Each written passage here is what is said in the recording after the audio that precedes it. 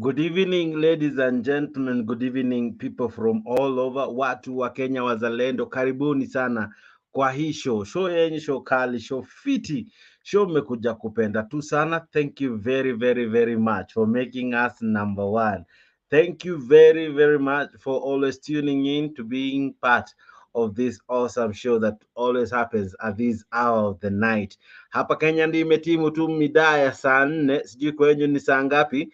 Zaidi ya yote karibu sana, either ni asubuhi, good morning, kama ni mchana, good afternoon, kama ni jioni, good evening. But zaidi ya yote habari yako, umzima, ubuheri wa afya.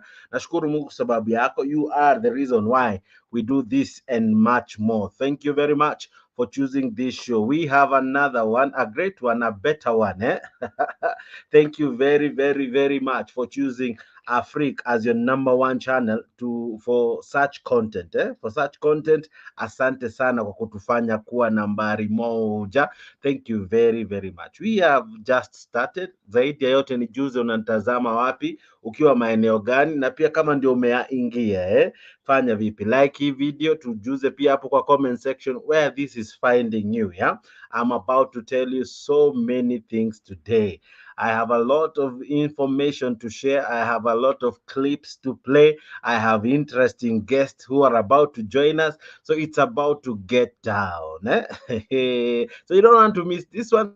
So this is where you sit down, relax, grab some popcorns and enjoy this show. Thank you very much for tuning in. I'm your host, Jex, the moderator, and this is your show. This is Afrique 24. Karibuni sana. Ndipo tu tumeanza nao tu ndio tumeanza, tujakawia sana, ndio tumeanza na nakukaribisha sana. Karibu sana, jisikie ukiwa place ambayo inakufaa, place fiti, place yako. This is Afrique 24. Now, nijuze unantazama ukiwa wapi? Where are you watching this program from? This program is coming courtesy of Afrique TV in conjunction with many other channels that are working together to support Afrique 24. We have Leo TV, we have Leo Facebook, we have Afrique Facebook, we have what do you call this channel? Ni mingi kwa dao. Tuko na True TV, tuko na Afrique Facebook, tuko na Mtembei TV, tuko na Mtembei Facebook. Hizi channels zote ukiona hii show hapo, jua ziko na all the rights to air this. So usifeel ukiwa place misplaced. Hii ni place yako, hii ni place ya wewe kuja na kuwa na time fiti na kuwa na time moja murwa kabisa, tunapoendelea kuchangamua maswala ibuka katika nchi yetu. Right? This is Afrique 24, and of course, as usual, I'm your host, Jakes, the moderator. Many of you have joined in. Thank you very much. Ni nani wa kwanza leo kulike hii video? Nani wa kwanza kulike hii video? Be the very first one. Nani wa kwanza kucomment? Be the very first one to comment. Comment kwa video, comment kwa hii video, either in Facebook or YouTube, and also like hii video both on Facebook and YouTube. Above all, equally, subscribe to our YouTube channel, right?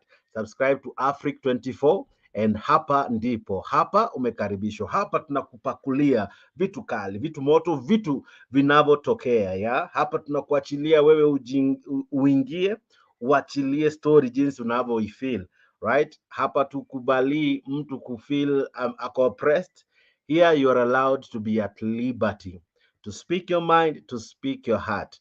We are not a pro-government channel, neither are we a mouthpiece of the opposition. Here we just make a show for ordinary Kenyans, watu wa kawaida, watu kama mimi na wewe, kuzungumza kuhusu maswala yanayowakumba, maswala ambayo yanawafuata, maswala ya mwananchi.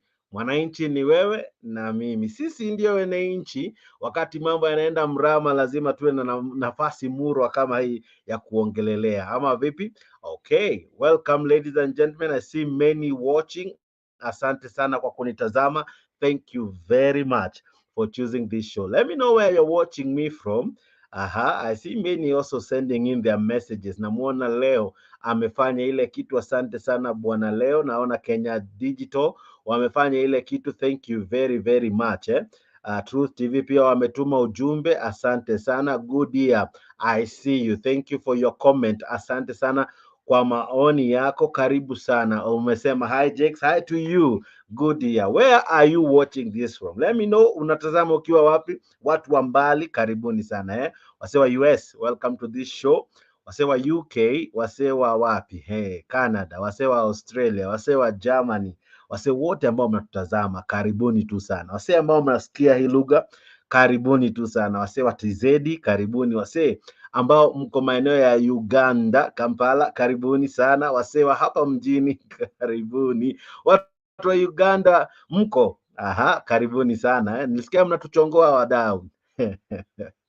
Mlisema ya kwamba kwa jirani hakuna unga hakuna stima na tunaongea tu Kiingereza. Hivyo ndio umeamua kutuenjoy, but ni sawa tu, tunashukuru. Majaliwa Mungu atasaidia Thank you very very very very much, watu wa Tanzania, watu wa Uganda, karibuni sana. Watu wangu wazuri wa hapa Kenya, vipi? Watu wa Busia, watu wa Bungoma, watu wa Butere, watu wa Siaya, watu wa Kisumu Dala, karibuni sana kwa hii show. Namwona Caleb Ndolo wako ndani, anasema great show, thank you my brother, karibuni tu sana. I see many liking the video, kama jinsi ambavyo Jalas Fencing Services amelike hii video. Thank you so much Jalas. Leo TV, asante pia kwa kulike hii video. Like the video, subscribe to Afric 24. Let's keep the conversation going. Wow, I'm so excited about this show. This one ni ile inakopeanga goosebumps. Here ufai kumiss. This one you don't want to miss, wadau. Here we go deeper into issues and matters corruption. Nakwambia hapa hapo utapata vijimambo na mambo vikidiscussiwa. So welcome to this show. Welcome to this great conversation. I have someone I'm about to talk about. I have somebody I'm about to discuss. Not just one person, but several guys. But zaidi ya yote ni juzi, unatazama ukiwa wapi? Let me be flickering these photos for you. Do you know this man? I am sure you do. Do you know this man? I'm sure you do. Do you know this man? I'm sure you certainly do. I am almost certain that you do. Do you know this place? Do you know this place? Umaiona hii place mahali? Okay, I'll be telling you details of where that is. I'll be telling you people who those guys are and why they will feature so loudly in this show. Lakini zaidi ya yote ni juze, uko wapi? Uko wapi mwana Kenya? Uko wapi mtazamaji wangu? Asante sana kwa kufanya hii show kuwa show nambari 1. Thank you very very very much. This is your show. This is your host. This is the only place we are making things happen. Asanteni tu sana. Welcome, welcome, welcome. Asante sana. Siniwapee tu ikionjo.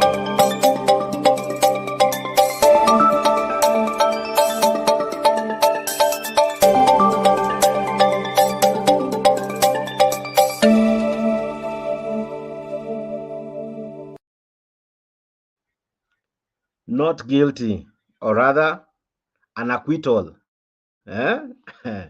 Matamshi tu ya kotini. I'll be telling you what they mean just now and what impacts they have.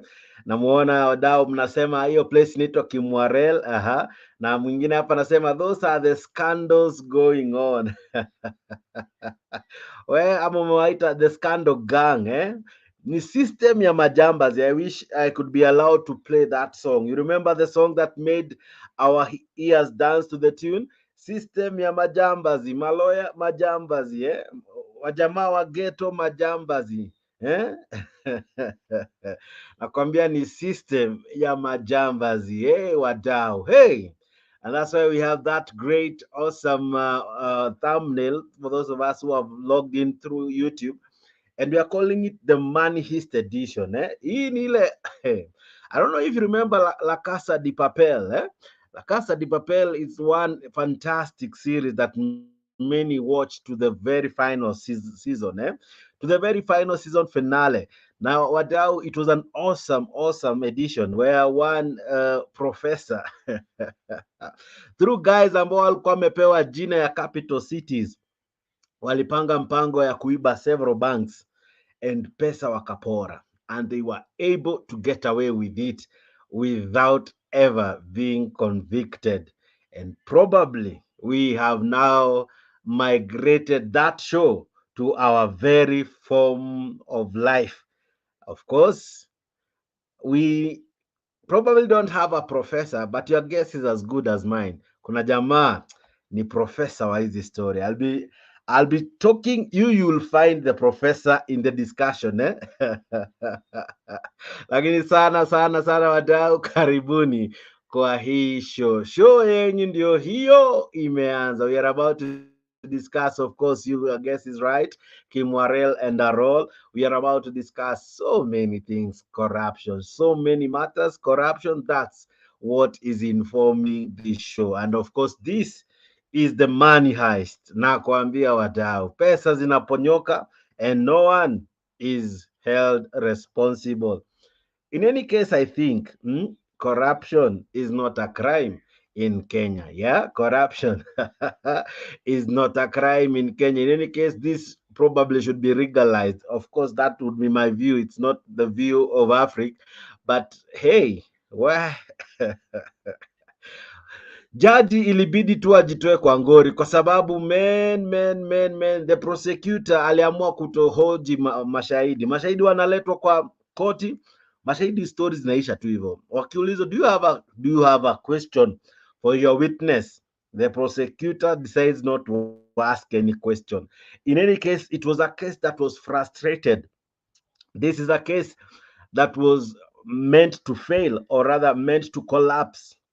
You remember other cases that collapsed because of witness tampering? You remember the stories of ICC, yeah? That Fatu Bensouda would complain, our witnesses are being tampered with.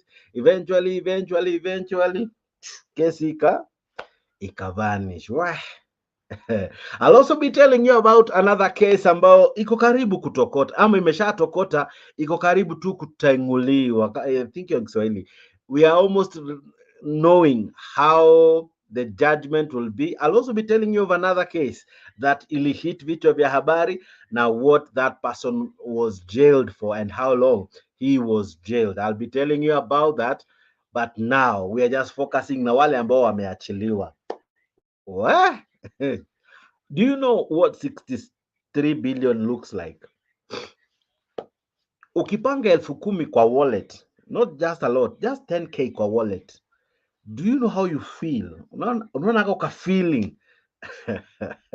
What if ukiwa umepanga 100k iko tu hapa karibu na mfuko? Ukibeba mita, si karibu tembea na G4S with you. When you walk with 1 million, you almost ask for GSU to escort you so that the security were tight. A millionaire is walking around. What if it's 100 million? I'm sure you'd have the entire army walking with you. I'm almost certain you'd have almost everyone that is in the security force to escort you because you are a millionaire around. You don't want issues, bwana. And of course, wanasemanga pesa mingi haipendi kelele. I'm sure you'll be a quiet person. That is in the form of millions. Now let's talk about billions, wadau, because in Kenya right now, we no longer talk about millions. We don't even think millionaires are anything to brag about. If you're a millionaire, keep quiet around, or keep quiet. Huku nje kuna watu wako na pesa za kutesa. Right? Hey, we are talking about billionaires. We are talking about people who have mastered the art of running or stealing, but hiding in plain sight. Stealing and never be caught, never stand justice, never return the money. People who have mastered the art. People who are now professors, yeah? Just like in that show of La Casa de Papel. People who have mastered the art, right, of stealing. They know how, they have crafted the way. They know, they prepare, they plan. They know where to steal, how to hide the loot that even if you bring any agency, the loot will never be found. And even when it's found, it will never be in its figures. If it was a billion, wataikuta in form of millions and not anything close to a billion wadau. They know how to. They know how to. They have gone through the art, through the process, through the stages. They have graduated and perfected and mastered the art, of course, of thieving public coffers. These are billionaires, not your ordinary millionaires. These are billionaires. These are people who will tell you to your face, you know what? I can buy you. I can buy, naweza kukubai. I can buy you Wadao, eh? So we have a great one lined up for you. So this is a show you don't want to miss. I will be playing a lot of clips. I'll be taking you back in the days, Wadao, when all this madness began. I'll be showing you how this case has evolved from being a very serious case, from being a case that robbed the country, that whipped emotions, that made many angry, only for its climax to be an anticlimax, only for its ending to be so sad. Kenyans again have been robbed. Now we are talking of an acquittal story. Someone has been acquitted. The money is not there. Whether 7, 21, or 63, or whatever number, it's in billions. That money has not been brought back. Wah. Nakwambia, you need to sit down and enjoy this show. Karibu sana wadau, karibu sana wadau. I purpose to really give you one awesome edition. Thank you very much. I see Zuru Kenya wako ndani, umesema wasee wa Tanzania mumejaja. Watu Tanzania mlituambia hatuna unga, tuko kwa giza na tunabonga tu kizungu. Wadau manze, mnachoma kabisa, but ni sawa, tutashukuru. Zaidi ya yote, karibuni sana watu wa TZ, watu wa Uganda, watu wa Rwanda, popote mnatutazama, karibuni sana. This is your show, this is your host, right? Can I begin the show now? Do I begin? I think now you are charged to watch this show. But let me know up kwa comment section where this is finding you, right? We begin this show discussing a matter that began several years back. It began with Kibaki regime. They brought the brainchild. Raila Odinga and the team and Kibaki sat down and saw that they can construct a dam, not one but two. They saw they can harness some water that flows freely in two rivers or several rivers, Uko Kerio Valley and Elgeyo Marakwet, right? And they felt if we can create dams, of course, they sat down with experts, and with these experts, they came up with a figure. Then it was around 5 billion. 5B. Of course, the dream, they were the dreamers, but a dream at times never dies. So those who came after them, the Jubilee government, took charge. And Jubilee chose to run with this dream, just like it ran with other dreams like SGR. It chose also as well to run with these dreams and chose now to venture deeply into this project called dams, right? So matenda zikaanza kutafutwa hapa kule. Kuna wale waliangukia wakapata the tenders. I'll be telling you the companies just in a while. And then eventually some money allegedly ikapeanwa ama ikakuwa deposited ama ikakuwa lended, and of course kuna culprits hapo ndani. So something that was 5 billion when it was a dream jumped to several billions in the next regime. And the first time we heard about it, we heard it's around 21 billion that was in question. But the DP, who is now the current president, the good professor that he is, he has done his PhD, should now be called a professor. The professor, not the one for money heist, the professor William Ruto, the president currently, chose to defend the Storo. So he said it wasn't 21B, but 7B, right? So I'll be playing most of these things so that you are able to understand. You are able to understand how comes money was lost, right? And what was the role of one guy by the name Henry Rotich. I'll be showing you who Henry Rotich is and what his role was and why he was in the dock. And unfortunately, ladies and gentlemen, I have some sad news for you. Despite the money not being refunded, we even don't know what really is the status of that case, right? Despite all that case being mad with a lot of darkness and controversy, we have no idea what happened to our money. The people who we thought were responsible, the courts acquitted them. Wow. And finally, we are here.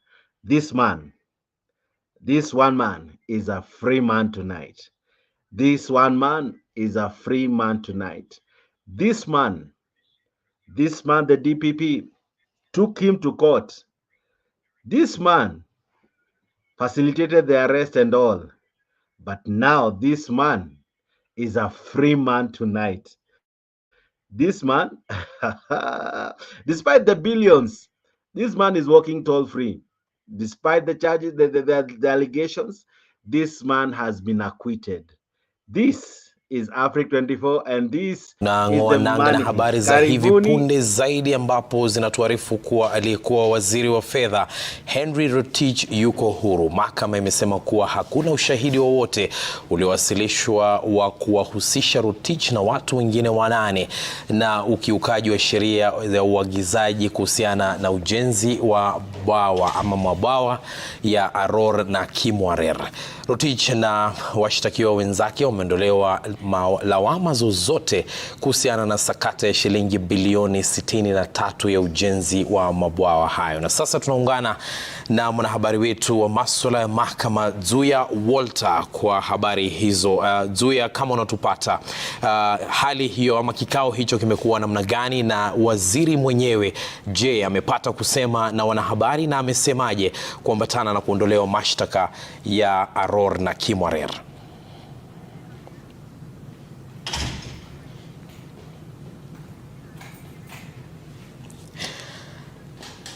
Rotich pamoja na washtakiwa wengine 8 wameweza kupewa zawadi ya Krismasi ya mapema, kwani mahakama ikiongozwa na hakimu Mutu ameweza kuondelea mashtaka katika kesi hiyo. Na ni kwamba Hassan Mugambi, washtakiwa hao walishtakiwa kwanza mwaka 2019 na imekuwa miaka 6 kufikia sasa kwa hao kuja mahakamani na kutoka. Kwa mara kadhaa wamekuja mahakamani wakiambiwa kwamba hakuna mashahidi. Na itakumbuka kwamba ni mapema mwaka huu ambapo kuna zaidi ya washtakiwa ama wale ambao walikuwa wanafaa kutoa ushahidi katika kesi hii waliweza kufika mahakamani, lakini upande wa mashtaka uliweza kusema kwamba hawana maswali ya kuweza kuuliza. Itakumbuka kwamba wakati wa kwanza kesi hii ilikuwa inaongozwa na Ali Twai ambaye alikuwa amesema kwamba wana ushahidi wa kutosha kuonyesha kwamba ama kudhibitisha kwamba washtakiwa hao wote waliweza kuharibu mali ya umma ambayo ilikuwa bilioni 63 kutumia vibaya katika ujenzi wa mabwawa haya mawili ya Aror na Kimwarer. Lakini tulipofika mapema mwaka huu tukaweza kuona kwamba upande wa mashtaka unaweza kulegeza kwamba kulegeza kamba ukisema kwamba hawana maswali ya kuuliza. Hivyo basi hakimu Mutu akitoa uamuzi wake ameweza kushtumu afisi ya DDP ikisema kwamba haijaridhishwa na vile waliendesha kesi hiyo, kwa kwamba ni kana kwamba walikuwa na mpango wa kuweza wasiweze kuendeleza kesi hii na kujua ukweli, kwani kwanza kabisa walikuwa wamesema kwamba wana ushahidi wa kutosha. Kwa hivyo mahakama ilikuwa inajiuliza iweje sasa wawe na mashahidi 49 wanakuja mahakamani na punde tu wanaposimama kizimbani kutoa ushahidi wanasema hawana maswali. Kwa hivyo Hassan Mugambi, mahakama imeweza kusema kwamba katika mashtaka yote ambayo ilikuwa 30 hawana ushahidi, hakuna ushahidi ulioweza kutolewa kuonyesha kwamba kweli hawa wana hatia. Itakumbuka kwamba leo ilikuwa ni siku ya kujua mbichi au mbichi na mbivu, kujua iwapo watu 9 hawa je wana kesi ya kujibu au la. Lakini kufikia sasa ni kwamba wote 8 wameweza kuachiliwa, mahakama ikisema kwamba ikiweza kulaumu upande wa afisi ya mkurugenzi wa mashtaka ya umma kwa kutoweza kuendesha kesi hii mpaka mwisho. Kwa hivyo kwa sasa wameweza kutoa ile cash bail ama zile makaratasi au certificate zao za mashamba walikuwa wameweza kutoa mahakamani. Zote mahakama imeweza kusema kwamba warudishiwe, na tutajua ikiwa wataweza kufika mahakamani kuweza kupinga zaidi ama kutaka kulipwa kwa kuweza kufikishwa mahakamani bila ushahidi. Kwa hivyo ni kesi ambayo haijaishia hapa, manake wakili Philip Nyachoti pamoja na Kioko Philipumi ambao walikuwa wanaongoza ama walikuwa wanaweza kuwatetea wateja wao, wamesema kwamba wataangalia kwa ndani wajue iwapo watafika katika mahakama kuu kwa jambo lolote lile au la. Vile vile waziri ameweza kushtumu wale, yeye amesema kwamba yeye aliweza kufikishwa mahakamani na watu ambao hawakuwa wanamtakia mema. Kwa hivyo amesema kwake shetani ni mrongo, na akasema sana ameshukuru mahakama. Kwa hivyo kwa sasa ni kwamba wote 8 wameachiliwa huru na wamepewa zawadi ya Krismasi ya mapema. Hassan Mugambi. Naam, shukran sana Zuia Walter, na bila shaka Zuia Walter atakuwa ni mwenye kutucha. Okay, so this man is a free man. He's walking tall. Now let's go back a bit. Now, sometimes back in 2019, this case broke the news headlines. This man, together with many, were linked to the loss of billions. The billions in questions the figure at times was shifting. One moment it was 21. The next time, depending from who you are listening to, it would drop to 7 billion, right? And now in the court, what they were charged with was around 63 billion, thereabout. Now, the Kimwarer and Arror dams, these were flagship programs or projects from the government that aimed to help generate power and, of course, as well provide water to the great people of Elgeyo Marakwet, right? Now, with time, some companies were given this project.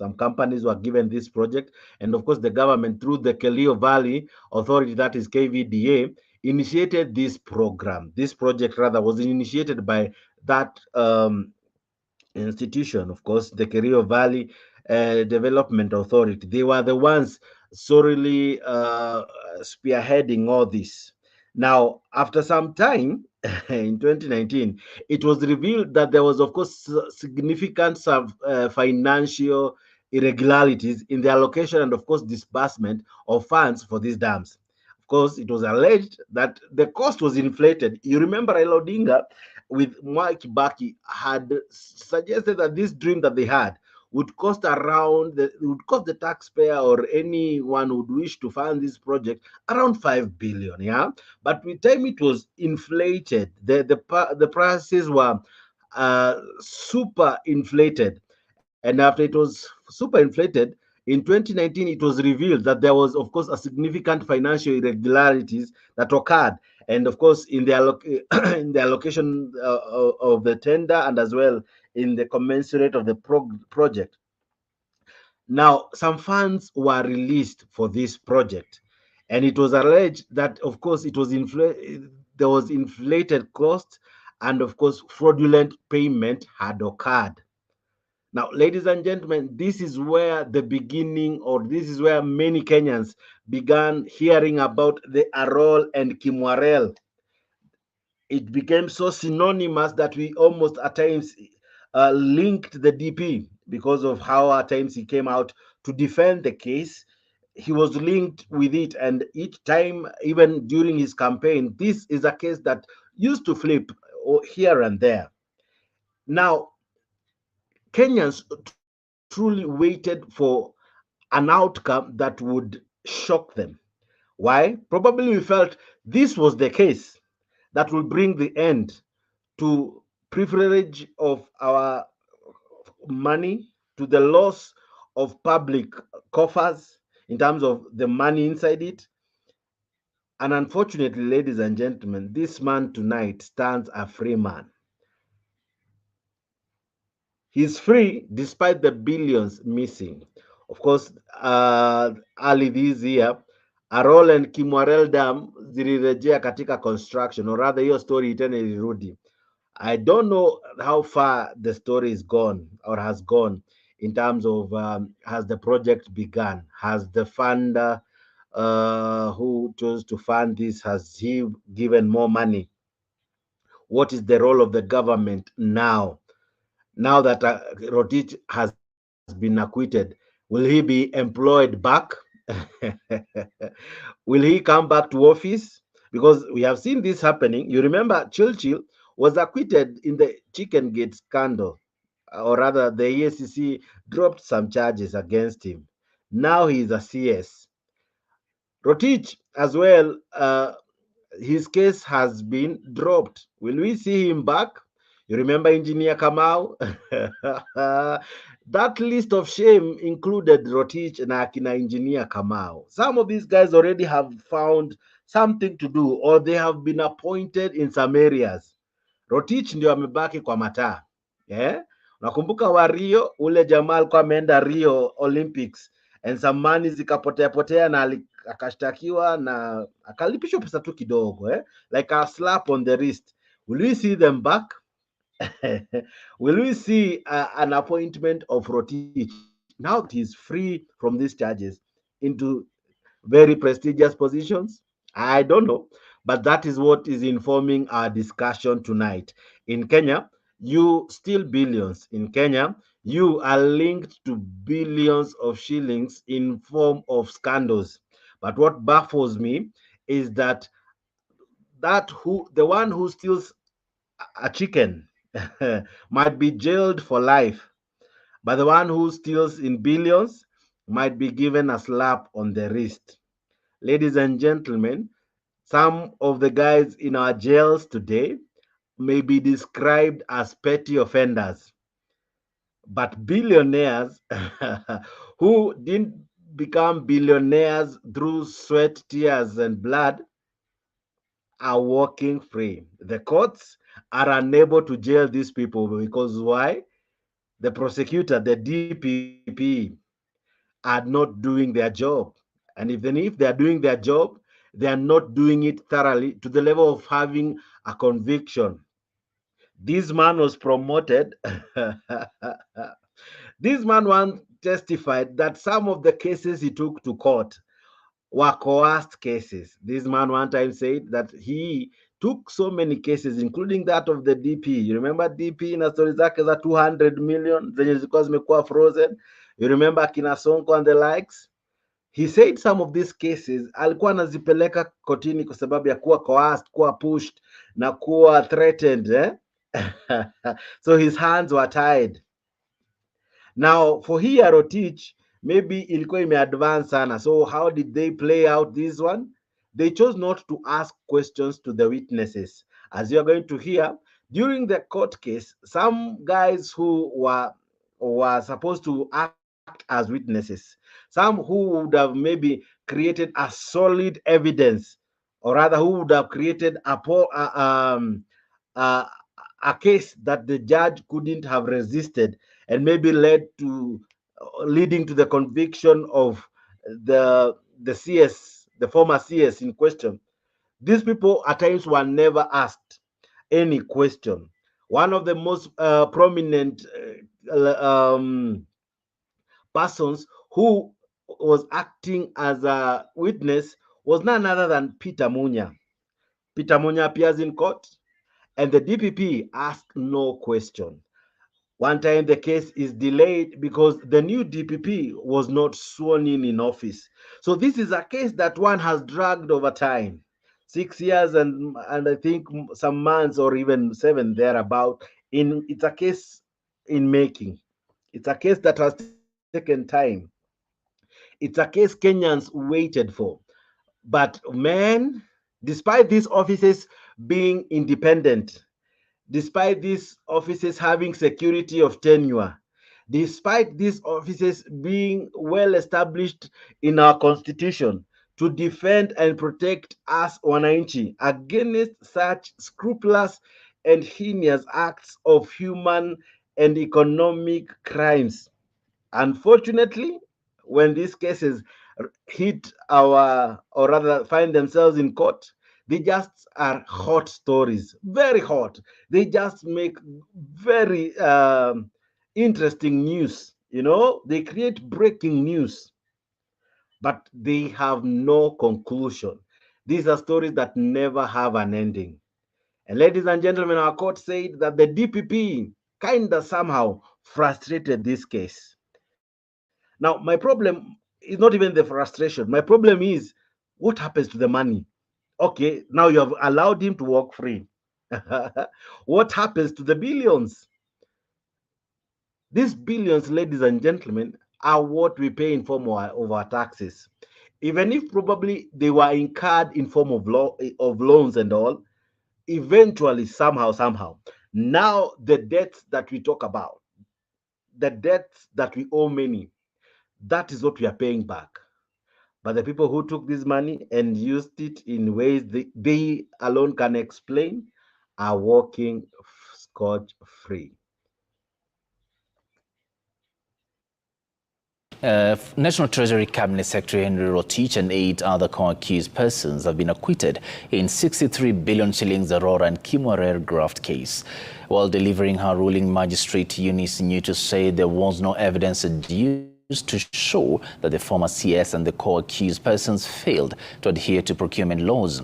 But the magistrate also cited the prosecution for dereliction duty after failing to cross-examine witnesses they had lined up. Only 8 out of 49 witnesses testified. She further indicated that after the testimony of the 8th witness, the prosecution claimed to have received strong instructions to end the case. She also told of the prosecution for wasting judicial time when it was clear they did not want to pursue the matter. I'm further guided by the decision of Justice Sifuna in civil suit E044 of 2022. I find that there is need to check the unfortunate and reckless habit of the ODPP commencing proceedings which they have no intention of pursuing to its logical conclusion. Such conduct is an affront to the administration of justice and a waste of precious judicial time. It is an insult to the dignity of the court and all the stakeholders involved in the criminal justice system. Indeed, as Justice Sifuna held, such officers from the Office of Director of Public Prosecution should be personally held liable for any compensatory damages arising out of suits filed by aggrieved persons against the government. As such, I hereby order that this ruling shall be placed before the Attorney General and the National Council of Administrative Justice with a view of sparking conversation on legal reforms on this issue. In the meantime, all the accused persons herein are hereby acquitted under Section 210 of the CPC.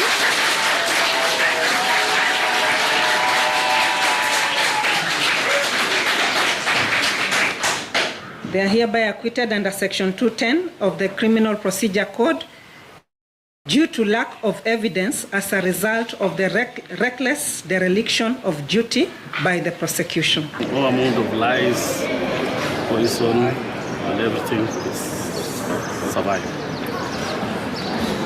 So I think the devil has been ashamed.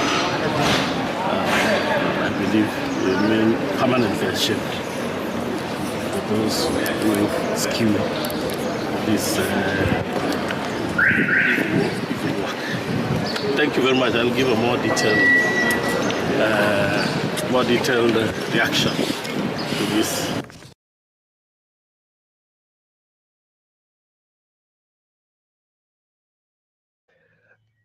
Do you know the sad part?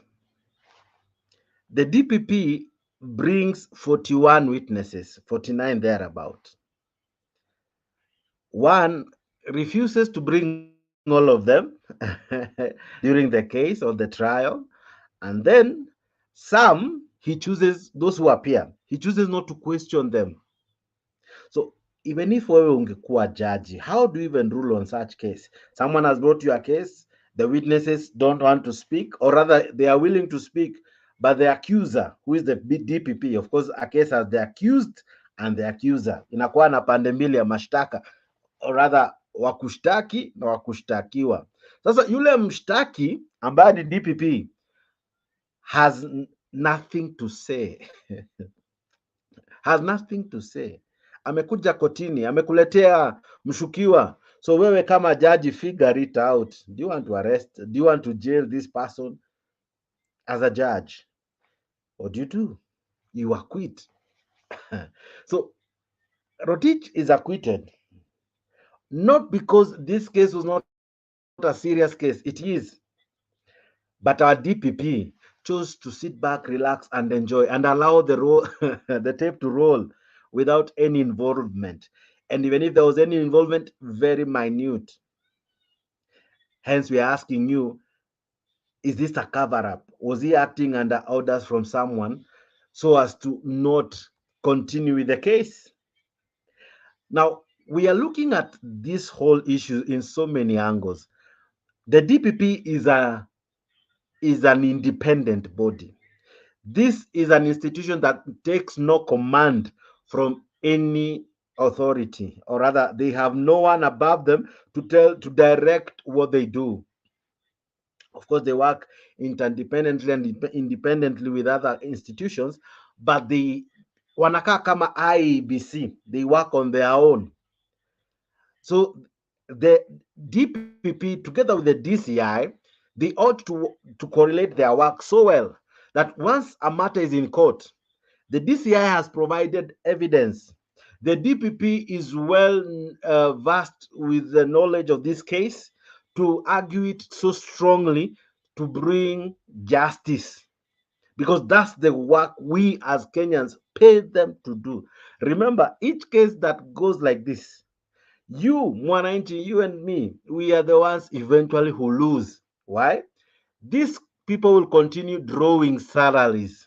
The DPP has not left office. The DCI hasn't left office. The money in question, billions for that matter, has not been refunded. And of course, the culprit, the accused, walks free in our streets. And very soon, you can quote me, might get an appointment in some office. This is Africa 24. We are about to discuss this and many other matters. I'm joined with none other than Leo Nyabaya, together with many who are joining us. Now, to join us, it's not difficult. There is a link coming your way through the comment section, whether you're on Facebook, whether you're on YouTube, whether you are on Facebook and YouTube, whether you're on Leo TV, whether you're on Africa 24, either both YouTube and Facebook, Mtembei TV, YouTube, whether you're on any of those platforms, your link ambayo inaingia hapo kwa message, your link ambayo inaingia hapo kwa comment section, hiyo ndio link unatap. Ukitap hiyo link inakupeleka moja kwa moja hadi place inaitwa StreamYard. Wakati unafika StreamYard, what do? Unawasha mic, unawasha camera, unaandika jina. You have to write a name so that it can be able to sync well, and then you click enter na voila, unajikuta unakuwa ndani ya show. Karibu sana, great to have you, great to see you, great for us to have you in this great discussion we are about to have. Leo ni Friday, kwa hivyo we have a lot to discuss and we in fact have time on our end. Leo Nyabaya, vipi? Habari leo kaka brother? Salama Jack, niko salama kabisa, labda wewe?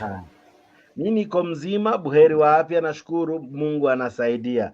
Kaka brother, inakaa kana kwamba Kenya unaweza pora mabilioni na utembee tu ukiwa salama. lakini ukipora kuku utafungwa maisha. Billionaires are not criminals. You just need to know how much you steal for you to be safe. So what do you think? Kesi imeisha tu hivyo, kesi ilikuwa nchi yetu, aha, ndio hali yenye tuko nayo katika nchi yetu ya Kenya. Wewe ukiiba mayai utafungwa na upelekwe gerezani, lakini ukiiba kuku pamoja na nyumba ya kuku basi utaponyoka, hautaweza kuhukumiwa. It's really sad day in the country that the ruling has been made at a critical moment when, if I was the magistrate or the judge, I would not have made such kind of a ruling. You know very well that right now, maybe a week ago, it is just because our media has been so occupied by some political headlines, but it's a matter of fact that there are people who are still drowning, and there are people who are still losing property because of the rainfall that has been experienced in the country. And it's also sad that after this rainfall that has killed people and have led to loss of property will finally stop. We still have people who will die of hunger simply because of drought. But the items in question, the Aror and the Kimwarer Dam, ought to have been a solution to such kind of things, because the dams are meant to, they are reservoirs that will always reserve water, so that when it rains heavily, this water doesn't cause damage to properties or death. Instead, the water is stored safely in the dams and will be used in future when there is no rainfall. So it's sad that a ruling is made that there is about 65 billion that was meant to construct dams that would have saved people from being drowned, and would also have saved people from losing life, die to drought and lack of water. And the dams were never built. The money was spent, and the court is vividly telling you that there was no evidence. Yes, the money got lost, the money was misappropriated, but we don't have evidence to prove or to connect the people or who stole the money with the case. So it's really sad, and that is what is happening in this country. People don't care. Before you steal something, you need to know your background or who you associate with. And you, when we talk of the Henry Rotich, I think, being the cabinet secretary from the treasury, this is somebody that Uhuru Kenyatta inherited in the Ministry of Finance when Uhuru Kenyatta was the Deputy Prime Minister and the Minister of Finance. That is when he came close to Henry Rotich. And Henry Rotich was introduced to the government by the former president, Daniel Rotich and Moi. So they worked close with William Ruto. These are the same people. I was telling you, when somebody tells you the people we are having in the government currently have been in this government longer than anybody else. So these are the same people who work together.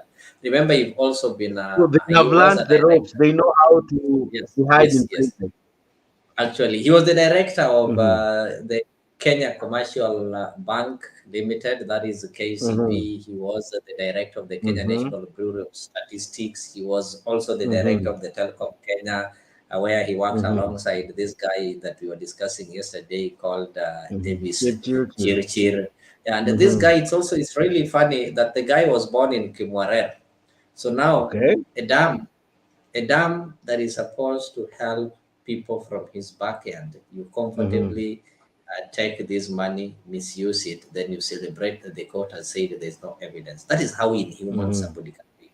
He was, had it been somebody who was born maybe somewhere in Busia, taking money belonging to people Kimwarer, then at least it would make, it won't make sense, but it will be at least moderate. But this somebody who was born in Kimwarer. He knows the problem the people of Kimwarer are experiencing. He knows that right now it is raining, people are dying, but after the rainfall, people will still die because of hunger, because the place is dry. The cows or the cattle there will not be able to get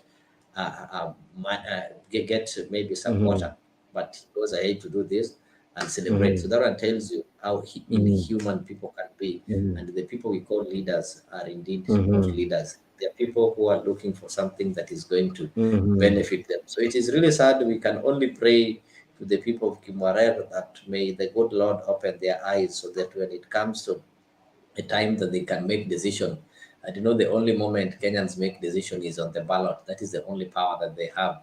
So when such a time reaches, then they should be able to see beyond the people who've been fronted to them by their associate kingpins and the political brokers, but they'll be able to make decisions based on who stands for their interest. It's really a sad day. We are not celebrating, but I Okay, know but people Leo, are let me going to ask. celebrate. Let me ask you, Bwana Leo. You see, it's one thing to wait for the ballot, which is a constitutional right. But again, the constitution as well guarantees that criminals should be charged, and anything that they are privileged in terms of stealing or any proceeds of corruption ought to be refunded back to the Mwananchi in terms of it should come back to our coffers, you know. When money is lost and we only wait for elections to punish these guys or make a change, we are only introducing more criminals, you know, because if each time I know the worst that can happen is I can lose, the only thing that will happen to me is losing my seat, you know. I can be a member of parliament, I can be a CS, I can be anything, a leader in mradi tu niko na uwezo wa access tenders, because most of these scandals are in the tendering processes, you know.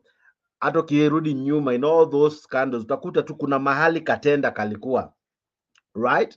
Now mradi tu nijue how to escape with the money, so it doesn't really matter. So when you tell us this evening that the people of Elgeyo Marakwet ought to wait till when there's an election to really have their voices heard, don't you think you are seriously draining the little hope they had? Because probably what we should be encouraging is to have courts that really seek for advocate for justice and even delivers justice. We should have a DPP who delivers justice, who takes to court, cases to court when he has all the evidence, all the facts with him, so these cases don't collapse. So before we tie our corrupt guys with an election or with the elective post or with the appointive post that they occupy, don't you think we ought to begin also talking about these institutions that some of them enjoy security of tenure, some of them are independent, some of them should not answer to any call from the president or any one person. They should act independently and make sure they deliver to Mwananchi. Should we not ask these officers to come out and shine and make Kenyans proud that we have a constitution, we have institutions that work for us? Don't you think so? I think maybe unless you're living in a different country, we know we are having the courts. You know, the same constitution outlaws what is called a mob justice. So maybe unless you want us to tell the people of Kimwarer to practice some mob justice, because this ruling was made by a court of law. No, I'm just trying to tell you that the ruling was made by a court of law, and the judiciary is the one that is normally supposed to interpret and maybe declare people, confirm guilt in people or prove people to be innocent. So that is the only hope that people have. So if the only hope that they have is the one that has confirmed otherwise, then you know Kenyans have got nothing to do. So the only weapon they remain with is that sovereignty or the sovereign power, because if the judiciary has failed them, the executive has failed them, the legislature is failing them, what do you think they're having? Apart from that, when you looked at during Uhuru Kenyatta's regime, there was this scandal called the Chicken Gate scandal, whereby we had Davis Chirchir as the commissioner of IEC, Oswago, and this lawyer Nyaudi, where they got involved in some scandal with the Smith Osman in the printing of the election materials. So this amount of money was recovered, and about 520 million was recovered and was returned back to the EACC. And we saw Uhuru Kenyatta receiving the money, and it was put into use. But what happened when you people elected William Ruto? What was the first thing that you saw happening? The first thing that you saw happening is somebody called Rigathi Gachagua getting back his money that was taken by EACC because it was suspected have been gotten in an illegal way. So there are two different people that you're dealing with. We are having two different executives. So the first executive that we are having is the executive that is returning money back to the thieves, and the other executive that we had was an executive that was picking money from the thieves. So you cannot tell me that I'm maybe taking away the hope that these guys are having. These guys are not having any hope. The hope that they had already been deemed by the court with some incompetent prosecutors and some incompetent judiciary. We have to call it out. That's an incompetent judiciary. I do listen to Senior Counsel Ahmed Nasir, and he being among the lawyers who've always been suspected to be a beneficiary of incompetence in judiciary. He currently is really calling out the judiciary, saying that we don't have a judiciary. What we are having is just a puppet. They are not doing any kind of justice. So Kenyans are only remaining with one power, that is the sovereign power that they can only exercise during elections. And because they don't know how to use their power under the Article 1 of the Kenyan Constitution, which when you start using, they'll accuse you of committing some economical crimes and destroying people's businesses through what. But let me ask you, Leo. Let me ask you, Mwananchi doesn't just have one power as far as the Constitution is concerned. In that, yes, that power in Article 37 to picket is one, but there are so many others, including the right to a fair hearing. This was not a fair hearing, right? This wasn't a fair hearing. This is those a are not situation powers, where the Jakes. DDP, yeah. You are confusing. They are rights and their powers. You know, you're right. You cannot equate a right to a power. They have right to a fair hearing. But do you have some? What's the difference between the two? No, power is that thing that you can be able, like you have got the ability. Yeah, like if I say it's my power, it is within me. I'm the one who can exercise it at my own will. But this right that you're telling me depends on another person. If that person doesn't give you fair hearing, what are you going to do? Then you have to use your power. No, So you're having the right to fair hearing. So that I get you correctly, I know there is what we call your right. I know there is what we call a privilege. I know there is what we call what you are guaranteed to have in terms of what is your irreducible minimum in as far as you being Leo is concerned, and how far the Constitution goes and deals with you. Number one, you have a right to a fair hearing, and fair hearing means is that one, you're presumed innocent until proven guilty in a competent court of law. That's your right. No one can take that away from you. But Number in this two, case, you it's have a the right different to thing. picket. Just one moment. That equally is your right. But now here is a situation where you have someone that is fully charged with the role of prosecuting people, with the role of gathering evidence. Of course, through the DCI, they ought to work in sync. They ought to work together in order that when a case is brought to court, that one, there is evidence, the witnesses are not tampered with, that the criminal does not walk scot-free. Now, those are rights of Okay. Now listen. In this case, what is happening is this: the right to fair hearing belongs to somebody who's been accused or somebody who's taken another one to court. So in this case, the person who had the right to a fair hearing is how do you call him? Is Rotich. He's the one who was taken to court, so he had the right to fair hearing. So who are a case has two sides: the accused and the accuser. I've not finished. The accuser here are the people of Kenya. Just no, one you moment. are wrong. I'll explain to you. Listen, people of Kenya did not take the case to court. Just one moment. Who does the DPP work for? So that is why I want to tell you. Listen, if the DPP works for the DPP is working for the people. So let me tell you, very if the good. DPP is not complaining. Just one moment. Yeah. Which money is in question? It's the money meant to serve the people of Kenya. So the people of Kenya did not file a case. the evidence here in question is money meant to serve the people of Kenya, right? Are we together up to that point? Now, the person who is going to advocate on behalf of the people, or rather to speak on our behalf, because all of us cannot be DPPs, all of us cannot go to defend our money. Someone has to do it. Someone has been given that office. So Someone now has that is that what I want to explain to you. You now, know why the case please failed? help me and our The case viewers. failed. Help me and I'll our help viewers you understand it. understand. Just one moment. Help me and The our case viewers to failed. understand.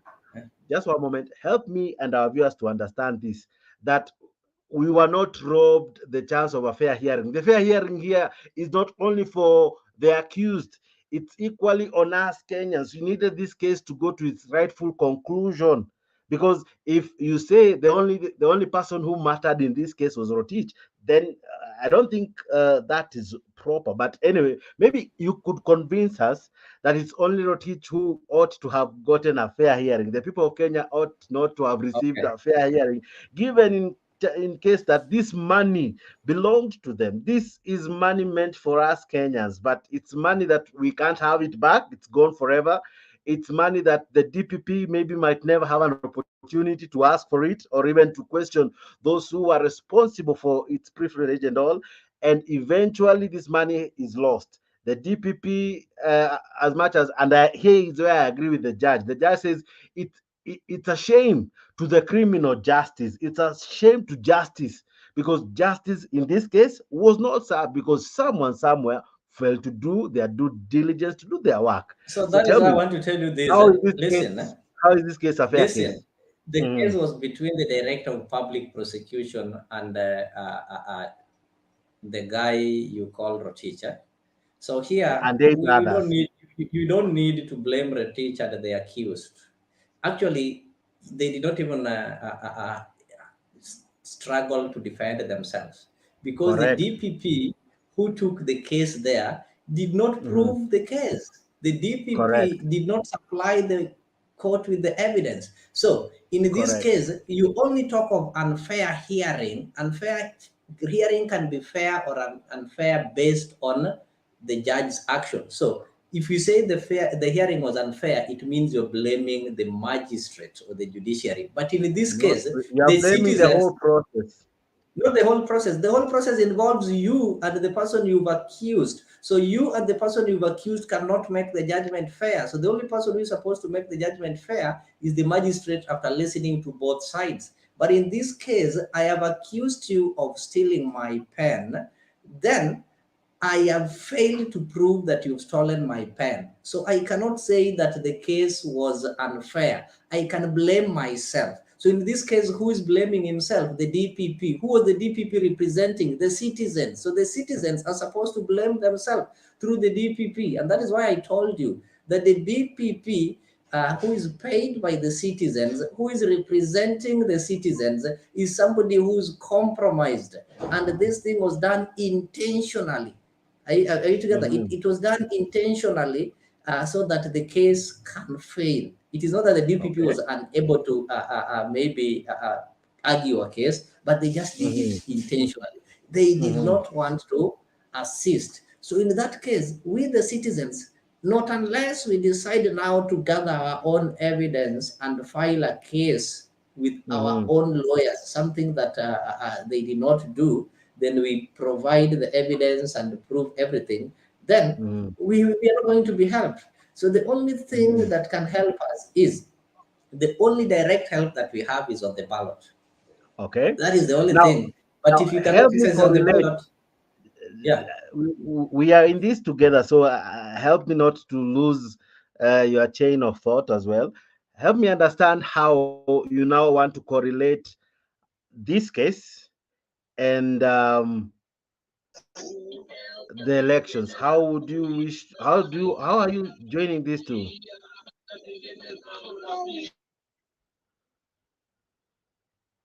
Elections, I know Kenyan Revolutionary have joined, and I know he's somebody who is so radical enough that will tell you that we don't need to wait for 5 years, we can do something right now. Then again, he's the same person who, when you tell people to go for mandamano so that we do something right now, he will tell you that that one is wrong, is going to destroy people's property. So this is what I mean. we are in this country, people have got power, but we've never wanted to use this power. We have power to recall the elected leaders, actually. We have power to tell my MP to go and impeach the president. Are you together? Because the president has got power. He's the one who is appointing the DPP and all these kind of things. So he has got the power to come and tell them that you guys, if you cannot be able to prove just a mere case, then you don't have any business to be there. And how can we push the president? We cannot go to the DPP. We don't appoint the DPP. We need to push the president. So we have power. But then again, before you forget that as much as the president appoints or recommends and proposes it to parliament, the person I voted for, my MP, vetted these guys. These guys are vetted in parliament. So vetting is just a formality. They cannot vet somebody from the moon. They will vet the people who've been appointed by the president. Just one moment. It's my MP actually who causes this problem. Given that if my MP vets incompetence, what you were discussing yesterday, very thoroughly, and I loved the show. If the MP vets incompetence, garbage in, as they normally say in the computer world, definitely will be garbage out. If you bring people who don't have the guts, the muscle to push for justice, what do you expect? That is why I told you, your MP will only vet the people that have been proposed to them. I remember we also have the Public Service Committee. So we are in Kenya. The MPs, you know very well, are not independent. And our constitution, even in parliament, we have somebody called the whip. To whip is to make you think in a specific, think and act in a specific way. If you as Jex thought that Kenya Rebellion should be vetted, maybe to become the director of public prosecution, and somebody thinks that Kenya Rebellion akipewa hiyo kazi atakaza sana, they don't want them, then that is the role of the whip. For example, the majority whip, that is the role of the Silvana Sosoro. Atakuja awaweke chini and they tell you something called party position. That is what is happening in our country. So that is the root cause of everything. So as citizens, once we've given our power to these MPs, not that we lose it, we can be able to recall it. But I have to tell you that we are living in a country of 50 million people who, with the majority who are cowards. They are cowards in that. They know very well that the constitution allows them today. Jex, I say, MP, I'm recalling that power, but they don't want to do it. I don't know. It is because of lack. It is because of ignorance, or people are just naturally cowards. Or I also blame. Sometimes I blame the Western culture, the Western civilization, and the Western religion that taught us that we need to be humble, that we need to respect leaders, that leaders come from God, that we cannot oppose things that are coming from God. And that is why I do blame the Western religion, actually. I know some of you might not agree with me, but they taught us some bad manners so that we can be able to kneel down and worship stupidity and fail maybe to tell them. Because if you today wake up and tell the president that, you see, this is wrong, your pastor will summon you and tell you that, you know, the Bible says this, that leadership comes from God, that Jesus obeyed the authority, that you also need to obey the authority. So such kind of nonsense are the reason why Africa, we are living in some shithole economic environment, simply because of some stupid civilization and some stupid religion that was sold to us, that made us to start thinking in a way that somebody wanted us to think into. So let me stop there and allow others also to contribute, as I also welcome our viewers. I can see somebody, Brenda, karibu sana. I see so many people are watching, and I also need to encourage them to join us na watupatie stories zao na watupatie mawaidha, how we can be able to deal with this ruthless government. Okay, one boy Jacob says that no evidence, but where is the money? Good question. I see good here. You are saying that it baffles me why it's not guilty, why it wasn't a guilty verdict, and among many other sentiments coming from our viewers. And as well, thank you for liking the video and also being part of this great conversation. I'm here with me, Bwana Leo and Bwana Kenya Rebel. Kenya Rebel at times comes by the name Japolo, by the name Potiphar's, is it Potiphar's Maximus? But by the end of the day, he is the one that makes us laugh at times because of his Halloween. Jex, as you welcome Japolo, you know, Japolo is somebody from heaven. It's a Luo. Japolo is somebody from heaven. And it is a term that is used by, when the Western religion came, Africans bought it. Then in the middle, they realized that there's some kind of nonsense that was trying to degrade the African culture and trying to tell them that African culture that we lived with centuries before we knew them was really bad. So they started to rebel. That is why he got his name Revolution. So in rebelling, they picked some aspects of the Western religion and mixed with the African tradition. That is when he is a Potiphar. If you go to his church, it's called Legio Maria. You'll find that they mix the Luo culture and some Western names and some Western things, and they have some things called Juogi. He will tell us. That's why he makes a lot of noise here. Okay. I hope he's not taking any of those. But anyway, welcome so much, Bwana Kenya Rebel. And it's good. In this show, lazima kwanza tunakuchambua kidogo before we give you the mic. But zaidi ya yote, it's good to see you. Great to have you. How are you, my brother? I'm good, Jax. It's nice to see you. I like your shirt. It looks bright and good. Leo habari hapo. Can you hear me?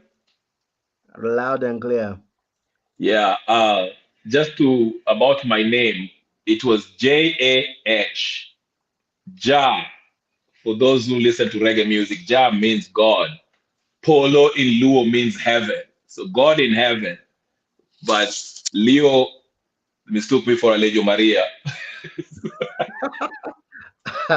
So that dressing code, bring that kanzu here and ask. But when you come with your Halloween outfit, what do you expect, my brother? No, he had a rosary and a purple kanzu. It was his Halloween outfit. Catholic priests dress the same way. Why don't you call them Jopolo or whatever the case? But your shirt has some degree of swagger. What do you expect us to call you? It has nothing to do with priesthood from where we sit. But anyway, good to see you. We are discussing the Kimwarer and Arror dam acquittal, and the courts have done it again. It has been acquittal after acquittal. Murder cases have been acquitted. Yes. Corruption cases have been acquitted. DPP has not done thorough his duties to really present cases in court that go to its fair conclusion. People are walking free, literally. You steal billions, you walk free. But still 10 shillings, my friend, they will come to you under the tree. So what do you make? Okay, let me just first get your opening sentiments even before I engage you in questions. What do you make of all this? I'll start with the question because I just saw the headline. Who is this man that was acquitted? What was he acquitted of? Jax, help me with that Kimwarer guy. You don't know this guy, Kimwarer guy wrote it? No, I know there was a scandal about Kimwarer Dam, but what were they accusing him of doing?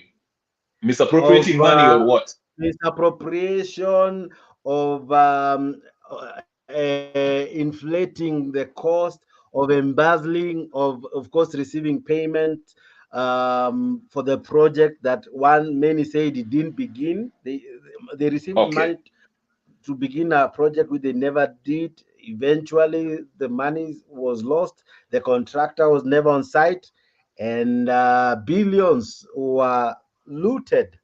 Okay, thank you. Can you please remove that picture so I can? He scares me. He should really scare you. Okay, but go ahead. So okay, they went to court and the court says there's not enough evidence, if I read that correctly. Now, Jake, I want to take you to the role of a Senate. I think it's in Article 96, 3.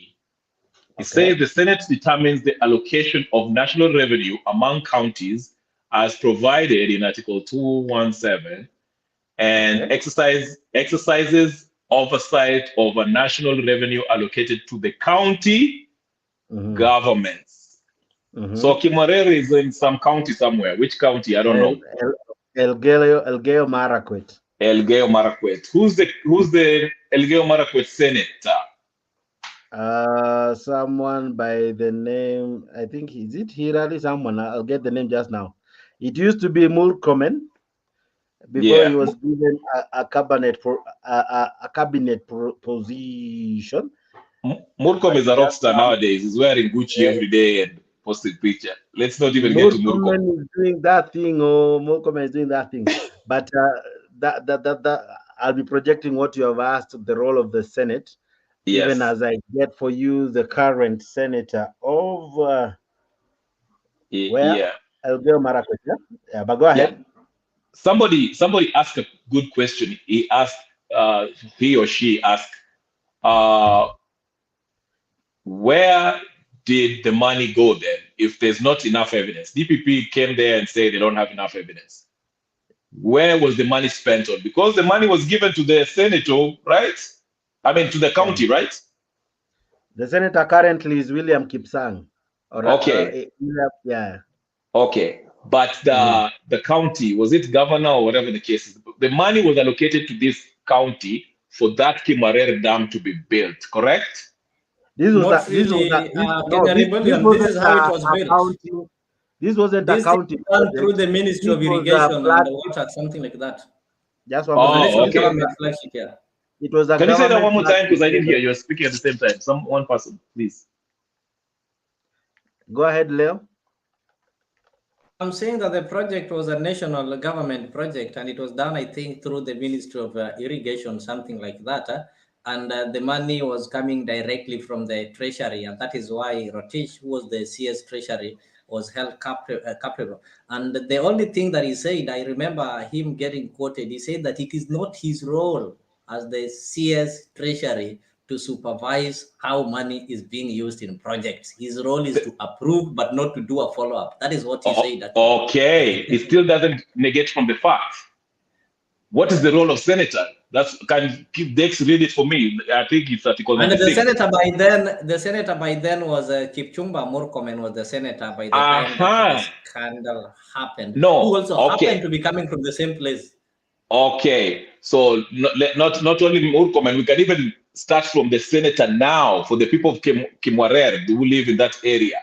The senator now should bring that matter to the Senate. The Senate is supposed to oversight and look at where money is being spent. If the money leaves the treasury and goes to whatever project, because remember, that is their job.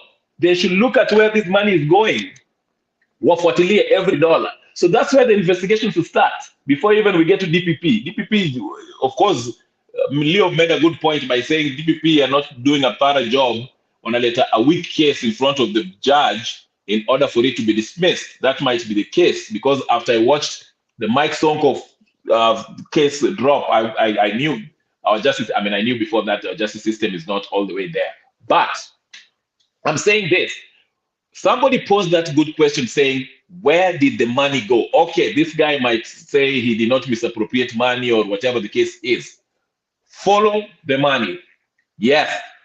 The Senate participates in oversight of state officers by considering and determining any resolution to, not only that, you're reading something else. Or you're reading the last one. Can you read the 3 one? The 3, True TV, whoever is typing there. The 3, just the one before that. The one that says the Senate determines the allocation of revenue among counties as provided in Article 217 and exercises oversight over national revenue allocated to the county governments. So even if it's coming from the national government to the county, even if it's a national project, okay? Remember a few weeks ago, Jakes, when there was the Senate participant. I was looking for. No. It's the one before that. You are reading 4. There's the one. Role of the Senate, Article 96. Yes, that one. The Senate determines the allocation of national revenue among counties, right?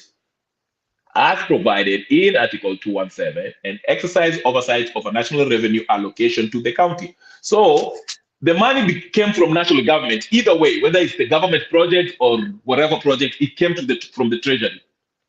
Senate should be able to tell us, follow the money and say, okay, $1 million went to this for paying these lorries that were carrying cement from A to B.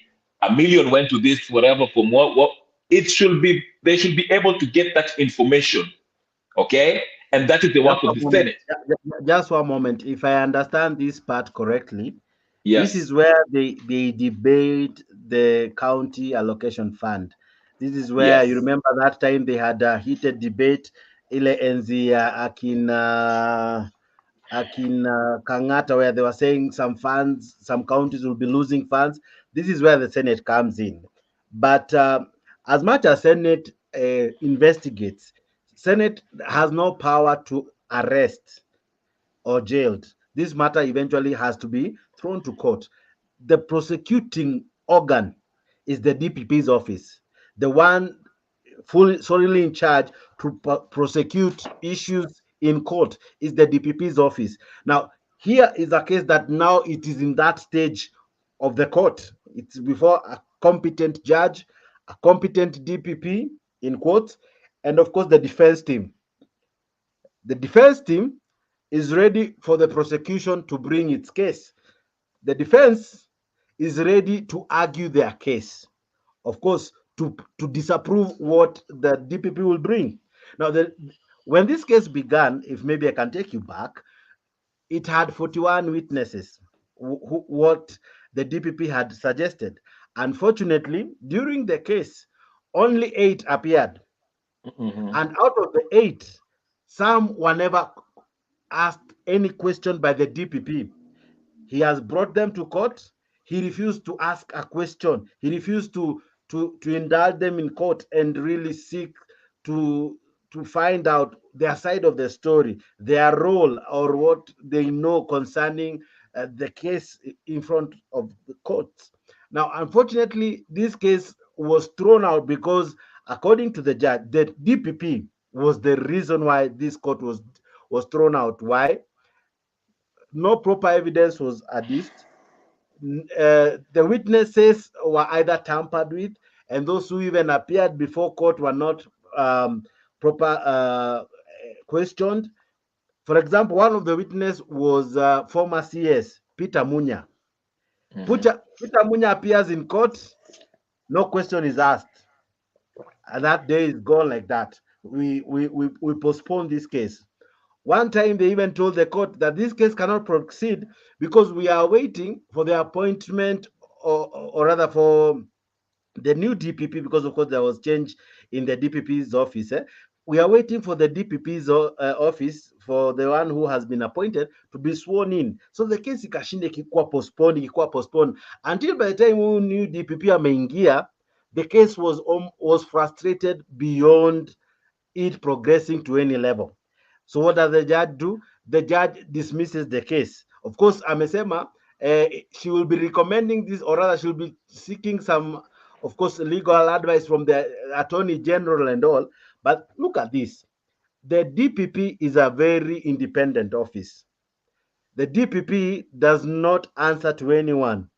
But the DPP somehow seem to have been working with somebody. Yeah.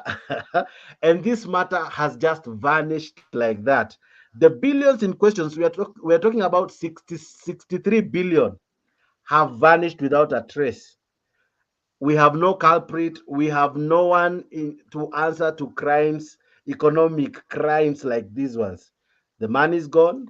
We have no suspects. We have nobody. The one we thought maybe would act as a sample or as a funzo kwa wengine kama wenye tabia kama hiyo, ndio huyo ameachiliwa. So that's why we're asking ourselves, is it a crime? Okay. Was it a crime in the first place? Was it a cover-up? Now, this billion lost, will we ever recover it? And has our I'm actually reading now the heading, and has our DPP failed? Because, as you have rightfully said, we have seen cases collapse. You remember the Sonko's case. It just went like that. Aisha Juma's case, it just went like that. The DP's case went like that, among many other cases that either failed because of lack of evidence. Now we ask ourselves, so if they didn't have evidence, why were they arresting them in the first place? If they didn't have evidence, why did they take them to court? What were they seeking in the courts? So we waste time in our courts. We waste resources in our courts because each hearing has some charges attached to it. So money has been lost. one, through the corruption dealings, and two, through these court processes. Because Kwanza Aror Kimwarer took 6 years. So from where you sit, Kenya Rebel, of course, I've really talked a lot. Mm-hmm. Do we have a competent DPP? Let's start from there then. No. That's why I'm saying you can have it in another angle. That's why I use the Senate. I would be like, if I was the current senator, bring the matter to the Senate. The Senate has the power to actually bring the previous senator, Murkomen, that gentleman that was accused, whoever dealt with the money that came from the national government. Okay? Every hand that was exchanged, hiyo pesa ilitoka kwa county ya national government treasury, pale ilifika, and how it was used. The Senate should track all that. They have the power to summon those people to come to the Senate and answer those questions.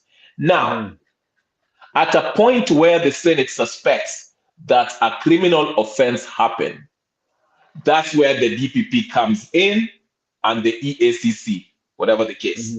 That's where they should take over. So I'm saying the Senate can help by tracking, because the Senate kazi yao ni kuangalia hiyo pesa ya serikali ilienda wapi, ilitumiwa aje, umepelewa bilioni sijui ngapi. Let me just use the number 100 billion, okay? Umepewa 100 billion. They should ask Murkomen, the senator at that time, and that gentleman, those people who are somehow got a hold of that money, they should ask them to give them a breakdown of how that money was used from every shilling, okay? Which the Constitution was the mandate of the ODPP is derived from the Article 157 of the Constitution.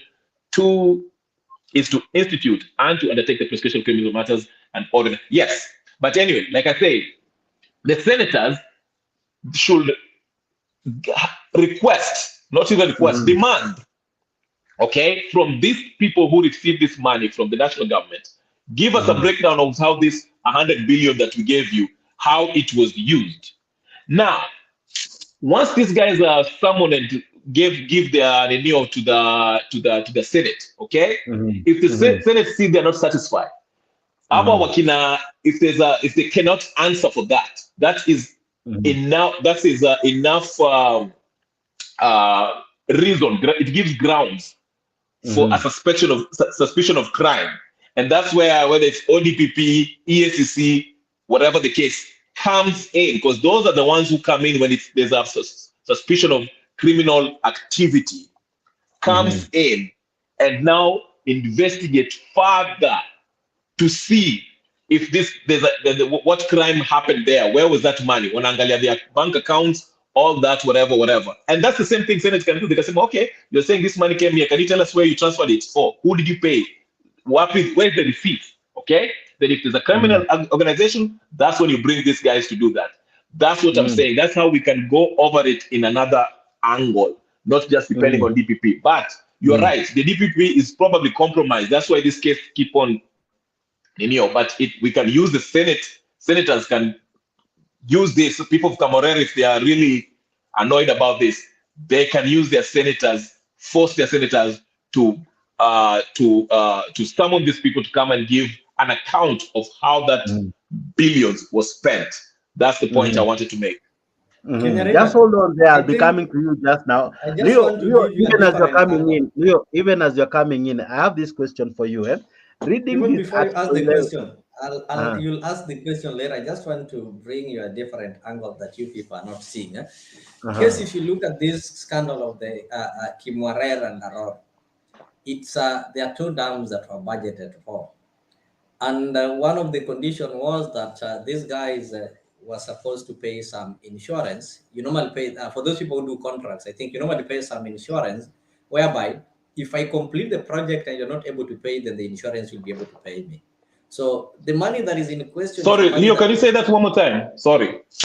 They were supposed to pay some insurance. They were supposed to insure the project with some overseas insurance companies, so that in case the company that was awarded that tender completed the project, but the government did not pay, then the insurance will cover the payment.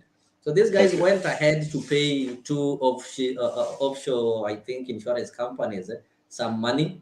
They over budgeted this insurance money. Then apart from doing that, the project was also cancelled. They paid for the insurance. They insured the project, but nothing was done on the ground. There was no project undertaken. Insurance imelipwa, pesa imeenda, lakini dam haijachimbwa. So this is where the problem was. And I remember at some point when Ruto, the deputy president by then, tried to say that he confirmed that indeed the money was lost, but the only disagreement he had is that the amount that was being discussed is not the amount that was lost. And maybe if you allow me, maybe to take you through like what happened in this case, because according to the DPP, they were saying that there were some commercial contracts that were signed between the KVDA and the CMC, that company, that stated that Kimwarer Dam will cost about US dollars 204,000. Was it 204 million, something like that, while Aror would cost 252. Then the National Treasury negotiated a commercial facility, increasing the amount to approximately 63 billion, which was 17 billion more than the necessary required amount. And in this, I think that is when Rotich, who was the CS Treasury, approved the payment of the insurance. So they insured this project, but nothing happened. So we lost that money for the insurance. Then later, the president, Uhuru Kenyatta, cancelled the Kimwarer and approved the Aror one, but at a reduced amount. So we have to look at it in two ways. Was it some conspiracy that these people in government, Uhuru Kenyatta included, I know Kenya Rebel, you are now happy because I'm now vindicated. I'm now including Uhuru Kenyatta. Uhuru Kenyatta included. Was it intentional that they wanted to take public money? Because why do you insure something, then it fails, then you say, okay, we are now cancelling this. And you know, cancelling means your pesa insurance ilikunywa maji. Ume-cancel, contractor talipo, umeshanipatia contract alako ume-cancel, kuna hizo damages, which the contractors, I think they had a case against the country, waliweka case kotini so that they be compensated because mulituambia tunatengeneza dam na mume-cancel contract yetu, so we need to be compensated. So they cancelled that, then they reduced the amount in the other dam. So I don't know if somebody is seeing what I'm also seeing. This thing was just a game. These guys know. So Uhuru alikuwa anajua, Ruto pia alikuwa anajua what they were doing. And yeah, Leo, just one moment. Allow us to get some more into what Leo has raised. By listening to this, is not a long clip, and we'll be able to. I'll be able to have you back, and as well, I still have a question for Leo, even as we continue. Let's look at this, what the president, the DP, Rotich and other senior officials over the Aror and Kimwarer Dam scandal puts Deputy President William Ruto in a very awkward position. The DP has been vocal on the matter, accusing the DPP and the DCI of witch hunting as investigations dragged on. He is one of those highly charged statements made by the country's second in command. We've heard, for example, that the government has lost 21 billion in Kimwarer and I don't know, Aror Dam, which is a flat lie. The money in question is about 7 billion. And for every coin that has been paid, we have a bank guarantee. No money will be lost because we are a responsible government. We have engaged every arm of government to make sure that public resources are safe, and therefore the correct information must be used as we target the fight against corruption so that we can nail the true culprits. Sometimes when we say 9 billion has been lost, and then when it goes to court, it is 100 million. The public is asking, what happened to 8.1 billion? So we shoot ourselves in the foot. Okay, that's the president. The president was trying to defend the former CS then. That he was actually the DP. then you think there will be a case for the former CS to answer when people like Tuge, who are accused with him, is the financial advisor of the president currently. Exactly my question, and exactly why we have that thumbnail. You know, we have called it Money Heist, and Money Heist is a very interesting series where we have a professor who hides in plain sight. He's the mastermind of all this and hides in plain sight and has mastered a way. Even when his guys are caught, he has ways of helping them escape the hands of the law. Now, enough of the La Casa de Papel. Now, let me come back to you. Now, do I come back to Leo or Kenyaribe? Kenyaribe, let me come to you first. This case has been in court for like 6 years now. The DPP had this matter.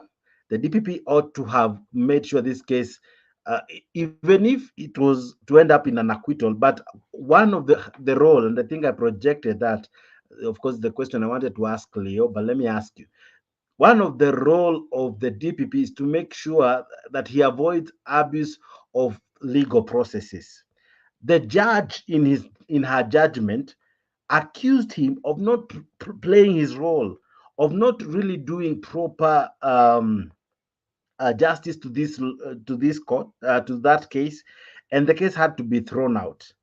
This DPP failed to administer justice to the people of Kenya because the people of Kenya had issues with the scandal.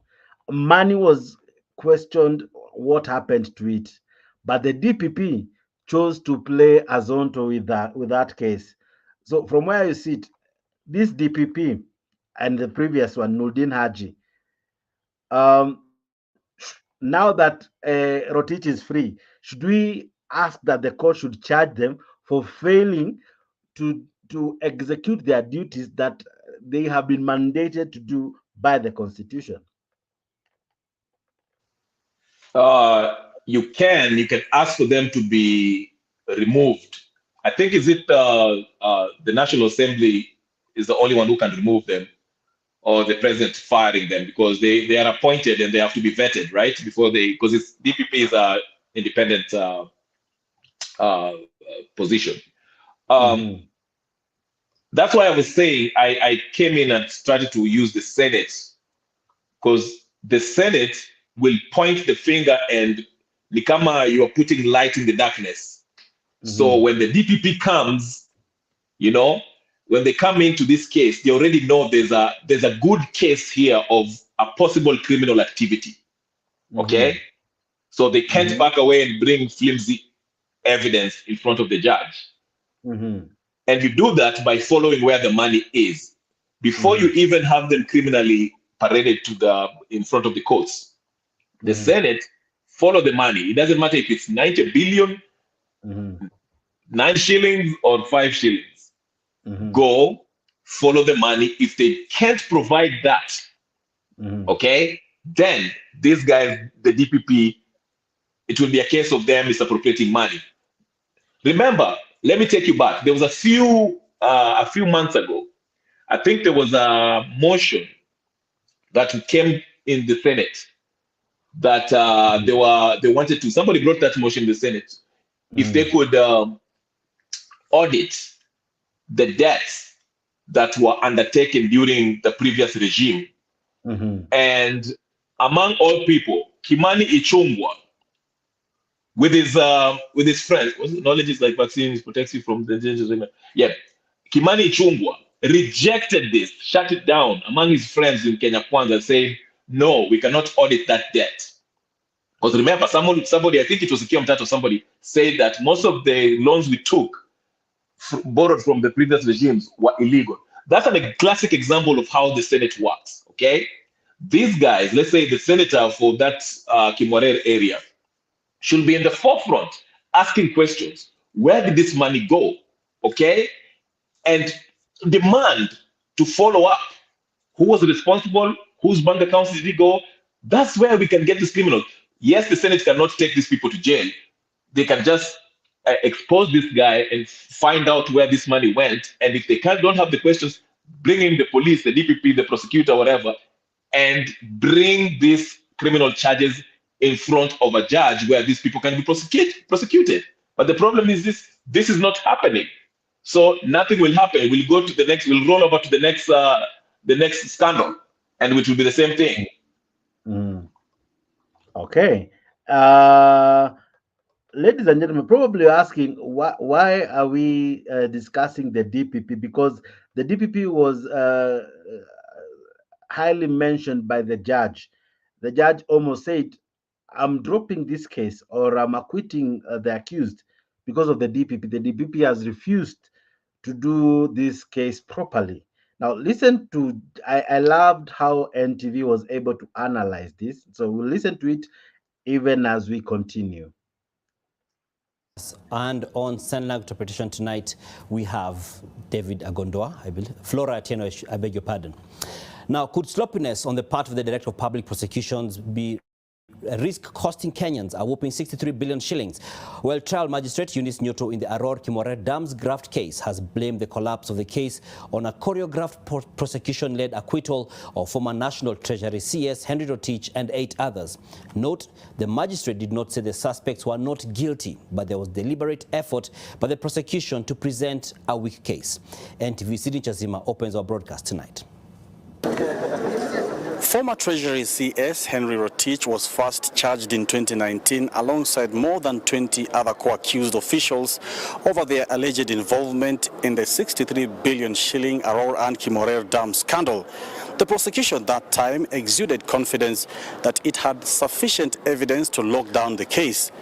But on this day, all the accused persons herein are hereby acquitted under Section 210 of the CPC. They are hereby acquitted under Section 210 of the Criminal Procedure Code due to lack of evidence as a result of the reckless dereliction of duty by the prosecution. This case against former CS Rotich commenced in 2019 when the CS, together with about 30 others, were charged for alleged conspiracy to defraud the government over $500 million through the unlawful initiation and entering into construction, financing, and insurance agreements for the development of Aror and Kimwarer dams.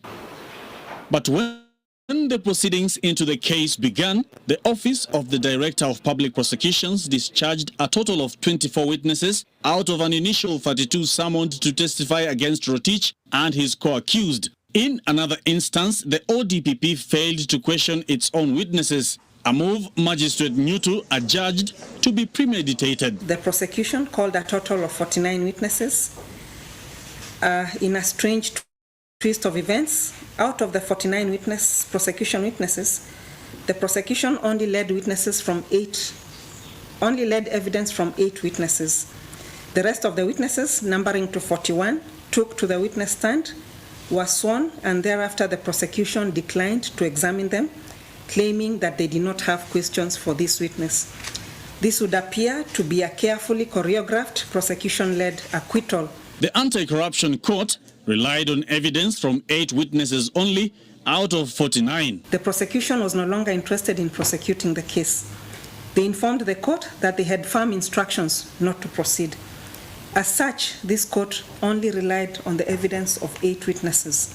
Rotich and the 8 co-accused, including David Kimosop, William Kipkemboi Maina, Paul Kipkoech Serem, Francis Chepkonga, Titus Murithi, and Geoffrey Mwangi, are now without blemish. No amount of lies, poison, and everything could survive. So I think the devil has been ashamed, and I believe they remain permanently ashamed. Over a year now, President William Ruto, while fielding questions during the 2022 presidential candidates debate, appeared to insinuate that the Aror and Kimwarer Dam case was full of mischief. This person, today you're being charged, tomorrow, no, remove this person, the next day, remove this person, the next day, change the charges, because somebody is actually waiting for another government to come and carry the shit. I find that there is need to check the unfortunate and reckless habit of the ODPP commencing proceedings which they have no intention of pursuing to its logical conclusion. Such conduct is an affront to the administration of justice and a waste of precious judicial time.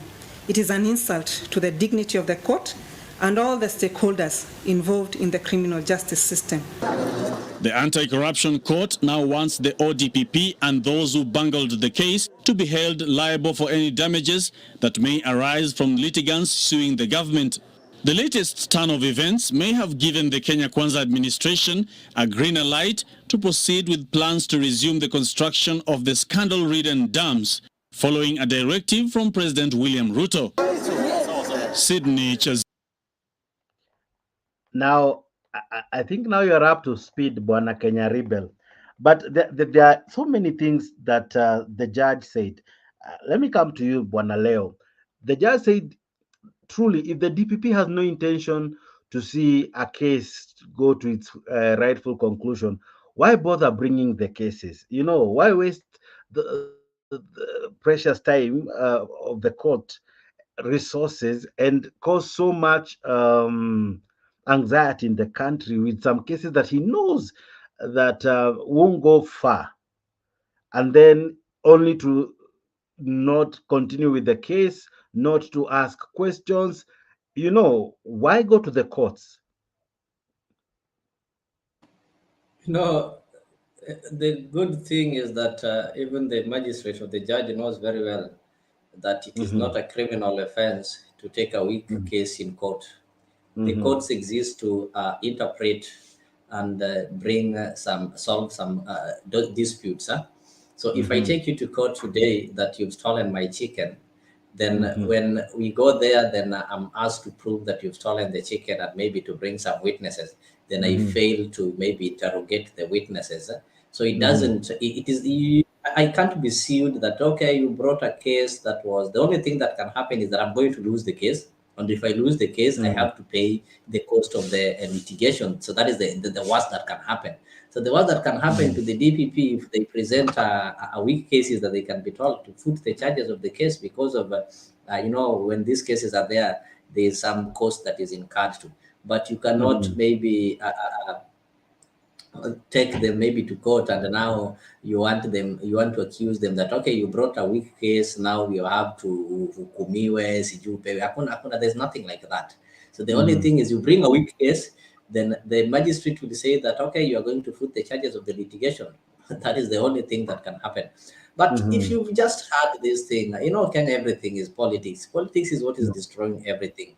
You've had there the president himself saying that these cases were politically instigated.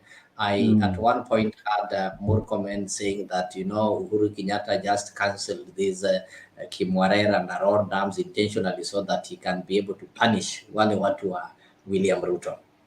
So what do you think? Even you, where you are seated, did you even have a thought that this is a case that is going to be concluded in a manner that they are going to say that what happened was wrong, money was lost, this money should be returned? It wasn't going to happen in that way.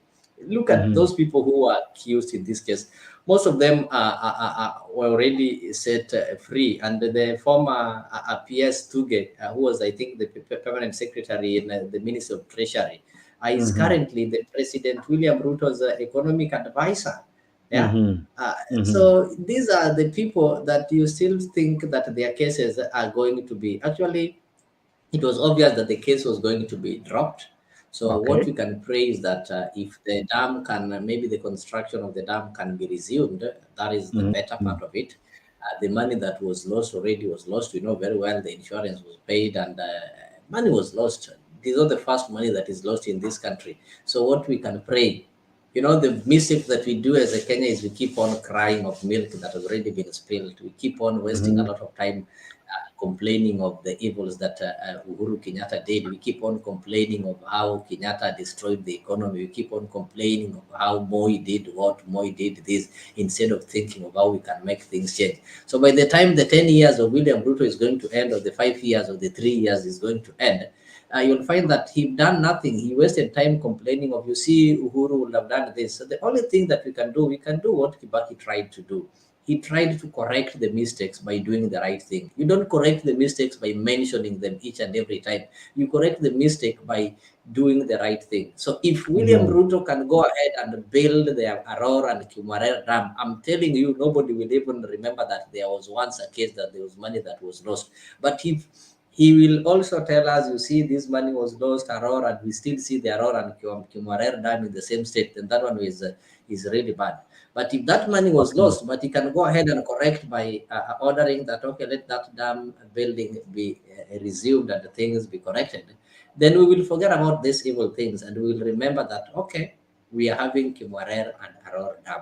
If you can fix the economy, then we will not even remember that, you see, Uhuru Kenyatta aliharibu economy. We will remember that William Ruto alijenga economy. But telling us what Uhuru Kenyatta did without doing anything positive to cover it is like ndani ya shimo na badala ya kutoka we bado unazidi kuchimba tu. Hii shimo ilichimbwa na Uhuru ukiingia pale. So that's the only thing that I can say. Now, Bwana Kenyaribel, I want to come to you. I don't know if it applies in Kenya, but I think it's a practice in law, of course, in jurisprudence. There's what we call double jeopardy, that once you have been acquitted of a certain crime, you cannot be charged on the same crime again. So Rotich can never be charged on this crime because he has already been acquitted. I think it's called double jeopardy when it comes to procedural defense. Do you think, as much as the judge gave this ruling, Badwali create a shield for Rotich because it's like he cannot be accused of this crime again? I think he can. I don't know if you have it in Kenya, but what I would say is this.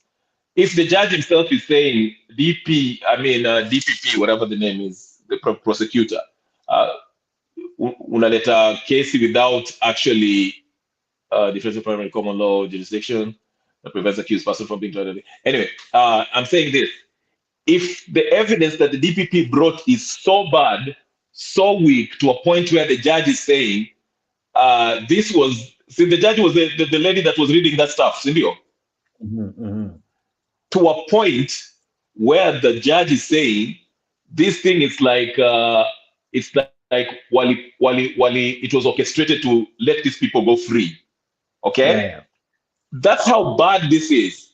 Now, what I would expect is an outrage. The way we are outraged here in Mutembe, the people of Kenya should be outraged to a point where the National Assembly, whether it's Senate and MPs, should be up in arms and saying, let's get rid of this DPP. There's no way we can have a case like this where you come up with a case that's so weak that the judge is even looking at it and saying, "Ini mambo gani?"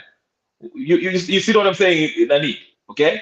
Because we have to have an independent DPP where it looks at this thing. So that's why I keep on saying it takes a village to have a democracy, just like it takes a village to raise a kid. We people, we are outraged, we are out here tunasema huyo mtu amekimbia na pesa. Okay, the case he just got away with it. Then we have our senators and MPs who should be monitoring where this money is, and we should demand that this DPP resign and the president get a new, truly independent renewal, and we can look at that case again by the Senate following where the money is. That's our role, how we can play that role, okay? Because without that, we shall only have this, we are DPP, we are the same one. He'll just sit there, and the next case, if you are involved in some scandal where you are connected to the president, they'll orchestrate the same thing, and he'll come with a frivolous evidence which cannot hold water, and it shall lose again. So we have to get rid of this DPP. No, but Kenya, just to help you, it is not that this is not the end of the case. Once the case, somebody has been acquitted, it depends which level of judiciary. It is not a Supreme Court. So if somebody can get enough evidence and prove or maybe provide some strong case, you can still go back to court and connect him, and the hearing will be done. So being acquitted doesn't mean that he wasn't declared innocent. I never said it was the end of it. No, I'm just telling the judge that it is not the end of it, because the judge did not say that he's innocent. What the judge did not say he's guilty. She will be seeking some more insight from the Attorney General. The judge, I was asking this question. Now, if we had another DPP, right, who chose to pursue this case, what avenues would he use? Because this was an acquitted you know, an acquittal based on lack of evidence or lack of proper proper work from the DPP, right? So even if DPP akuje, in any case, she So has they cited, will have a fresh case, not the same case. she has cited in her ruling that I'm ruling this way because you have refused to do your work. You have refused to ask witnesses questions. You have refused to provide evidence. You have just chose to fold arms and allow the case to flow. In any case, she has said that it is the DPP who has pushed the case to be an acquittal, right? She blames him or rather in the judgment. Now, if the DPP, because he's the one constitutionally charged to you know, to take someone to court, rather to, he speaks for the public to Brings the prosecute charges to the court. Exactly. How will he repackage that? Whether this DPP current one or another one, I agree with you, it can be brought back, but how would it go by? In which court will this case be filed? Because a court A wants new case, you file a new case. No, that thing but not simply means same, you cannot have a continuation of the same very case. good, You know, that same case, case. you cannot appeal it, but you can come up with a new case. A new Not same case case. with different evidence, new witnesses and such like. Yeah, it's not that you are going to say that, okay, I'm appealing the same case and with the case number and everything. You just come up with a new case. So it is possible. But in this country, with the level of the kind of the case, the interest that has been invested in that case, forget about it. It is not going to happen. There's no DPP who is going to bring it back. Actually, in Kenya, if you're having a corruption case, the moment it gets dropped, that is the end of it, and everybody prays that it gets dropped. So one day when you'll stand and say that this person was blah blah, even the president will tell you, simulienda koti na koti lisema hivi na hivi. So actually, that is the end of it. So don't think it will come. Don't even try to imagine of somebody thinking of bringing it back. It will not come. So the only thing is that we should learn that moving forward, when we have such cases, we need people who are going to do some due diligence and ensure they present cases that are going to maybe change. But with this kind of case, it will not come. This is a case that the president is himself is an interested party. From the beginning, you saw him as a deputy president saying that hii ni siasa, wanasema bilioni 20 imepotea, lakini ni bilioni 7 peke yake imepotea. And he said, as a responsible government, that was 2019, Kenya Rebel, William Ruto was part of the responsible government. Then in 2023, William Ruto is telling us that he was not in government. There was handshake government. That one is a discussion. Wait. I can't wait. I can't let you get away with this. You cannot say that the president had... Hold on. No, Jakes. No. You cannot say that the president had it was an interested party in this case. He had nothing to do with Kimwarer. He was just, in his view, he was saying that, in his view, okay? Because legally, what ties him in with that Kimwarer, did he have a company that received that money? Because that's when we can say that he had an interest in this. So how did you know it was 7 billion lost instead of 21 billion? That's his observation. That's a good question. Ask him that, but that's his observation. No, listen. No, that's not interest. He has answered that question. He has answered that question. Who? He says that this is what he said. I think it was during a devolution meeting where Raila Odinga had asked him about that question. And this is what he answered by saying, I think I'll be playing that just now. He said this: I know because I am in this government. I know what we are doing. Responsible government, 2019. That's one moment before the sarcastic part. He said that I know what happens in the government. It doesn't happen without my knowledge. So as I'm speaking from what I know. That's what he was trying to explain. That's why he was justifying that it wasn't 21 but 7. And even he said that the 7 wasn't even lost, that it can be accounted for. So what had come to his attention at that particular time, since he was in government, was 7 billion. So he was just saying that the media or people were overdoing or overplaying or over exaggerating the figures. And that's why he was saying, how comes leo tunasema ni 21, tukienda kotini inakuwa charged as 7 or as 8. what happens to the other figures. So that's what he was trying to explain. Not that I'm defending him. I'm just because you have asked. Thank you for making it clear, because Leo is saying is an interested issue. He's just making it clear that, like he said, and anasema maybe ikifika kotini tukasema, that does not mean that he had a hand in his pot in the pot in this. And then again, hold on. Before I hold on, he talked of 7, but what was in court was 63. So in any case, the egg was on his face. He gave a smaller figure. What was in court was 63 billion. Who brought that 63 billion in the court? The DPP. Okay, and what did the judge say? The DPP failed to. Listen. So that makes his point, because if you go to court, the prosecutor can only come with the evidence that he gathered. The judge looks at the evidence and says, I'll acquit this case because what you're bringing here is not even worth prosecuting anyone. It's not enough. Which makes Ruto's point that figure. You see what I'm saying? Okay. Kenya kama maandamano aseme kitu pia.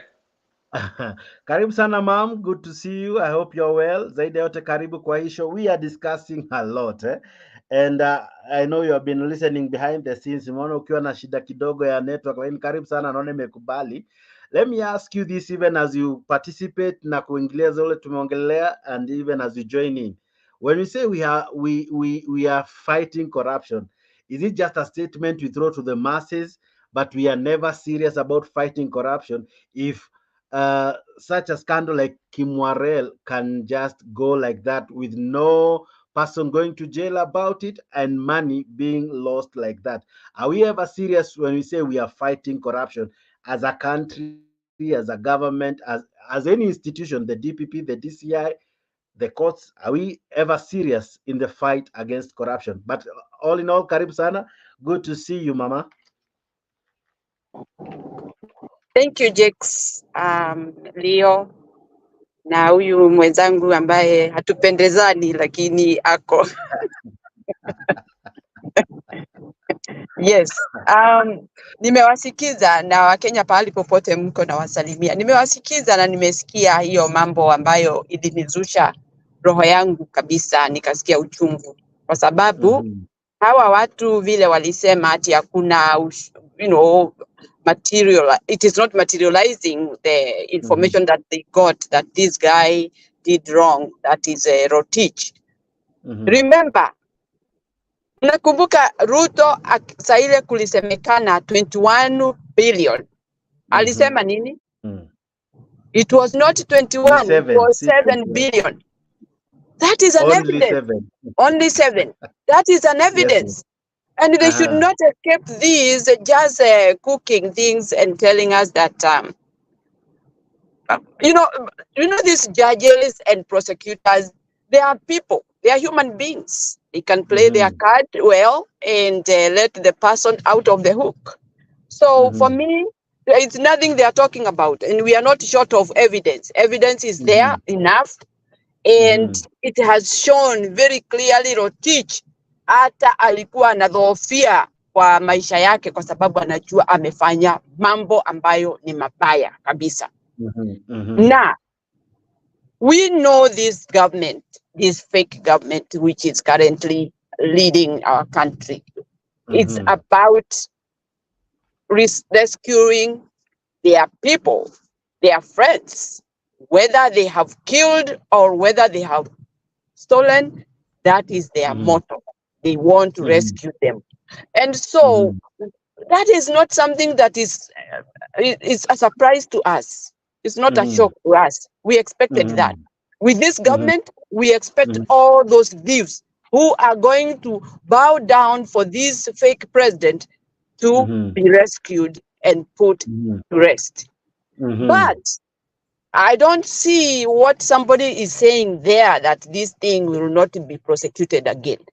They will peruse and they will get a way of getting this guy back to the hook so that he can testify, and let him not even laugh.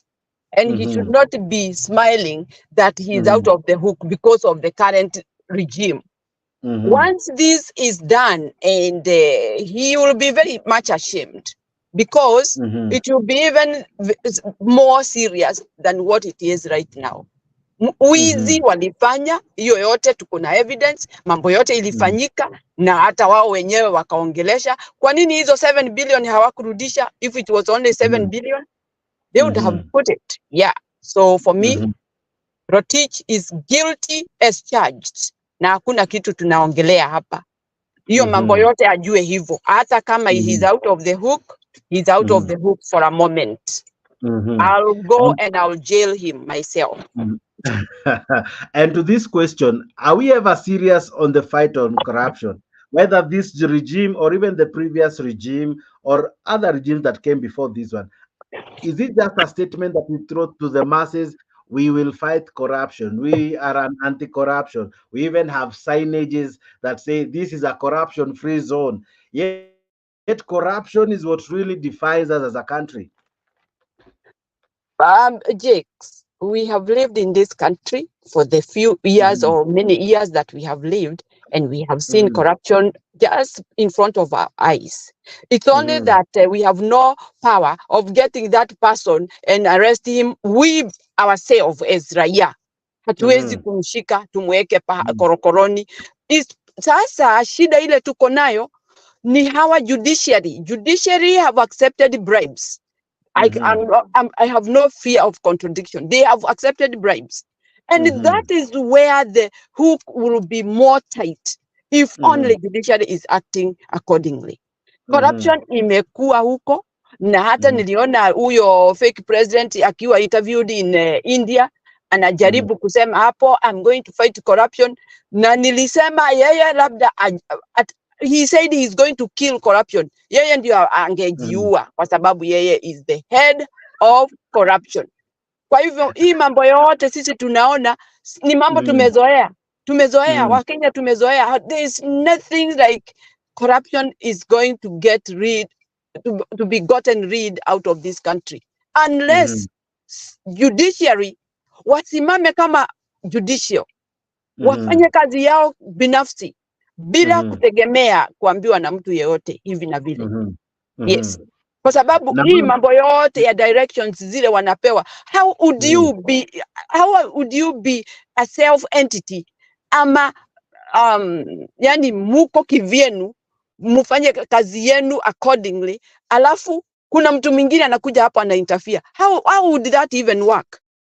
Hebu nikuulize, when you live in your home with your family, sasa ile wewe unaondoka unaenda kazini, mtu mwingine anaingia huko, anachokora akili za watu wako mpaka wanaona wewe ni mtu mbovu kabisa.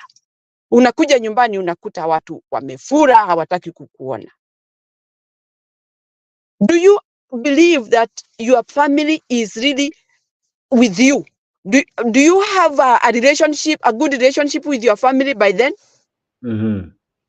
Kwa sababu saa ile umeondoka, kuna mtu yule amekuja kuwachokora akawaambia ubaya wako na nini na nini. Sasa wamechukua wewe, you are a bad person, but they have no, imagine, they have no proof to know that you are a bad person. Or they have a proof that they have seen you doing something wrong somewhere. And so now somebody is proving it right, that what they thought, it is true. Judiciary, vile wamefanywa, ni kama watoto, ni kama watu hawajasoma, ni kama watu wameletwa tu hapo, wametolewa bugani, wakawekwa kwa ofisi, boom, nyinyi, vile nimewaleta hapa, mkule hii takataka yote, mkimaliza, nitakuja kuwachukua. That is how they are being treated. Because you cannot interfere with the justice of a country.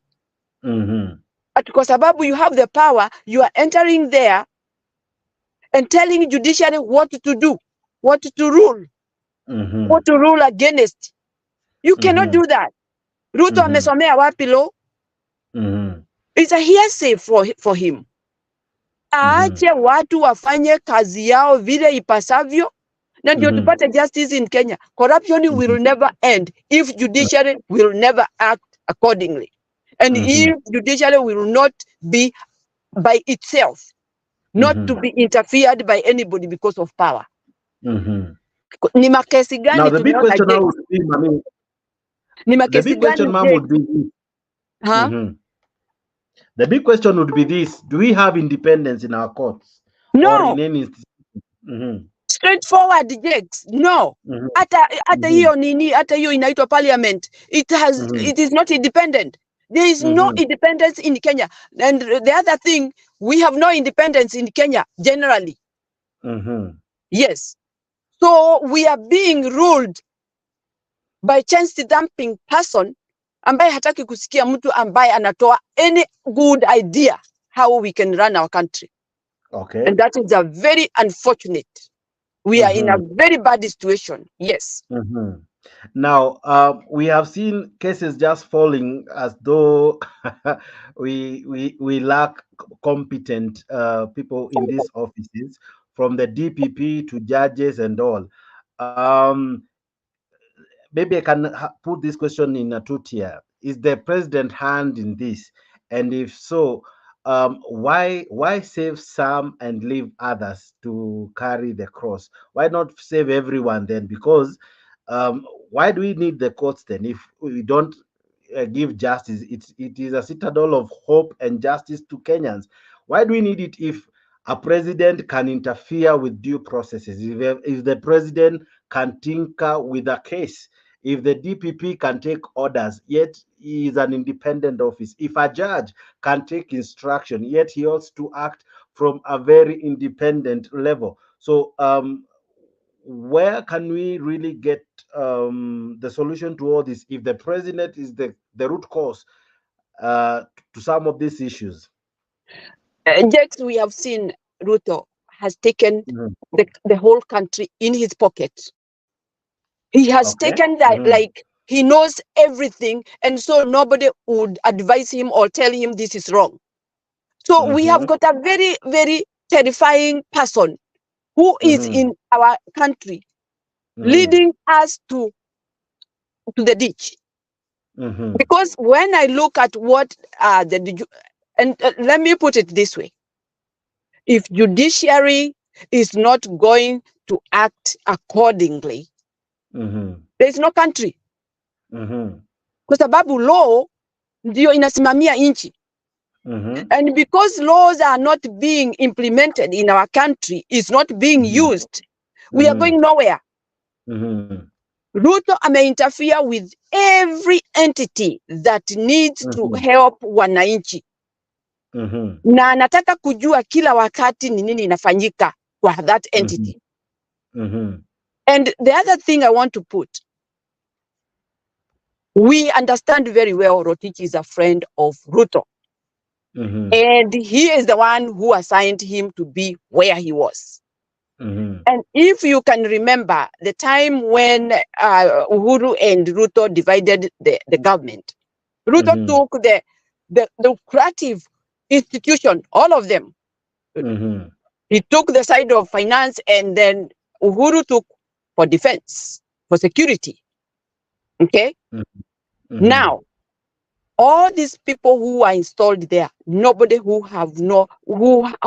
everybody has a blemish of corruption that has happened in the institution that they were standing for. So what I'm trying to say, we cannot save ourselves with the situation we have. Kwa sababu judiciary will never be independent, na judiciary ndio ingesaidia mwananchi aweze kupata haki yake. Lakini judiciary imekuwa captured, parliament imekuwa captured, whereby people can tender or lodge the complaints of the wananchi. It is blocked. Kwa hivyo sisi wana Kenya, wananchi tumekuwa blocked from any rights that belongs to us. Na ndio unaona hata maandamano haiwezi kubaliwa nchi yetu kwa sababu hakuna mtu atakubali, huyo kiongozi hatakubali. And other countries are doing protests peacefully. Mami, maandamano imesimama kwa sababu baba ameshalipwa. Baba alipewa pesa yake. That is you. Baba amelipwa. That is you who knows that. Me, I don't know. I'll tell you why. I'll tell you why. Maina Njenga told us that baba alimpigia simu akamwambia asimamishe maandamano. Okay? Jack, we need to be sober. Number one, if this Kimwarer started during Uhuru Kenyatta's tenure, and you're saying that the president has the influence on judges, Uhuru Kenyatta, who is, I think, the first cousin to the Lucifer, the devil, Satan himself, was ruling us, brutally killing us, okay? If Uhuru Kenyatta really hated Ruto, as he made us to believe, and ostracize him, he could have taken care of this person who is eating money in Kimwarer, okay? Knowing that he's a friend of Ruto, okay? So we should be sober before we start saying that Ruto is influenced the judiciary. The judge himself today said that the DPP came with a weak case, okay? If he was a judge who was influenced by Ruto, he would have said, you know what? Thank you, DPP. I've looked at the evidence, and you've done a good job. But unfortunately, I can't prosecute because of it. But he even said that it seems like it was done, Ninio. It was done, there's a conspiracy between some people over here. Now, Makiadi in the comment section was saying, and Makiadi, please log in. I'd like to have a piece of you. He's saying there's a trail that shows that he got in Western Motel, the money that he used. We live in a country, in a republic. Find the definition of what a republic is. If you have evidence that Ruto is used that money to buy Western Motel, present it to us here so we can review it. Okay? Let's just not come here and say Ruto did this, Ruto did this. We're not kids, okay? No. I agree with you, and so that I don't lose what you're saying, you're saying the president is not interfering with the court cases and with processes, justice processes. Let me ask you, we had a ruling on the housing levy, and these were the words of the president. This thing must go on whether you like it or, despite the court order, despite the court declaring a null and void, and of course giving it a stay order for 45 days until the government has its issues in order on that matter as far as it's concerned. But the president the other day seemingly came out in as though he's saying, I really don't care what the court said, whether the court gave a ruling on this matter or not. This housing levy must proceed. Are we not seeing someone who is willing to tell us, you know what, I really don't give a rat that one, what the court says, whether it's a citadel of justice or anything. I wouldn't mind breaking the law, because whatever I say is almost law and should be so. So don't you think that as well as signs that this guy somehow has a way of either interfering with the court processes or getting his ways when it comes to court issues? Because how do you explain the behavior of a DPP refusing to yeye ndo ameleta a witness in court? The DPP chose not to ask a question, including respectable people like Peter Munya. He comes to court, no question is asked. Could this person, the DPP, be under some form of influence? That's the question. Okay. Maybe Mom is asking, and I'm equally asking you. And, so that and as much as we want to defend William Ruto, or I'm not defending him. The question would be, why is it now that during his tenure, cases are failing, not one, several? Why is it that cases that are supposed to proceed seems not to see the light of day? Is it that the president has chosen to favor his cronies, to favor those who may benefit him at the expense of Kenyans who voted for him? Okay. Jakes, if you want to accuse something of somebody, if you want to prosecute someone, you come to me and show me the evidence and say this, and that. Okay? Don't say your opinion does not count in a court of law.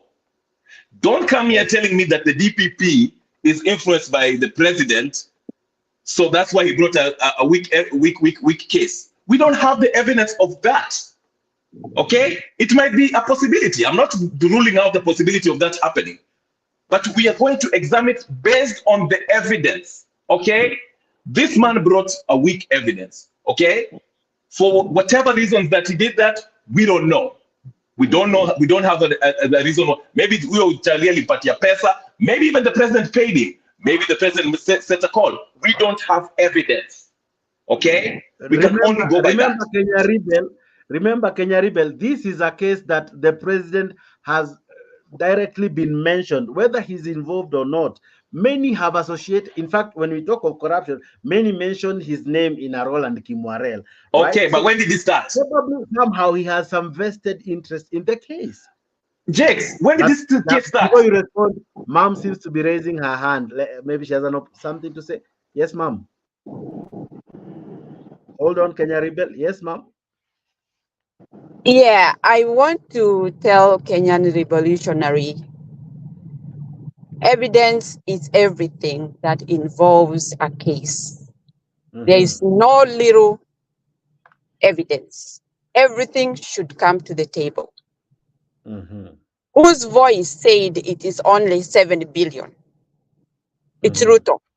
And that is when the case was very hot. And he was trying to reduce the amount, maybe because if they are told to pay, that is, I am speculating, maybe if they are told to pay, they can produce 7 billion, which they had not spent. But they had already spent 14 billion. So when you talk about that, where is the evidence? Where is the evidence? How about if the evidence is put there and being ignored?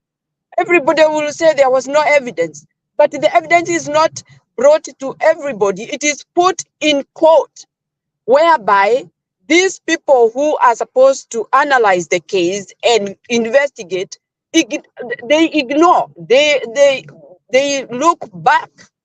Na ni vile wamesomeshwa, wameonyeshwa hii kesi wacha iende hivi iishe, because if Rotich would have put in a hot soup, even Ruto would be involved. And if Rotich is very truthful or honest, in fact, he can say whatever happened about this money. And because now these people are the one who are in the country, have taken power for them, we cannot be able to get the evidence. But the evidence was there. The moment he spoke that it was not 21, it was 7 billion, he is already implicated. He is in that case. So Kenyan revolutionary, don't ask where is the evidence. It can be only that one evidence and it can put you in jail. It doesn't matter how many others. You cannot elaborate that when he said that, he did not incriminate himself. He is involved, and if he was not involved, he could not have known how much only. That's my point. Thank you. I'm glad you said you speculate. You can only speculate. Thank you. It's called speculation. It's not evidence-based. Get me right. I am trying to say I'm speculating some of the things, but I'm talking about the fact that 7 billion, Ruto said with his own mouth. If you want to got that clip and yes, listen. he did. Yes, he did. And you haven't proven that it was 63 or whatever the case the DPP was claiming, okay? That's why I'm saying the problem with you, the people who hate Ruto, let me finish the government has before you play the 21 video. billion. You've heard, for But example, that the government has lost 21 billion in Kimwarer and I don't know, Aror Dam, which is a flat lie. The money in question is about 7 billion. And for every... That's what I'm saying. Is plain English. That's plain English. Okay. English. What does it prove anyway? What are you trying to prove? What are you proving? It proves he knew about the money. Whether it is 7 billion, where is it? Put it on the table. Give it to the 190 to enjoy. But that's it. And that's my point. And I'm out. Bye. You're not saying anything. Okay, he has said it's 7 million. Who cares if it's 50 billion, 10, 7? No, Kenyans do. Kenyans okay, do. I'm coming to the point. I'm making a point. Let me finish my point. Let me finish my point. Pause. Jakes. A point that I want to refute. Wait, pause. I haven't even finished my point and you want to refute it. You have said who cares? We do. No, but listen, I haven't finished my sentence, Jake.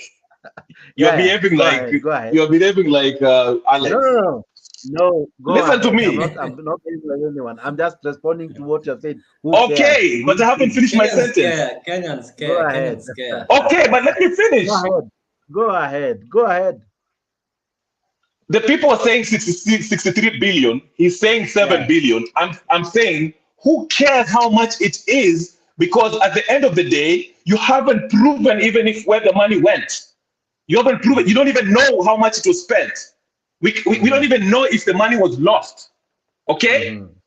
That's what I'm saying. That's what I'm saying. Who cares the amount of money that he's spewing and you're spewing? You haven't proven.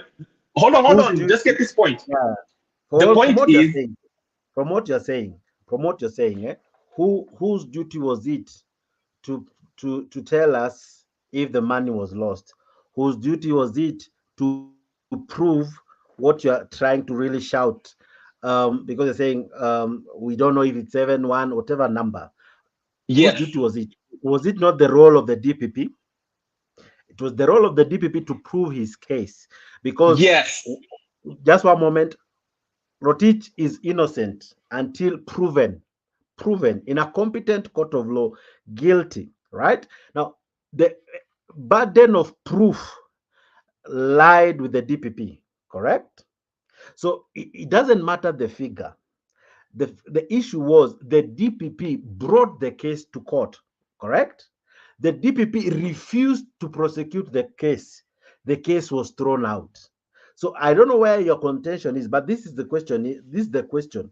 Whatever amount that was lost, the person we have vested power upon to look to take this case to court to make sure we get justice is the DPP. So that and I think we posted the roles of the DPP. Now, if the DPP fails, and money is lost, I think Kenyans care enough, and that's why we are raising these topics, because Kenyans care, because it's our money that is lost.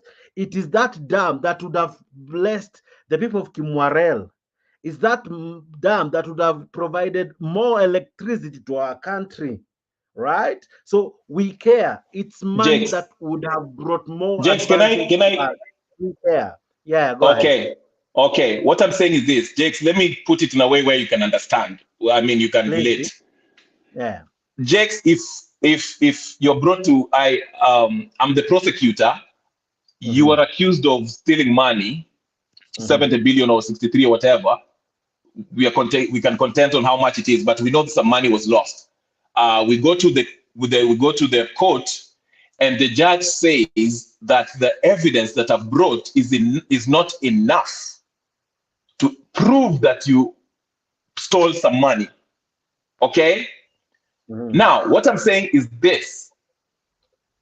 I can claim that it was 7 billion that was lost, and you can claim that it was actually 100 billion. But it does not prove anything. That's why I say I don't care if it was 100 million or 7 million, because the prosecutor cannot even prove the case that the money was even lost in the first place. Okay? That's what I'm saying. So the failure of the prosecutor, you don't start saying at his blame Ruto because the prosecutor has failed on his job of presenting the right Nino. So we, the people who are looking at the DPP, an independent body to prosecute this Mr. Jakes, have failed us. So what should we do? We should take out this prosecutor. You don't say that Chirchir has gotten away. If you feel he's gotten away with it, that's why I mentioned the Senate. The Senate, listen, before I finish, that's why I say the Senate should actually oversight, look at where the money went. Okay? So if we see that it went in bank account of that man, whatever his name, that person, if we look at the money went to his bank and went to Ruto's bank, or whatever the case is, we can then bring the DPP to prosecute him. But you guys are not proving anything. It hasn't proven. That's what I'm saying, Jakes. Yeah, but even before you go further, I'll still remind you, you still have an office that investigates. That's the DCI offices. But before you respond to me, allow me to welcome Richie Makiadi. Makiadi, how are you, my brother? Good to see you. Long time.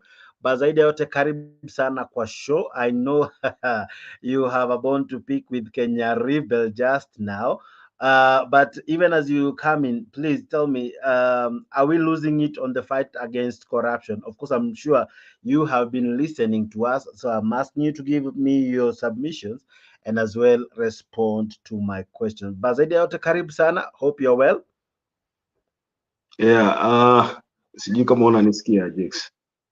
Kabisa kabisa. Okay. Thank you so much. Let me say hi to my brother Kenyari.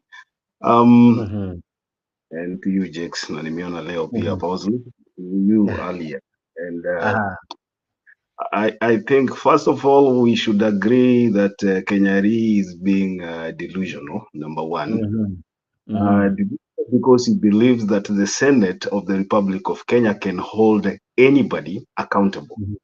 That is number one. Number two, it is not the role of the Senate to trace where the money is paid to the Italian farmer that was supposed to construct the dam. It is not the role of the Senate to trace where the money went to. That is number two.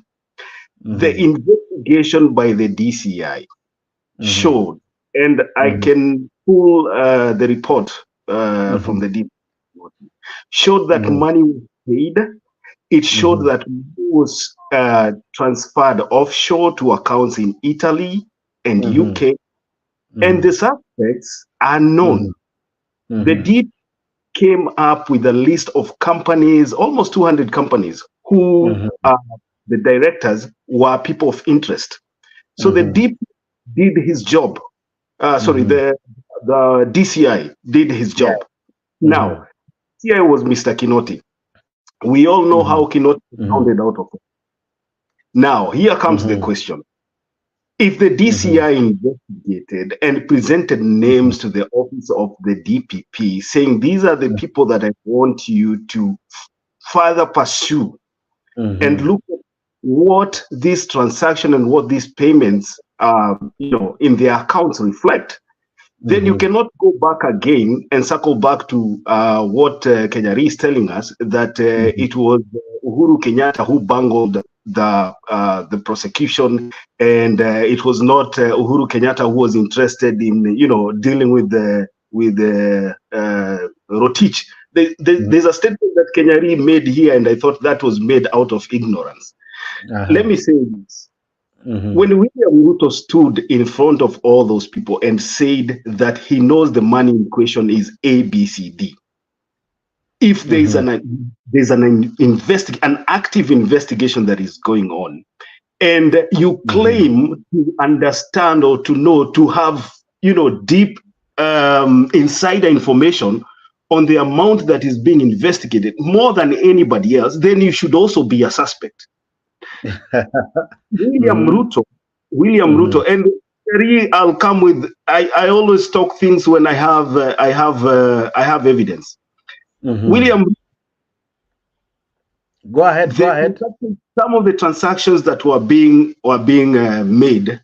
paid from this money that was supposed to go construct this dam were traced to firms that are in business with William Ruto. And it came to the point whereby the Parliament of the Republic of Kenya was supposed to investigate this. We all know what it is. Not a story. It is not an open secret that these investigations were being bungled because there was need to protect somebody. We all know. So we would be foolish lying to ourselves here that the reason why Rotich has been released by the court is because there is no evidence. We know that is a lie. The evidence was there, but was there will to prosecute the people who stole this money? Was there will kulikuwa nia ya kushtaki hawa watu kweli? No, there's no will. So even if we cry and we blame each other here, the truth is the people who stole this money are known. The truth is, there was no will to prosecute these people, because prosecute these people, you'll be pulling the big dog in the fight. And these are people that are very well known. Now, I'll give Kenyari an opportunity to rebut. Let me finish by saying this. Sometimes we blame Uhuru Kenyatta here. And Kenyari, I know you don't like Uhuru Kenyatta. Now, let me say, the reason why we are complaining here today is because we are taxpayers. I know you've tried to clarify your statement about who cares what money was stolen.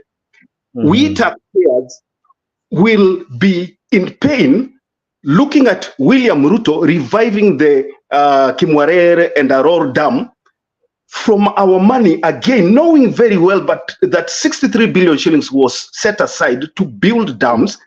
The dams were not built, the money was stolen, and then William Ruto again reallocates another amount of money, similar to maybe more than what we allocated in the previous contract, to build the same dam without having prosecuted anybody. As a taxpayer, as a Kenyan, we should be asking ourselves, why are we again funding these dams without somebody being held accountable for the loss of the monies that were supposed to be used to build the previous dams? I think we should be asked that. And if that does not bother you as a Kenyan, if you don't care as a Kenyan, then there's something wrong with you. I give you an opportunity. Makedi, before I give Kenyaribel some part of your time to rebuttal, let me ask you this. This was an idea not birthed during Uhuru's time, but during Kibaki's time. The initial tendering, according to Raila Odinga and Kibaki then, was around 5 billion. One of the accusation in court was the inflated cost, from 5 billion to 63. Now, I ask you this, why was it first inflated? Who benefits? And why still all that money? Si hata angetumia the 5, he still angebakisha around 50 something billion ya kuweka kwa mfuko kama that was the idea. Why still everything? And the DPP seems unwilling to follow this money.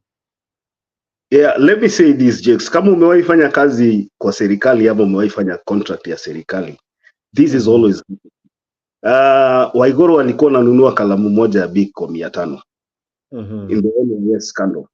You've heard of people, selling zijui ni gas cylinders or something. Yani, they are so the prices when you do business with the government, there's always overinflating the price so that everybody gets a cut. And I know that the people who do business with the government like those contracts za serikali kwa sababu there's always that, and you'll get more money when you do business with the government in a way that overinflated price itakuwa split between the procurement officer and mwenye biashara na wewe supply and all that. You can see the kind of life that the procurement officers in the government live. Unaona mtu anafanya city council hapo, mshahara yake ni 50k, but because anafanya procurement ya city council, the person akona buildings hundreds of millions because hii biashara ya serikali ni lucrative. Now, let's put that to the side. I think the most important thing here we should be asking ourselves, Jakes, ni kwamba whether the money was overinflated or whether the cost was overinflated or not, the thing we should be asking ourselves here is, did we lose money as Kenyans? We should ask ourselves, was 63 billion shillings taxpayers' money lost because of Aror and Kimwarer? If we agree that the money was there and it was released by the government and the money was lost, then we should be holding somebody accountable even before we prepare to revive those dams. If we are not ready to do that, then I think we have lost it as a country. And then we should just declare our country, a failed state.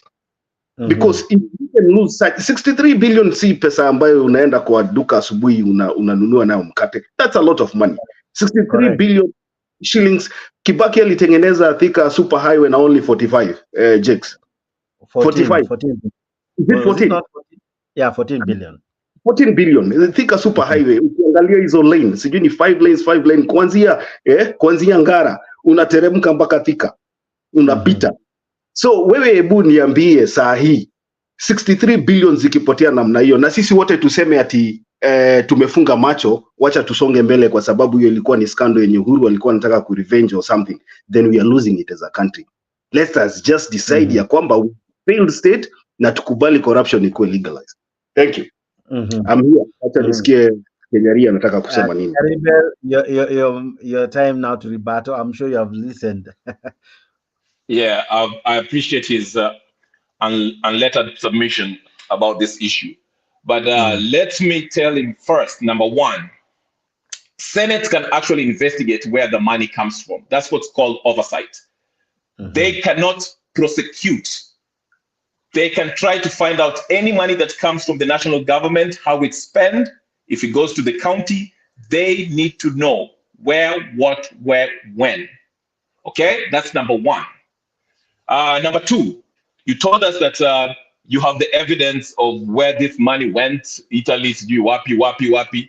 Please, I'm with you. By all means, bring them. Patia Jakes up and show us the bank accounts, the names, how it's connected. That's what I'm telling you. Most of these things that you're saying are mere speculation or just fantasies, okay? Number three, the point I was making about Uhuru Kenyatta, I was saying this, because most of Ms. Mandamano was saying that the president, and even Jake was insinuating here that the president has the influence of judges and the prosecutor. Fine, it might be the case. It might be possible. I'm not ruling that out. But again, I live in the world of evidence, science, something verifiable, okay? And I gave this example. Well, Uhuru was the president. Kimwarer under Uhuru's rule. Sindio, this thing started with Uhuru rule, okay? And Uhuru, the person who was said to have really had detested William Ruto, his DP, okay? So Uhuru had all the power. If he wanted to prosecute William Ruto, it wouldn't take him much, okay? He could have influenced his DP just like if he used his influence to take out Sonko of Nairobi, okay? He could have used that to prosecute Ruto and his minions on this in this Kimwarer scandal. So the point I was making was this: if then the DPP then, okay, could not prosecute Ruto, and Ruto says 7 and 63, you made a good point. Kama amejua mbona hakunio, then he should have been summoned to be brought to court and say, hey, how do you know this is 7, whatever? I'm just explaining how things should be working, okay? So I'm using this logic. If Uhuru Kenyatta, who was pro-Maendeleo and all that, who you want us to believe that he was a great president and brought great progress, okay, which I might disagree, okay, wanted to follow up on this and influence his DPP, the way we are saying that the president has influence over DPP, to look after this case, present the evidence, because Makiadi has told us he has the evidence. Ruto and whoever that person who left will have been in jail right now.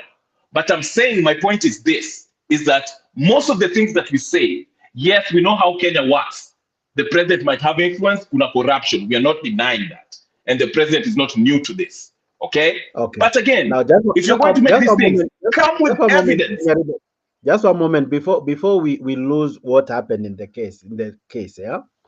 I know you know what happens in a court. We normally have the accuser and the accused, right? Yes. Each side has an opportunity to give evidence, to present witnesses, to examine, and of course, the other side has the right to cross-examine. Are we together up to that point? Yes. Okay. You have said that if Ruto had evidence, he ought to have been summoned, right? Yes. One office that summons anyone in a court case is the prosecutor's office, correct? Now, this case had 41 witnesses. Unfortunately, the prosecutor refused to call all of them. He only called 8. Up to that point, are we together? We are together. Now, the 8 he calls, he refuses to ask them any question. He chooses not to ask any question. These are his witnesses. These are not the witness from the accused side. Yes. These are his witnesses. These are the people who are meant to make his case. Right. He refuses to ask them any question. Right. Prominent guys like Peter Munya appear in court because they were standing on the side of the prosecutor. No question is asked. Yes. Delay tactics from the prosecutor's side. Even before we go to the heart of the issue in terms of evidence and all, was this not a prosecutor trying to let this case fail in the first, even before we talk of whether there was money lost or not, even before that part alone, there's this element of not participating. Don't you think there, as a DPP, he failed? Okay, he failed, but so why are you blaming the person who has been let off free, and William Ruto, if the prosecutor failed? That's my question. You're not understanding it. I understand what you're saying. The person in court is a criminal, for example. No. He's not a criminal. He's a suspect. He's a suspect. He's a suspect. Correct. Actually, he's innocent. But we need to prove him guilty. Money has been lost. For example, that's what happened. Okay. There is money that cannot be accounted for, whether lost or somewhere, but there is money in question, right? Yes. This money in question, the DPP, whose role we highlighted here, whose role, I think I should reflect that for you, whose role is to make sure that that we have what do you call this? Allow me to get that part. So the DPP refused to do his work. So the us who the DPP represents, amekataa kutu represent, amekataa kufanya kazi yake. Have we not lost money? Have we not lost time for the court that would have been used to solve another case? But hii case imeachwa ikaenda for far too long. The DPP has not done his work. Pesa ndio hizo hatujui kama okay, sawa, wacha to imagine, because let's assume he's innocent till proven guilty. Where is the money then? We don't know where the money is. Thank you, Jakes. That's what I was saying. Where's the Senate? Okay. So, now you're confusing it, because there's and I think Makiadi should come in on this one. What is the role of the Senate? I have to finish this. Hold on. One second. A microsecond. The role of Senate is oversight. The role of DCI is investigation. This is a crime. The body tasked, just one moment, the body tasked by the Constitution to investigate and help the DPP bring these people to justice is not the Senate, it's the DCI and the DPP. I don't know if Makiadi, I'm correct. Maybe I'm understanding Kenyaril wrong. Let me help you. Let me finish. Makiadi, kidogo, if you mind, I'll be brief. Jakes, if you're the prosecutor, you take me to court. I'm assuming you have evidence that can possibly you can use against me to charge me of whatever you are charging me for in front of the judge. Correct. Okay? Correct. Right. So what is happening here? You came with your evidence. The judge looked at the evidence, regardless of how protracted this process was. Okay, whether it's delay or whatever. You drop the ball. I can see you, Jakes, please. I want to see your face when I'm I can see destroying this. Okay. So you drop the ball as a prosecutor for whatever reason. Why are you pointing a finger at me as mshtakiwa and you haven't proven anything, saying that, oh, he got away, his money has been lost, money has the water. Why are you looking at me? That's what I'm saying. Shoot, even if Ruto was involved, you have to prove that in court. Whether if the DP drop the ball, that's on him. That's why I'm saying we the people should be outraged and go after this DPP and get him out of there, because he let us down. If we really thought this guy stole anything or alipotea pesa, okay? That's all I'm saying. That's why I'm saying we are making a lot of noise. We want to see this prosecutor, but there's no evidence. Maybe because of the influence of William Ruto, maybe of what, I don't know. But the prosecutor let us down. So let's be moving. And I was using the Senate to say that, to start this up. Remember when I started off, I said this. The Senate can follow up where the money is. Because any pesa is serikali. Okay? So if the Senate investigates, Senate cannot prosecute. They can investigate where they knew. So if they follow this money and say, ilienda kwa bank account ya Ruto, kwa huyu msee, Kipchirchir, Murkomen, whatever, they can then provide that information to the prosecutor and say, hey, here is the evidence. Can you go collect it and upeleke kwa koti so wao watu washikwe? That's what I was saying. I'm not defending Ruto, I'm defending anybody. Okay. So now, Makiadi, I want to have you. Now, let me ask you. You know our Senate, you know how it operates. Does it have any power to investigate, to bring evidence, to, we have seen how the sittings in Parliament, we saw how it handled the Shakahola thing. We have seen how it handles the governor issues. This matter, Kimwarer, Senate really does it have vested powers to investigate? Is it even superior than the DCI? Yeah, Jakes, I think you're bringing in a very important point. Kenyari, I want to repeat again here, and I think Jakes anakuambia in a very clear language here, that it is not the work of the Senate to investigate money that was stolen. It is not the work of the Senate to investigate. This is a crime. This is in a crime scene. Already, money imekuwa lot. Ngoja kwanza, we know the work of the Senate is oversight. I agree with you. We all agree. Now, we already have lost money here, number one.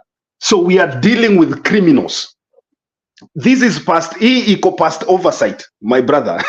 This is not where you investigate in terms of maybe money was allocated to the county or something like that. This was a government, this was a national project. This money was paid by the national government for a project that was supposed to be in a county, but it was not under the county.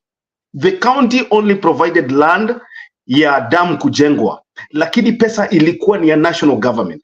So you want the Senate to go out of its way to do the job that we have an independent office in the Republic of Kenya that has been assigned the role of investigating. The DCI, we are saying the DCI did his job. Jakes, this is what we want us to agree here. The DCI did his job. DCI alitoa majina ya kampuni ya kaambia DPP, we have traced the money. And this money, tumetrace tunaona director fulani alilipwa pesa fulani, director fulani alilipwa. These are the names, these are the files, this is where the money has gone to. So the DCI amenawa mikono. It goes to the DPP. It is the role of the DPP now, these people, na awaulize, hizi pesa mulipwa, mulikuwa mmefanyia serikali kazi gani? No. This is where we are losing it, because now you want to even before you come up to that point, please connect with me the role of EACC as well, so that these three institutions we understand for the sake of our viewers how EACC comes into this question, DCI and now DPP, because I think this is a criminal case of money, of fraud, money laundering, right? Yeah. Money laundering, fraud. EACC is EACC involved in this? This investigation was carried out between there was a coalition between the DPP, the DCI office and the EACC. Okay. I'm still trying to find the link nikutumie Jakes ndiweze kuonyesha hapo ku display kwa nini. So EACC will investigate. EACC zikiwa na DCI's office zili investigate na zikakuja na suspects. They presented the files to the DPP. That is how it works in our constitution. Unaona? We cannot say here, Kenyari, we cannot say here that the Senate should go investigate where this money went to, alafu ichukue hiyo file ipeleke DPP. Haifanyikagi namna hiyo in Kenya. That is not how it works. We can't hear you. I think you're mute. Umejimute, Kenyari? So umemute bado. But go ahead kabla jitengeneze. So Jakes, wacha tuseme hivi. Unajua mahali tuna tofautiana na Kenyari ni kwamba yeye anatuambia hapa It does not care about whether money was lost because there is no evidence and nobody has been prosecuted.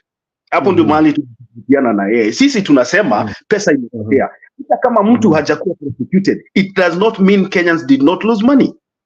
It does not mean that Kenyans were not frauded. Haimaanishi ya kwamba the dams are there. You see, people do not see the dams on the ground and they have spent money. Unaona? So we should we should be asking, hold on, Kejari, Jakes, we should be asking ourselves, are we ready? You know, Ruto said that he's going to, retender the construction of those dams again. And to commence another project in the same place. And we should be asking ourselves. I think around the month of February this year, the companies came back, and I think it's a process now on the pipeline coming up. But you see, Jakes, the company that was paid, the Italian company that was paid the money, filed for bankruptcy. Angalia hata si kitu ya kwenda kudanganywa na mtu. Angalia hapo kwa Google tu hapo next to your computer, angalia. The company was paid the money and it filed for bankruptcy. And the money has already been paid. So, Kenyari, you should be telling us here, should we just close our eyes and say, okay, we lost money because nobody has been prosecuted, let us move on? That is how I understand your reasoning. Should we agree that we lost money and because nobody has been prosecuted and there's no evidence, let us move on? No, that's not what I'm arguing. Kenyari, go ahead. Goja, Jakes, I have to speak. Go ahead. I'm giving you it too. Oversight, listen, oversight. Any money that comes from the treasury and goes wherever, whether it's going to Kisumu, whatever the case, whether it's a national, any money that comes from the treasury, Senate can know where it should be. They should oversight and know where it is.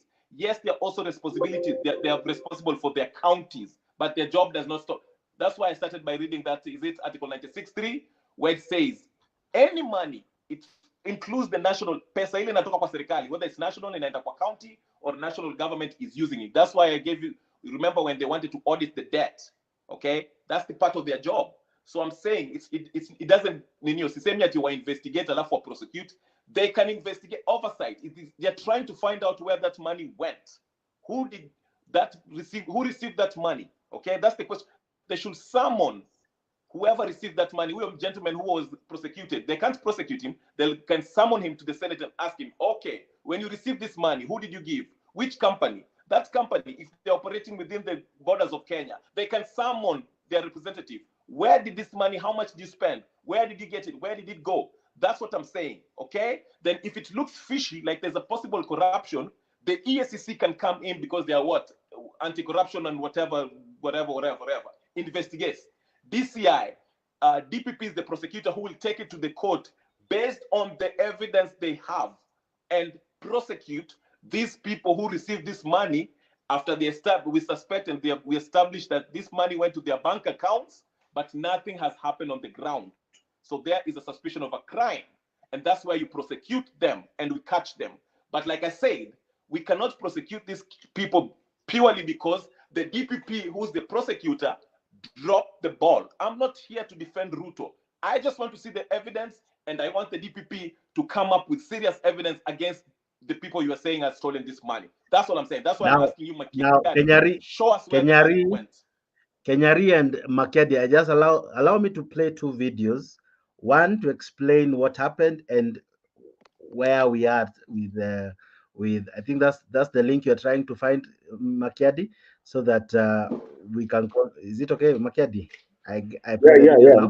It's fine. Yeah. Okay. Now, ladies and gentlemen, this is what I'm about to share is what happened after the prosecutor, after hii kesi imeanza, when Ruto came to power. These dams, Ruto, when he came to power, he decided to continue with its construction. So listen in to Wahiga trying to explain all this. After Kenya and Italy in Elgeyo Marakwet and Itare in Nakuru County set to resume after Kenya and Italy entered into an agreement to resolve the standoff over the projects. President William Ruto made the announcement during a joint address with Italian President Sergio Mattarella, where he too acknowledged the need to settle the dispute which had tainted Kenya's image among budding Italian investors. The two heads of state also signed two memorandum of understanding to boost the bilateral ties in various fields, including security, healthcare, and the economy. Chemutai Goin now reports. As is tradition with the visiting president, Italian President Sergio Mattarella was received at State House, Nairobi, and accorded military honors, including a 21-gun salute, as he kicked off his 4-day official tour of the country. The military also mounted a guard of honor, inspected by President Mattarella, before closed-door bilateral talks with President William Ruto, who was flanked by various members of his cabinet. Their joint address tackled the controversial stoppage of Aror Kimwarer Dam construction alongside the Itare Dam in Nakuru County over corruption allegations, forcing the Italian contractor to seek court redress to demand for compensation. We are going to resolve the issues surrounding Itare, Aror, and Kimwarer dams. An issue that was that has stalled the construction of those three dams now for almost 3 years. The building of dams, which are such an important project, and the Italian government wishes to contribute very intensely to their swift finalization and overcoming the difficulties that we faced. President William Ruto stressing the need for urgent resolution of the standoff to allow locals benefit from the water sources. The restart of this projects is not only urgent, it is priority, it is necessary, because it's going to supply water to many towns in Nakuru County and Kericho County and many other areas in Baringo and Elgeyo Marakwet County. With investigations into the dam scandal revealing opaque financial agreements, President Ruto revealed that the terms of engagement would be reviewed to streamline the processes. The financing that was already made available is going to be restructured, and the projects are going to start. We intend to clear the court issues in the next 1 month and be able to start the process of negotiating the restructuring of financing, and hopefully we should be able to go on with the construction of these dams in a matter of months. Several Italian companies operate here in Kenya, including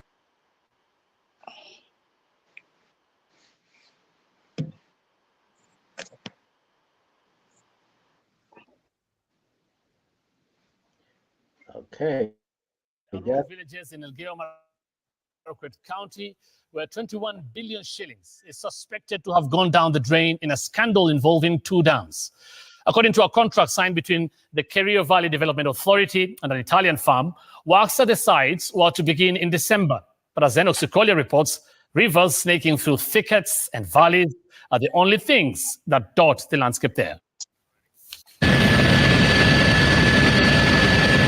In the valley of Kimwarer in Elgeyo Marakwet County, a river tagged in the thicket can be seen from a bird's eye view. On paper, the construction of a dam is supposed to be underway here, but on the ground, no activity in relation to the putting up of a mega dam. Residents are even shocked that 21 billion shillings have already been paid to an Italian firm to build a dam. Sijui wanataka maji kiasi gani. Sijajua hata wanataka maji kiasi gani. Ningejua sasa kama hii mto itaweza toshelesha hawa ama hiyo maji. Sijui hata hii mambo ya hiyo damu. Tunangojea tu. Huu mto unaitwa Kimwarer, na hii ndio wanataka kufunga ili maji ikae kwa damu. Sasa huu mto unaitwa Kimwarer na inateremka all the way mpaka ikutane na River Kerio, ndio baadaye iende all the way mpaka Lake Turkana. Kwa hivyo huu mto unaitwa Kimwarer River ama mto wa Kimwarer, na hiyo sasa ndio wanataka kuifunga ili maji ikae kwa dam ndio ifanye kazi hiyo yote ambao wameipendekeza. Kutokea mwaka jana tulikuwa naga tu wasungu wakipita hapa na magari, sijui wanaelewa hata lugha gani, hatujui hata lugha ya watu au wasungu, wanaendaga tu na shughuli zao. Hatujui chenye inaendelea. Nasikianga tu mambo ya sijui dam, Kimwarer dam, wanataka mambo ya stima, na yenyewe hakuna wakati wamekata hapa mkutano ati kuna kitu kama dam. Wanashughulika tu kwa mbali, tunasikianga tu kwa maredio, tunaona tu kwa ma-TV ati pesa imekuliwa. Hatujui sasa hii mpango ya hii serikali. The project to construct dams here and Aror is now a scandal that is a subject of investigations by the Directorate of Criminal Investigations. According to the DCI, money was paid to CMC Di Ravenna, whose officials have never set foot on the site, and for a project that has not even been designed. Residents speak of their initial fear that this could be a scam that will leave them landless. Mtu mwenye anaitwa Parsosio alisema ya kwamba msiandike yani makaratasi ovyo. Tuliandika makaratasi zingine, akasema mliandika karatasi ya machi lakini haikuwa ya machi. Kwa kuanzia siku hiyo nikaona ya kwamba nakaa hii mambo ya hii machi ya Talal si straightforward. Sasa tukachief in ya kuwa sasa wamekuja kupima mashamba yetu. Sasa tutapata nini kama hao wangekuja kuchukua kupitia ama 5 kupitia hiyo shamba yetu, watatupea nini? If the dam project becomes successful, what it means is that hundreds of families that stay within the valley here will be displaced.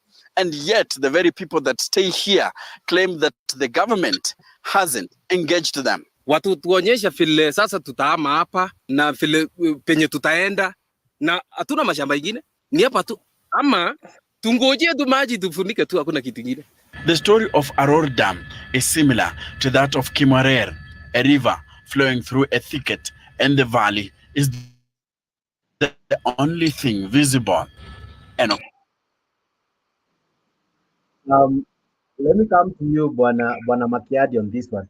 Now, 3 things. Number 1, this company known as CMC De La Vena, it's a company that received money but never stepped foot on the project or even participated in anything in terms of, foreseeing the project. And in any case, there was not even a design ready or for the project and all. And then later on, it was declared bankrupt. Its money was paid to it. And then there was no design. There was no design, but CMC De La Vena received money already. The other question I want to ask you is what the president said during that meeting with the Italian president. He said that this case, Kimwarer, itaisha in a month's time, or he gave a timeline. Case itaisha. Number 1, he's not a judge. Number 2, neither is he a prosecutor nor a defense. But he had an insight of when this case will end. And of course, true to his word, the case has ended. So what happens from here? The projects will begin. So does it prove a point that probably the president had a hand in the case? Number 2, is CMC probably a decoy? The real culprits are Kenyan. What do you think, Makiadi? Yeah, Jakes, I'm glad that you also caught that. Hata mimi nimeshika hiyo that clip from the way Ruto was speaking, akisema kwamba akisema we are going to conclude the case in court in 1 month. You should be asking yourself the same question. Ya kwamba okay, let's be speculative, tuseme ya kwamba maybe because he's the president anajua kesi ilikuwa inaenda kumalizwa, but one thing that comes into mind is, and I think this is important, we should be asking ourselves here, because from the way Ruto is speaking, Ruto is saying we are trying to restructure the financing of that dam. If there's going to be a new dam, we are trying to refinance, the way probably we are going to seek new funds, or probably we are going to seek new investors to build this dam. Now, what that we should be asking William Ruto is, what happened to the money that was set aside initially to build these dams? What are you planning to do about the money that was set aside initially to build these dams, and the money was paid out already to a company that declared bankruptcy? The prime minister or the president of Italy, the prime minister Amani Nani, he comes with a new formulation ya kwamba I am ready to sponsor those dams. So we are not talking about the money that was lost. Hawa watu ni kama wanajaribu kufunika ile pesa ilipotea awali. They are coming up with a new strategy ya kujenga hizo dams. And it is clear ya kwamba hii court case ambayo iko saa hii imemalizwa jana was a stumbling block to these dams being built. Something had to be done. Speculative. Something had to be done. It was a matter of time, because wakati Ruto amekutana na huyu na akasema tuta clear hizi, and then we see everybody being acquitted and it's declared a collapsed case. No, collapse. So from now on, yes. So who's supposed to ask the question where the money went? Who's supposed to question that? The DPP. DPP is the prosecutor, but the first person who needs to find out where this money went is the DCI in conjunction with the DPP. What money mepotea? Okay. Let me ask you, Kenya Rebel, what is to investigate? Simple English. What is to investigate? Kuchunguza. What I'm saying. No, you're just given a translation. What is to investigate? Ngoja, Jakes, Goja. I'm answering. I'm answering you. I'll answer you this way.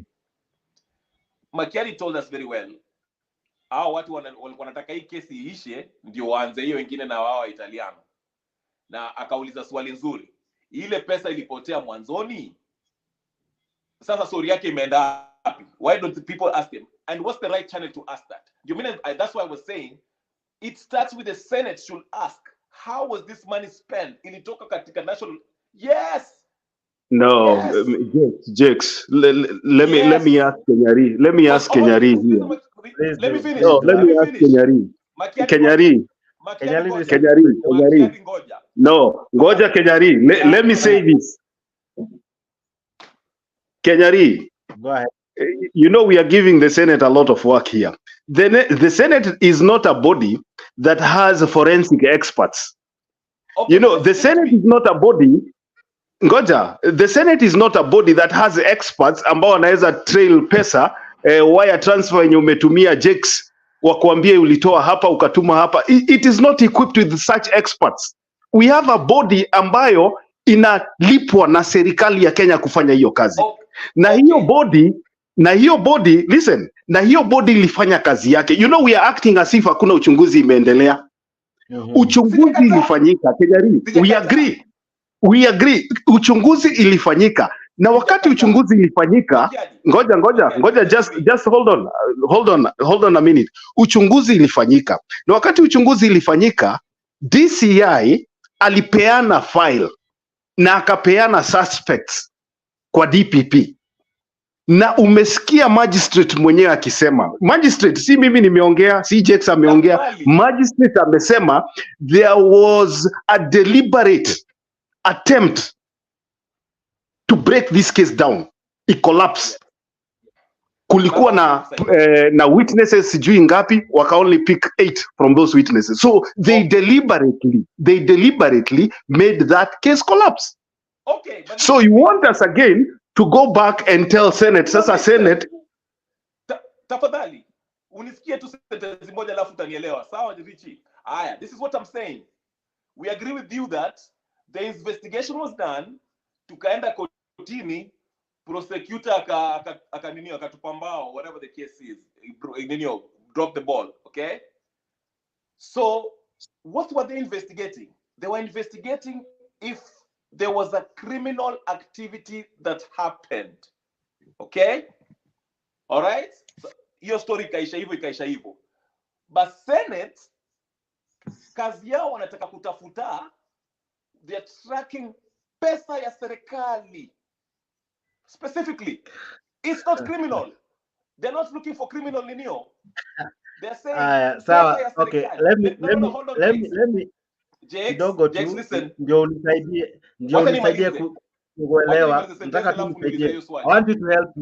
I want you to help me. Just let me finish this. This is how I want you to help me. Give me an example of how the Senate have investigated.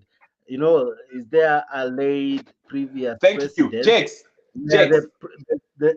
Just one moment, where the evidence from Senate has been used in court to maybe criminalize or somebody. Yes. Someone. Tell me if the Senate, we have a previous instance where the Senate had the ability through its forensic abilities, through its technology and all. Akina Halwale, remind me of a case they were able to oversight and found evidence and were able to prosecute or send the files to the prosecutor. Okay. Maybe that way it will help us understand where you're coming from. All right, I will help you. You're conflating two things. Number one, it was just a few days ago that, remember Murkomen alienda, was it Murkomen that went to the Senate when wakina nani walimsummon aenda huko akauliza maswali? Wakina nani? Sifuna walimwambia, hey, kuja. I'm giving you an example. Just listen to me. You're confusing these matters, no, but go on. I'm coming to what you're asking, because you are looking at wewe unaangalia, you're looking for a prosecution for somebody to go to jail, which is fine. Walijaribu wakachukua hizo evidence zao, prosecutor akatupa drop the ball. Me, I'm saying this, okay? Senate should be asking this question. Hiyo 63 billion, whether it's 7 or 63, okay, whatever the money amount they were given, all right, they should be asking the people, the parties involved. Yo, mtu alipata pesa, whether it was Murkomen back then when he was a senator, Murkomen can be brought, can be summoned and ask the question, hey, where did that money go? Okay? And if you can't answer that, okay, it's either one is a impeach or they can actually reopen with money. We don't know if there's no project. So if I'm getting you correct, so that we move on. If I'm getting you correct, you're saying Senate has the ability to reopen a case. Number two, you're saying that Senate can investigate. And if I'm getting you correctly, they can oversight and ask questions, and the best they can do is to impeach and maybe recommend some recommendations. After that, what happens? After Senate has oversighted, let's take, for example, that is correct, as much as probably it's not. Let's take, for example, that's correct. Akina Halwale and the Embu senator wamefanya oversight. Then they can tell the ESCC or ESCC to carry out an investigation deeper to what, based on the on the findings. You've gone to what Makiadi has told you. I think Kenyari. Okay. No, okay. If you're not gonna let me finish, then what's the point of having a conversation? We are listening. But you're not letting me finish. Nasema hivi, based on the findings of the questioning by the Senate, they can summon nani aonyeshe risiti, hii pesa tuliwapatia ilienda wapi, based on findings. If they feel there's a possible criminal activity that happened, then it can be handed over to who? The ESCC, and then again go to the to be brought again in court. And this time they'll have actually a stronger backup, because they'll say the Senate even asked, they could not answer the question. Here it is. Do we have a previous precedent? Jakes. Yes, Makiadi. Kenyari tumempatia nafasi bring his argument. Let me say this, Jakes. What Kenyari is taking us in circles, and he's going back to where we started from.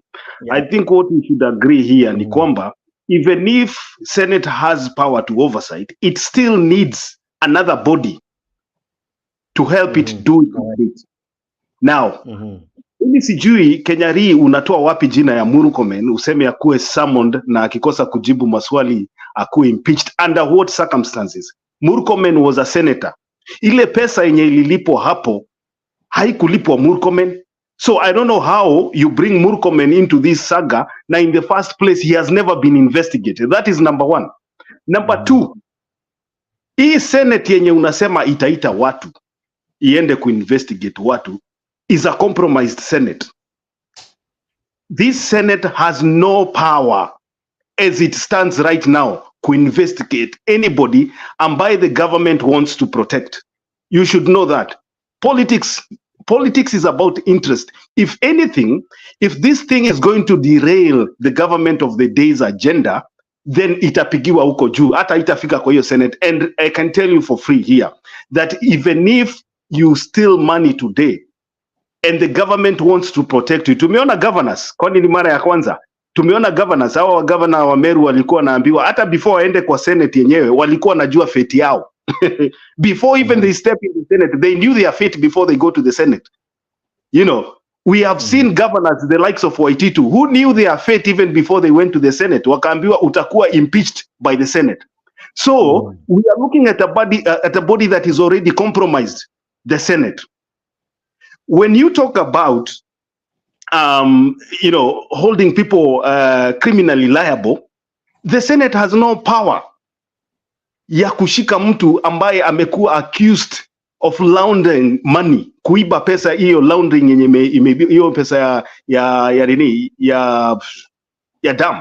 Haina hiyo uwezo kabisa. This is a criminal case. There's a body ambayo, we are trying to tell you, there's a body ambaye inalipwa kufanya hiyo kazi.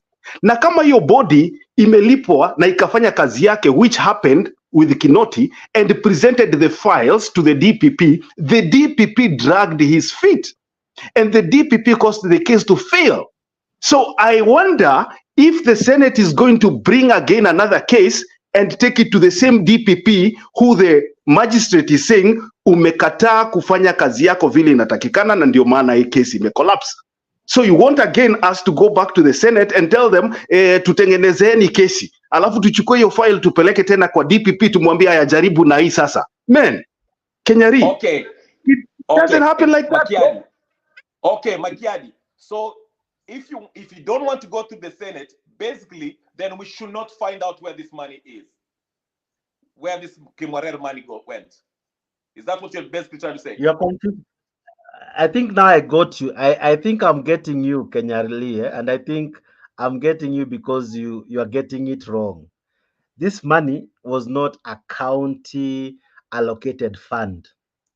So Senate, yeah, it's not. This was a flagship project. Just one moment. I've listened to you. Listen to me. This is a flagship project from the government. Number two, this is a project that didn't even start. This was crime that happened even before you have seen from the video. Nothing on the ground happened. At that point, it's beyond the Senate. Here is where you now bring in the DCI, the criminal, because it's already an economic crime. It's now beyond. Just like, for example, when you have Waiguru can be arrested by ACC, can be arrested by DCI. She can go there, right? She can be summoned by the Senate, for example. She can be impeached, right? But she can never be jailed by the Senate. Why? The Senate, she can never be jailed by the Senate. The Senate can never prove you guilty. Yes. What proves you guilty is a competent court of law. A court of law has two sides. A court of law has always two sides. The plaintiff, and of course, and the accused, right? Now, these two guys, one is represented here because this is a national, or this is a case that affects the public. Just one moment. This is a case affecting the public. So who speaks for the public? The public prosecutor, DPP, right? Just one moment. Just listen. Don't be quick to argue before you listen. So the DPP kazi yake ni kudefend kitu yenye natushika sisi. Ndio unakuta akona makesi kama za kina Waititu. Money was involved ambayo ilikuwa inahusu wananchi. Akona kesi kama za Sonko. Na hizi kesi origin zake zingine zimetoka wapi? From the DCI who investigated the crime. The DCI investigated. Then after amemaliza kuinvestigate, amekuja na ushahidi through of course the police and all those organs. Wamemaliza kuinvestigate, wanaletea DPP akuje a prosecute, ndio huyu jamaa in this court apatikane ako guilty, kwa sababu ako innocent until proven guilty. So the burden of proof is not in the Senate, it's not in Parliament, it's with the DPP. The DPP is the one who takes you to court, proves you guilty, and when you're guilty now, okay, the court comes in. Just one moment, because every person has a right to be heard. Once you have given your defense from what the DPP has given, once you've given a defense, now the court sits back and makes a ruling. Now this ruling is what we call judgment. Now when judgment has been proclaimed or declared or uttered, or the court has pronounced itself, there is where we say hii case imefika its rightful conclusion. Either imeambiwa this person is guilty, afungwe, this person amepatikana liable, arudishe pesa. You remember what happened to this guy Waluke? All that process have to happen. Now Senate, if it had a role, tungeona wakiinvestigate Waluke. Tungeona wakileta evidence kwa court, you know, because you're saying that Senate inaweza itafute mahali pesa ilienda. Then my question is, yes, imetafuta. Then okay, Jakes, let me make you have now said that it will take it a quick yes, you see, after memaliza kazi yake a quick statement, then tuache watu wengine ongee. Naona maandamano na True TV wako hapo. Acha niseme kitu. Jakes, my question is this: did this money ilitoka kwa treasury, right?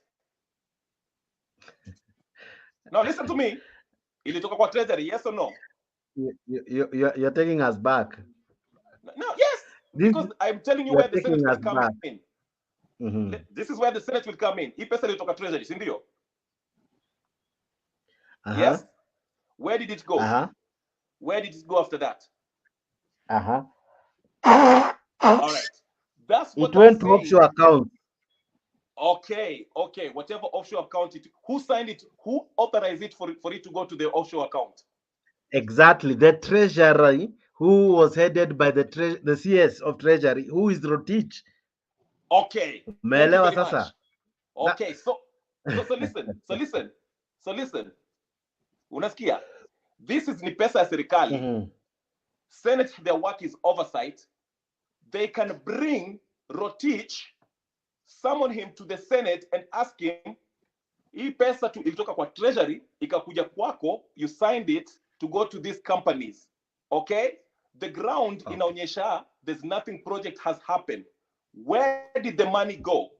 That is the role of the Senate before it even becomes criminal. There's criminal offense and there's also Senate oversighting to see where the money went, because this is a national funds that left the treasury, and the Senate has the mandate to see where it goes. That's why the Senate also does inaangalianga deni zile tunachukua. It has to it audits the money that we have spent pale tuliboro na vile tulispendia. Now you see where I'm coming from. Let me ask you, Jakes, this was a money bill, so was a money issue. So actually the office should have been Parliament, but anyway, Makedi kidogo tusikize mam na True TV. I'll be coming to you. Hata Kenya maandamano, mimi ni comment tu, hata sita, I'm not taking even a second. I think Jakes umeuliza swali mzuri na Kenyari ameiruka. Umemuuliza, so the Senate investigates, and then what? Sijaiona Senate akipeleka mtu kotini ambaye ameiba pesa ya serikali. Sijaiona senator ameshika file anaenda kushtaki mshtakiwa ambaye amecorrupt pesa ya serikali. Sijaiona. So the Senate investigates, ina find mtu capable. Then what? That is the question you should answer us. Okay, then the Senate then the Senate can bring the DPP and say, okay, tumeuliza mtu swali hapa. Listen. Sin pesa tu wameuliza pesa ilienda wapi? Okay? Kipichira akatuambia ati imeenda hapa. What did you just say? What did you just say? Yes, at the Senate itafanyaje? Oh, amepotea. There's something you have said. Sorry. Huh? At what have you said? Umesema Senate itafanyaje kwa DPP? Nasema sin pesa imetoka ikaenda mahali, okay? Kipchirchir, whatever his name is, they can bring him, summon him to the Senate, wamulize swali, aseme, oh, hii kitu ilienda hapa hivi, whatever, right? Then Senate can bring the DPP, summon him, and tell him, hey, listen, hii pesa, yes. Can Senate summon an independent body? Yes. Summon. It is. Okay. It is independent working for who? Who does he work for? For us, right? Leo, you are really pushing me to read the constitution again, but ni sawa, asante sana. Allow us tusikize watu wengine. Wacha tupose kwanza. Mama Kenya, maandamano, pole, tumekimbishana hapa na Makiadi na Kenya Rebel, na hizi zimekuwa ni mbio za sakafuni, hata ukingoni hatuoni. But I'm sure you have something to say, especially from what you have heard us debate upon. So it's your time again. Thank you, Jakes. Nasalimia Makiadi, tuko na yeye hapo mbeleni. Na kuna mtu mwingine hapo ameingia. Actually, huyu Kenya, thank you. Huyu Kenya revolutionary, I think he has time to defend undefendable. Ruto is undefendable. Na mimi nataka kuput this way. There's no time you'll get footprints of Ruto or fingerprints of Ruto. Ruto, what he has a behavior of using either a company or some individuals.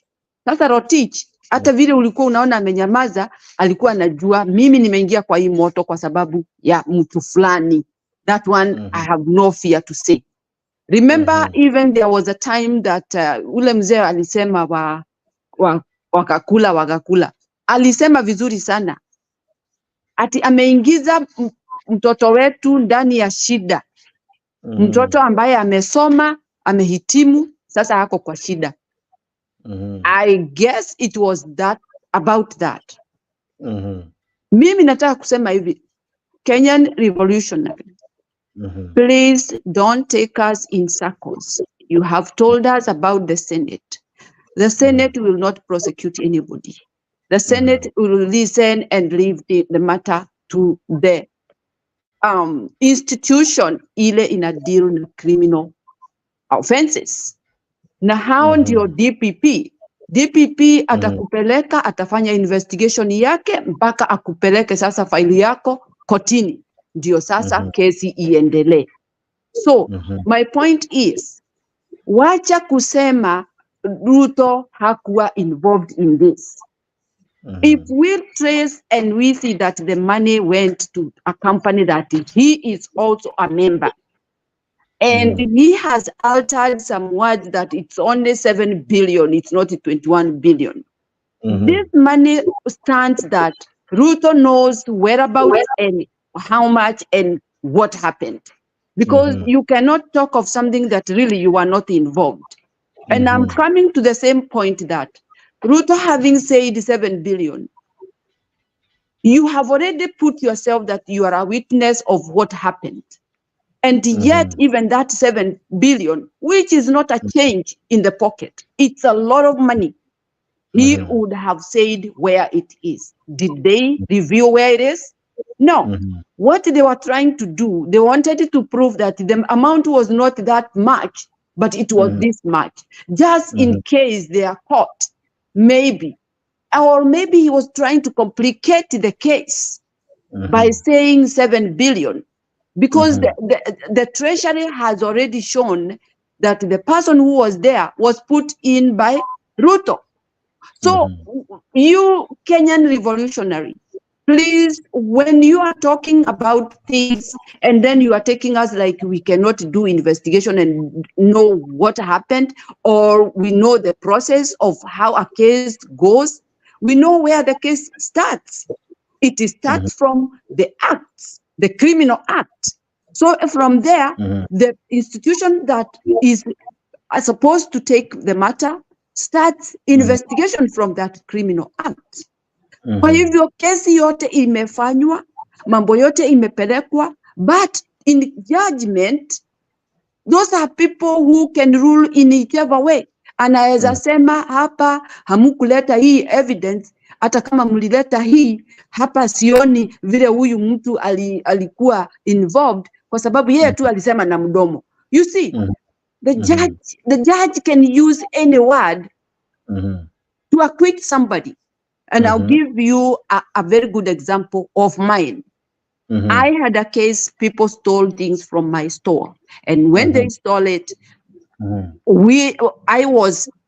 I reported to police, and we are able to arrest the guy who was the caretaker of the area. And so when we arrested the guy, when he went to the police, when we took him to the police, he was told, you have to tell us where those things went. He said, I know where I sold, and I'll show you tomorrow. So it was in the evening, and we went in the morning. In the morning, he took us to the store, the shop that he sold these things. We got exhibits. We got some of the items, and the owner of the shop accepted that, yes, he sold me these things. And this guy accepted I stole these things. So the case was prepared. We went to court. When we went to court, and mark you, these things had my own marking. They didn't know that. So when we went there, we had the case, and case went on until the last minute. When the case was ended, now comes the judgment. The day of judgment. This is where I want you to understand, you guys, that judges can do any big error or maybe do a very good judgment on favor of whichever side he will favor. The problem what came is that we were told the case will be ruled at 10 o'clock. It was changed again. We were told we come at 2 o'clock. When we went there, remember, my things had marks of, they didn't know that I had marked my items. So the judgment, come to think, this guy has accepted that things were sold to him. The other guy said, yes, I stole and I sold things to this guy. The case closed. Now the judgment, the judge said in front of my eyes that the plaintiff, the case is over, the plaintiff did not see the guy stealing. I did not see the guy stealing. Time to think. We have all the evidence, we have everything. What do you think happened between the judge and the defendant? What happened? Why should the judge? If I get you correctly, ma'am, you're saying that the case didn't go your way despite you having evidence and everything. Maybe the judge was unable to link the criminal to the crime. No. Already the thief, I'll call him the thief, I have accepted I stole. And the guy in the shop accepted that those things were sold to him because already we have got exhibit from his shop. So there was already a confession from the. There is a confession that they have done it and everybody. But the judge did not rule on my favor. He ruled on the favor of the defendant. Okay. And those things, even having my marking or whatever, they were given to the defendant. What do you think happened? Probably something happened and the judge changed his ruling. And is that justice? Honestly?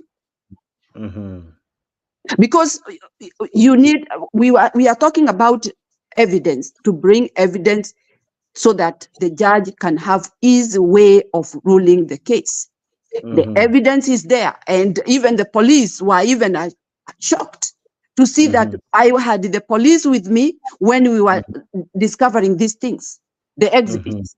And we took those exhibits to the police, and they stayed there until the case was over, and they were brought in court for the final analysis. And the judgment was ruled against me.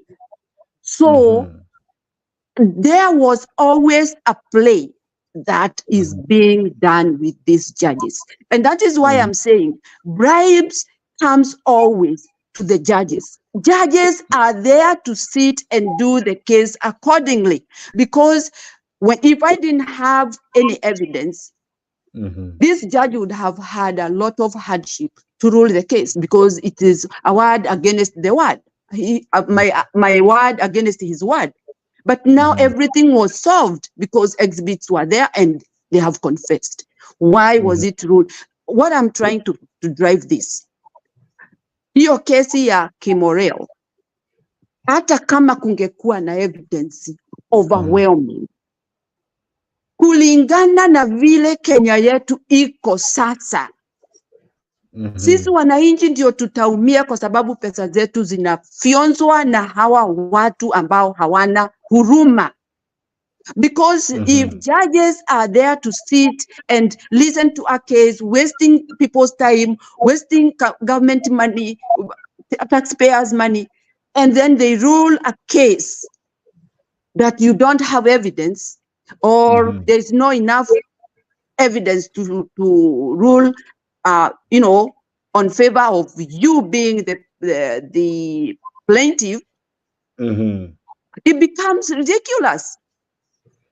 So we will never have justice in our country as far as we are concerned right now. Everything has flopped, and we have seen all these big cases. They are winning. So where are we heading? Nowhere.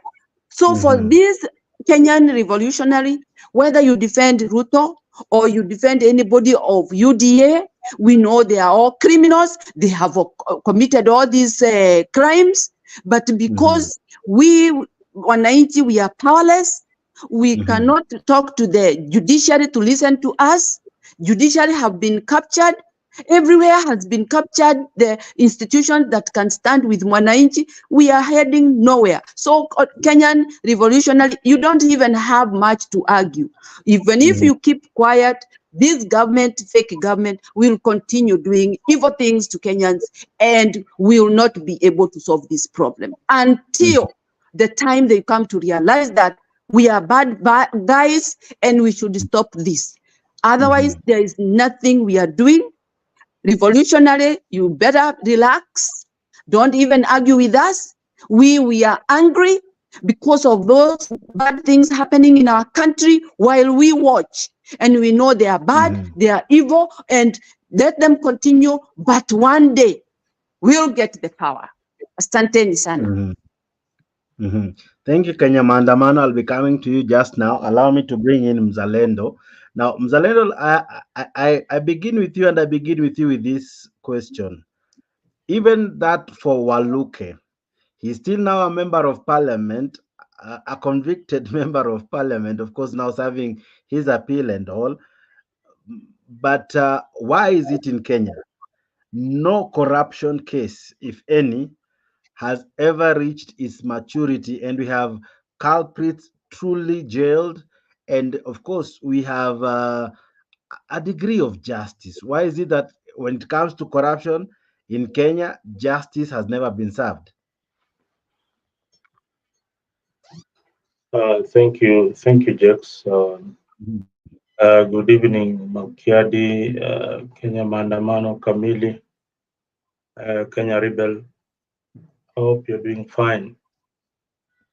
I think the topic is corruption in Kenya and how corruption fights back in our country. One thing, I was listening to the panelists here. They seem not to understand the role of the Senate. The Senate is to oversight the counties. That is the major role of the Senate. On inquiry about Aror Kimwarer Dam, that should be the work of Parliament. Parliament oversights any kind of transaction that goes through the executive. So Parliament has got a role, and in the event of this judgment, this erroneous judgment, we should have seen parliamentarians coming out to say that, or to open an inquiry about the issue of Kimwarer Dam. That is what Parliament, the people in Azimio, that is what they need to come out. And Parliament has got the solution to insist on an inquiry so that we know what happened to the public funds. Having said that, there's also another aspect that you might have ignored or not addressed. Money earmarked for development, for example, that huge amount of 65 billion US dollars is normally insured. There is an insurance that provides cover for that kind of amount. So we want to know if the insurance company is going to pay, or it is the Kenyan people that are going to pay this amount.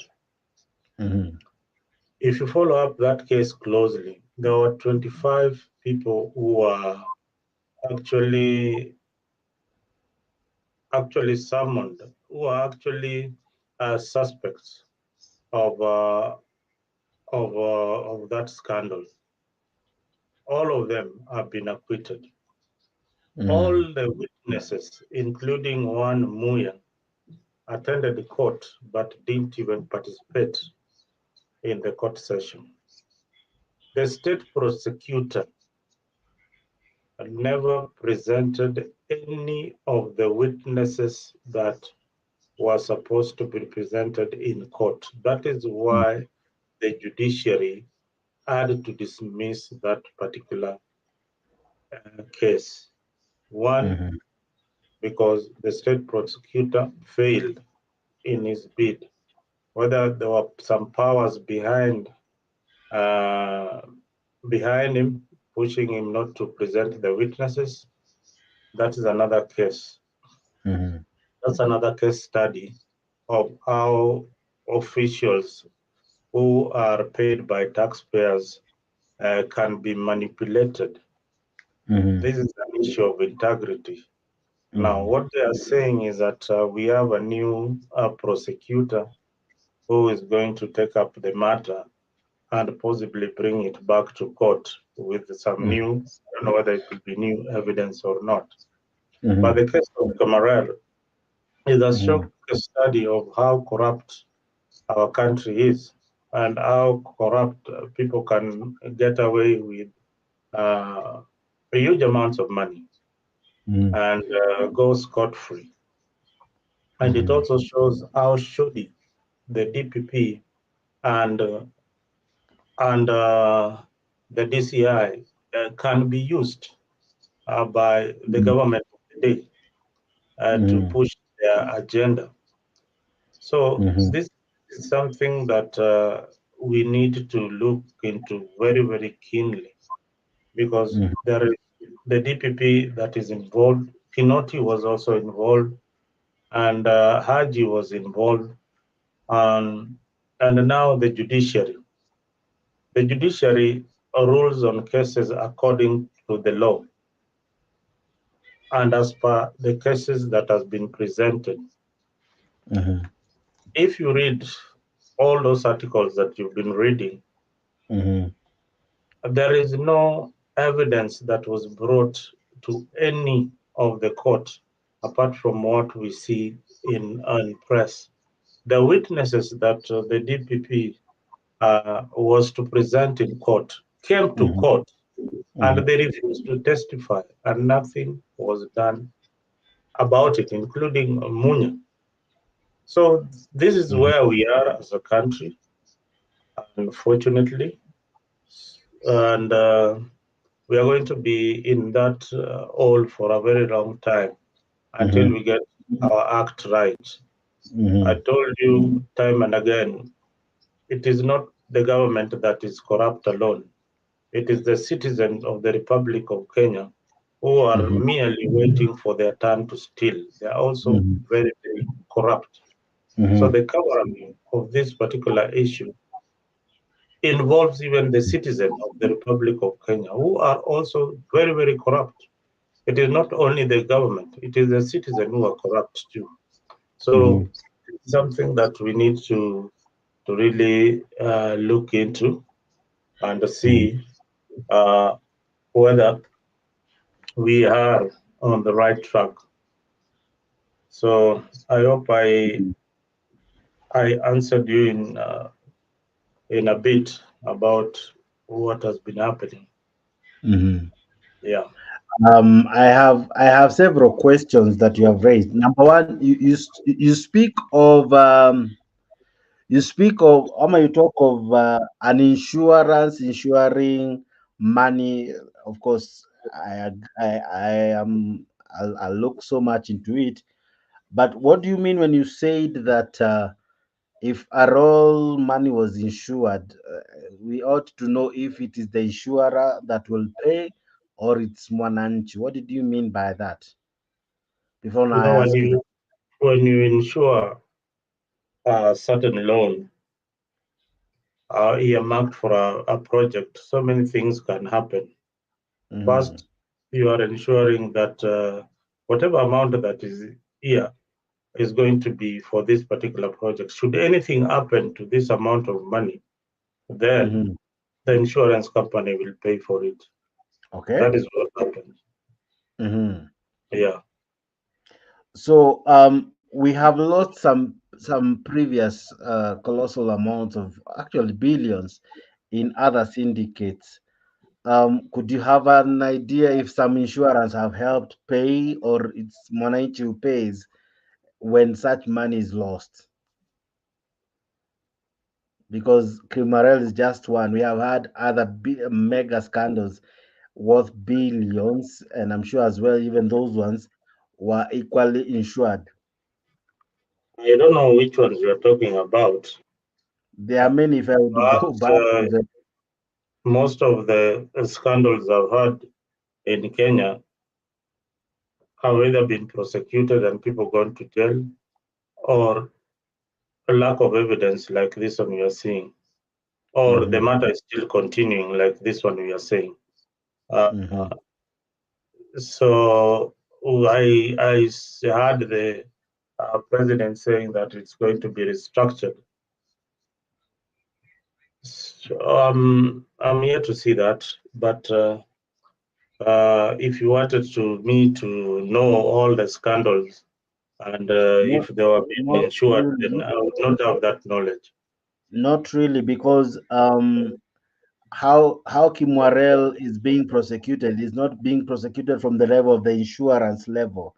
It's being prosecuted from the level of the loss, the level of why I brought the insurance is because you didn't mention it. It is not happening in any of the talks. Nobody knew about the that money was insured.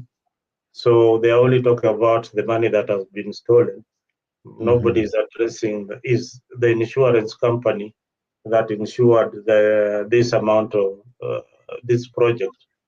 So those are the areas that you need to look into, find out if they are going to bail out the government. Okay. To something else that you equally said. The witnesses came to court. Now, them coming to court, one, the person who ought to have asked them questions, or rather who ought to have directed the court the role of these witnesses, was the DPP. Now you have Akinamunya coming to court and the DPP refuses, because if you listen to the ruling, the DPP refused rather to ask them a question. So it's not the witness that failed to testify or refused to give their evidence. The DPP blatantly refused to kind of engage them in as much as what was their role or what they knew about the case at hand. Now, my question to you would be this: could the BPP have acted to sabotage the case in favor of the defendant, despite him being a prosecutor? There are so many angles you want to look at it, depending on where you come from, or depending on your political affiliation. How is politics in this case now? Okay, but anyway, go ahead. I'll come to the political part, but go ahead. If you are reading malice, like if this was happening last year before the elections, Aror would be saying that these are cases that are instigated to fight his people. I hope you heard that sometimes last year, that these cases of Kimwarer was cases that were instigated by the government of the day to fight some of his people or his appointment.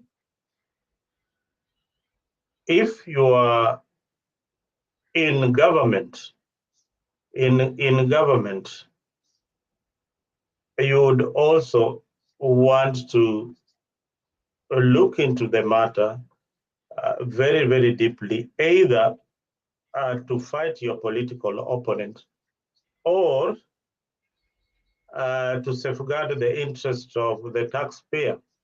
So there are three scenarios here. There's a scenario of a government. We are assuming that the government then, or the government then of Uhuru Kenyatta, wanted to safeguard the interest of the taxpayers' money, of which money was lost in Kimwarer. Even as Ruto came on camera and said the amount that was being said is not actually the amount that was stolen. He had some figures. There. So he knew that the amount that was stolen was this much.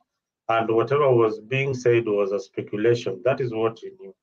So a good journalism, maybe the fourth estate should have gone further to investigate Ruto and ask him, where he came up with these figures and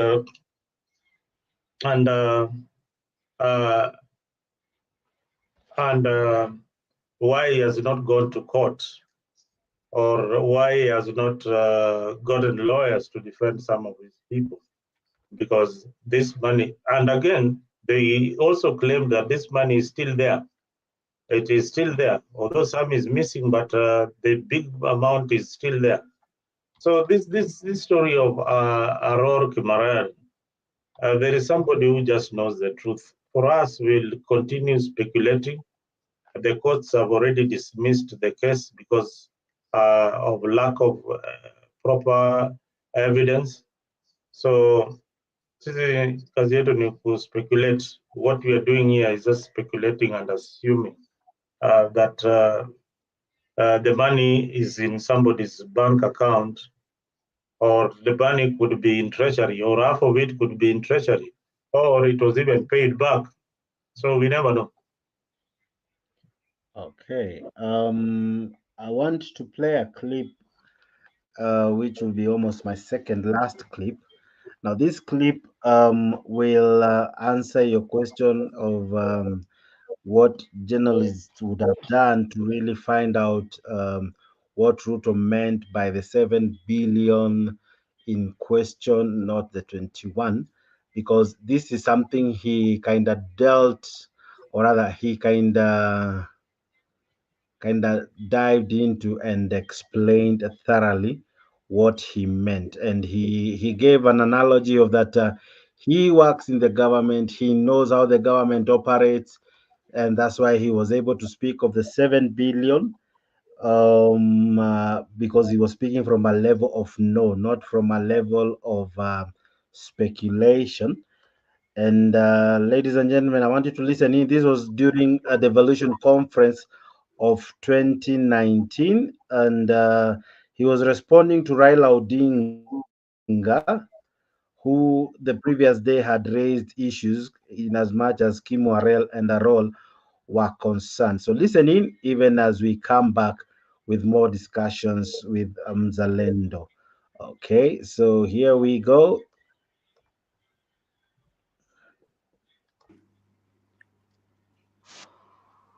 The former Prime Minister asked some legitimate questions about matters to do with dams and what my interest is in the dams and why I know all the figures in these dams. It's a legitimate, I mean, it's fair. I mean, it's important.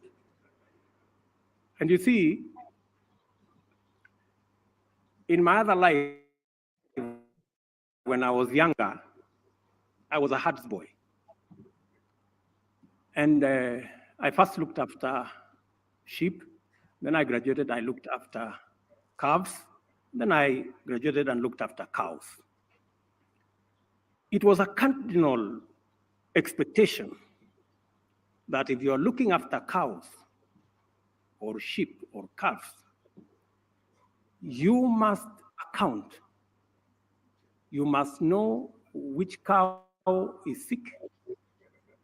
And when you bring the cows home or the sheep home in the evening, you must know the number.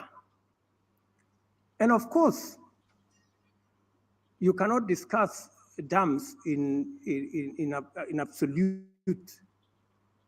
That is the reason why I follow numbers. And as Deputy President of the Republic of Kenya, I would be reckless. And I would have failed in my job if I didn't pay attention to numbers.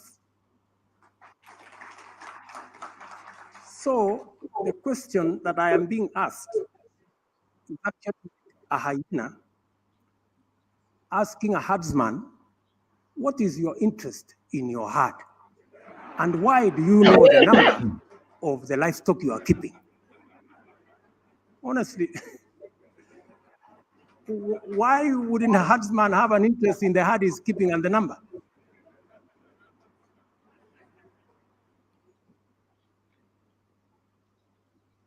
Some of these propagandists are so notorious and brazenly incorrigible that sometimes they cannot even remember the last lie they told. This is the unfortunate and reckless politicization of the war on graft.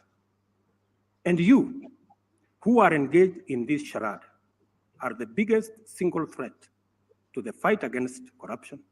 And in fact, you are the ugly face of impunity. Okay. That was William Ruto trying to explain why he knew it's 7, not 21. He gave an analogy of a man knowing his sheep, the number of sheep he has, those that are sick, and all that. So he was trying to explain that he knew the figures, he knew the numbers, he knew what the money in question, because as he says, he's a man interested with numbers. Okay, very well. Now, let's take, for instance, Mr. Mzalendo, the number is number 7, yeah? Given that the DP then, who is the president now, is a man interested with the number. This 7, is it money that was accounted for? Can we really get the records? Because that would have helped this case. Bring the records to vindicate or to acquit this person properly so that his name can be cleared, right? Why didn't this, if truly this case justice was seen to be done, why didn't we hear about the 7 billion that the DP, who is the president now, was talking about? If truly the question that we ought to have asked was not 21 but the 7, why didn't we get even a report of this 7 billion?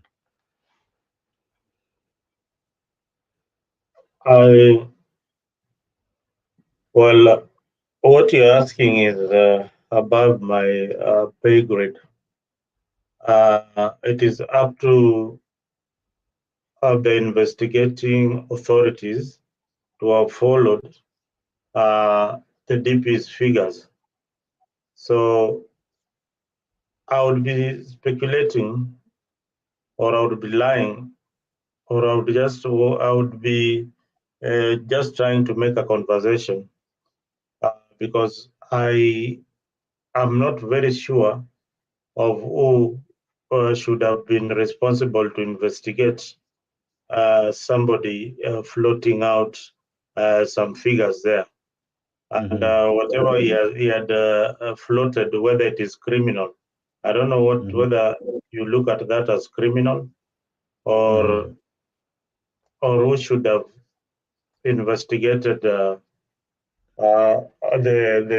DP for floating that figure, which would have probably been contradicting what his government is putting out there. Yeah. No, I'm asking you because this is a person who was meant to step down, right? He served under Uhuru and Ruto's government, and he featured loudly. Rotich featured loudly in the list of shame that Uhuru Kenyatta presented. And after investigations and all, and after his name came out that he was involved in this issue, he stepped down, paving way for investigation, and now, of course, he was charged. Now, William Ruto came out strongly to defend him, as much as the other side seemed not to have agreed with him. He came out saying that I know the numbers, I know the figures. It is not 21, it's 7. And he says he is in the government, or rather, he was speaking from kinda a government angle. Truly, if this was criminal, why didn't we see either side, either from the defense or the prosecution, trying to bring this form of argument that one, in any case, the number that we should be talking about is not 65 or 63 or even 21, it should be 7, because the government has all the figures well accounted for, as the DP is saying, and the man in question is this, and this is how it has been used, because William Ruto equally said that no money had been misappropriated. So from where you sit, I'm asking you, shouldn't there have been a situation where this amount would have been explained from either side, either from the defense or from the prosecution side? You know, that's why I told you, the people who are concerned, the people who are pushing for this prosecution, I should have taken the matter up and refuted what Ruto was presenting then. If they didn't do it, then they had a reason not to do it, or they probably knew that he was saying the truth. I would want to look at the right bodies that are in charge of corruption. What is the EACC report saying? What is the Auditor General report saying? That will give you an informed argument about the issue of Kimwarer. If you don't have those, if we don't have those facts, then we will just be speculating. So we needed to have known what the Auditor General is saying, because she's a professional. That is what she's trained to do, to crunch the numbers.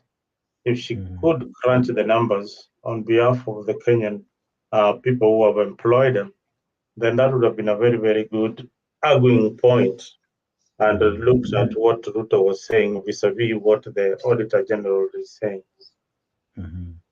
Yeah. Now, my last question is, of course, what I'm reflecting on your screens. I ask you this: with this case falling, with this case being thrown out, and with Rotich being acquitted, does it expose our agencies of being incompetent or of not being truly independent to the level that they can act independently, prosecute cases without probably outside interference, without the hand of anyone being seen in some cases? Are our state agencies, are our organs both the justice organ, the prosecution organ, you know, the DCI, the DPP, the EACC, as you have rightfully said. Does this case, with how it has ended, does it expose our agencies to be incompetent, or probably they can be used to score political points? Of course, the DPP's office, those are state appointments.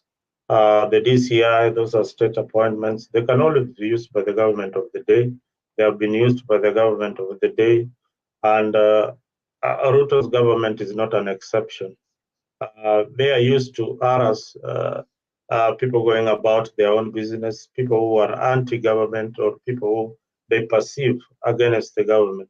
Uhuru used it, Moi used it, Kenyatta used it to an extent that they even execute those who are against the government. So these are offices that have been used before, because first, they don't have some oversight, people, another body that is supposed to oversee what they're doing. IPOA is supposed to see what the police is doing, but IPOA is, again, another toothless organ. We have the judiciary. Judiciary, I believe, to a large extent in Kenya today, apart from just being disorganized, it is trying to do the right thing. Although there are few judges who are corrupt within the judicial system, but the judiciary is oversighted very, very well. And most of the magistrates and the judges, whatever judgment that they present, they know that there is a repercussion because they are under a body called the Judicial Service Commission. So, so at least, you know, they have got some fear that if we do this, then we have LSK, we have the civil society, we have the Judicial Service Commission, you know, so there is some fear that they need to do the right thing. I am not saying that there are no rotten apples in that basket. There are some rotten apples. And again, Jakes, when a case doesn't go your way, that does not prove that the judiciary is compromised. Look at the finance bill. When it was thrown out by the courts, we gave praise to the judiciary. So you only give praise when it is on your side, when it's leaning on your side. That's why justice it's an ass. It cuts both ways. It can cut you on the other side and cut on the other side too. So when it's leaning on your side, it is okay. When it is against you, then they are compromised. Okay.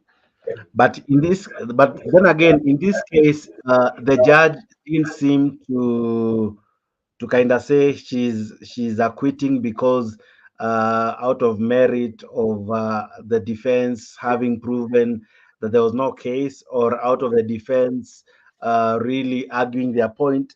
It ruled that it had acquitted because of shoddy part of the DPP. In fact, it says that DPP acted in a way suggestive that he was working very hard to have an acquittal.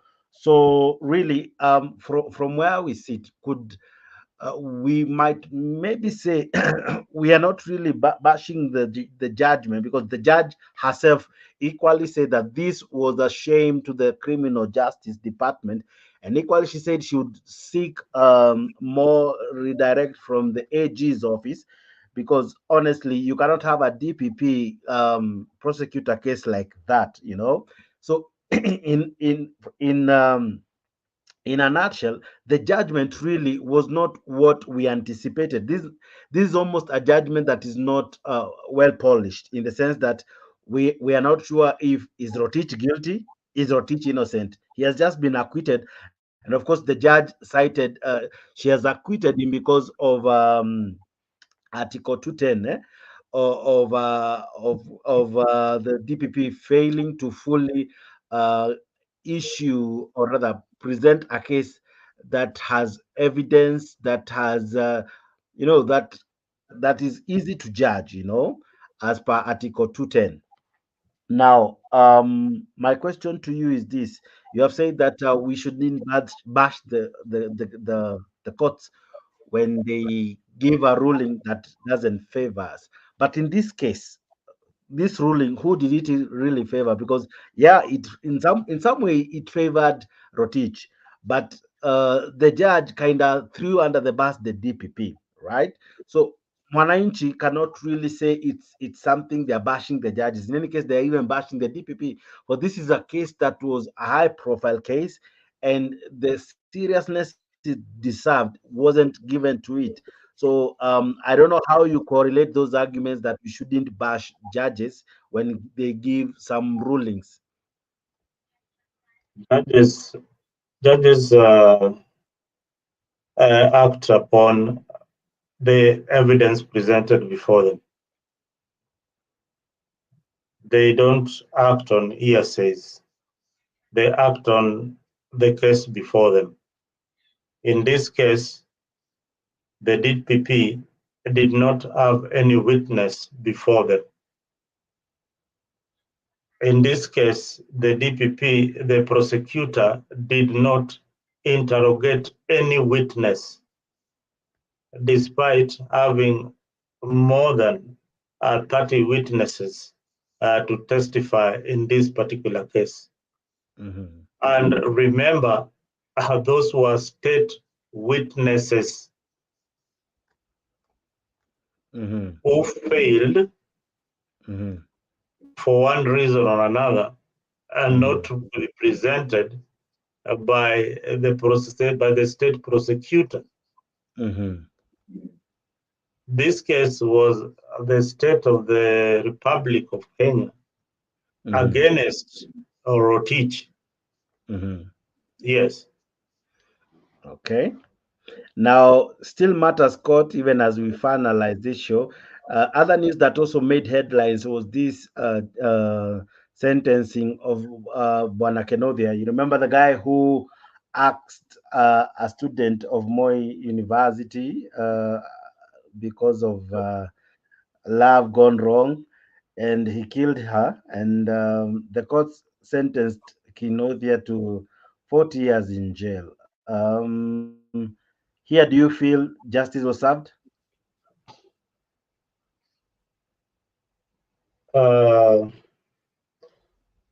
I'm not a judge or a magistrate or a Just your lawyer. opinion. Do you feel that justice was served? Justice was served because he got 40 years in jail. The reason why he probably got 40 years could have been manslaughter. Could have been. It was not a premeditated murder. He didn't plan for it. It just happened. There is something called premeditated murder.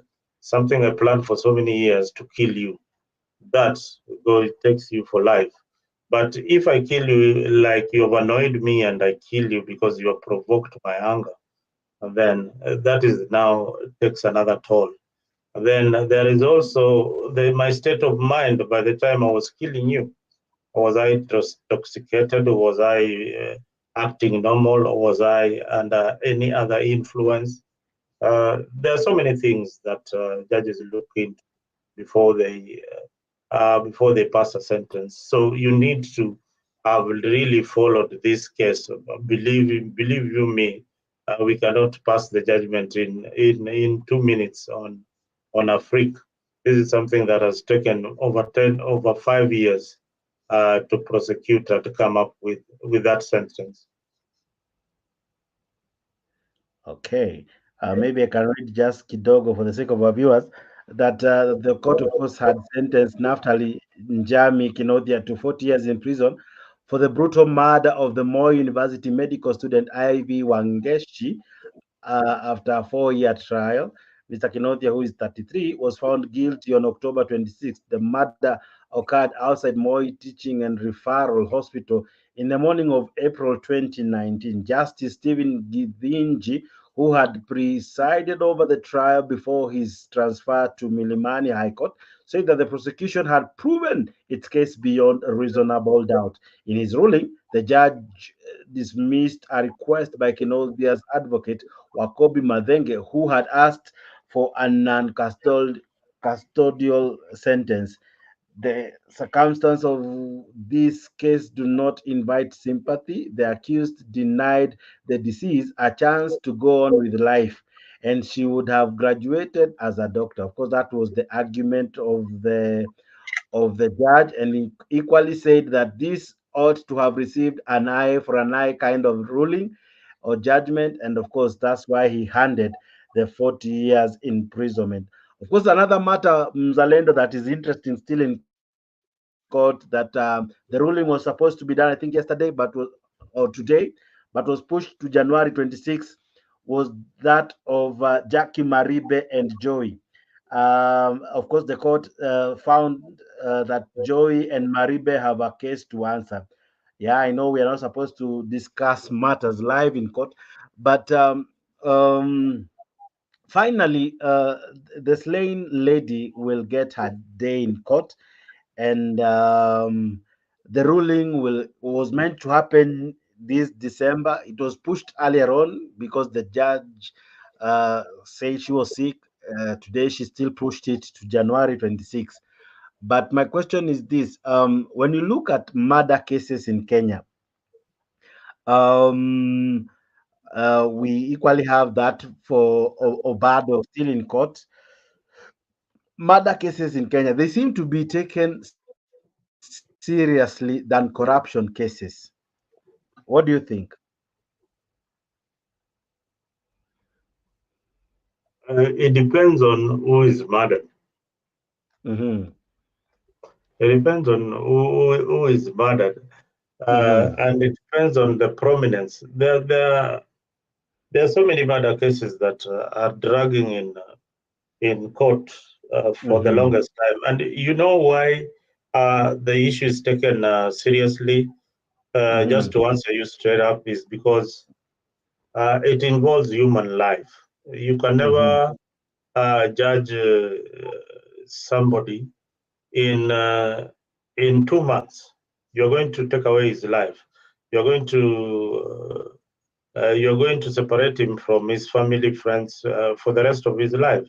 So you really have to investigate thoroughly, come to a conclusion that this particular culprit is guilty as charged. They also have a day in court. They have to exhaust all their appeals.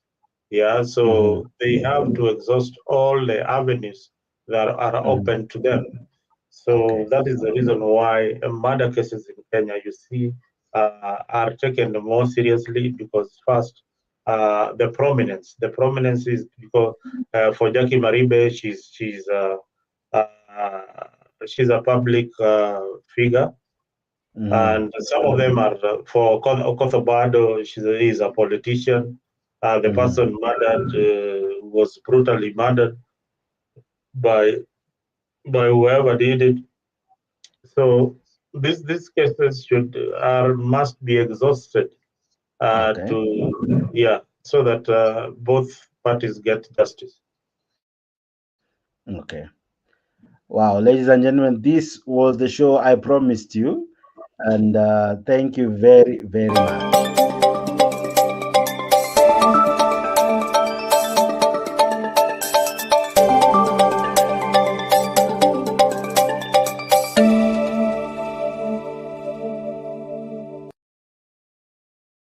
Now, with that, we come to the end of the show.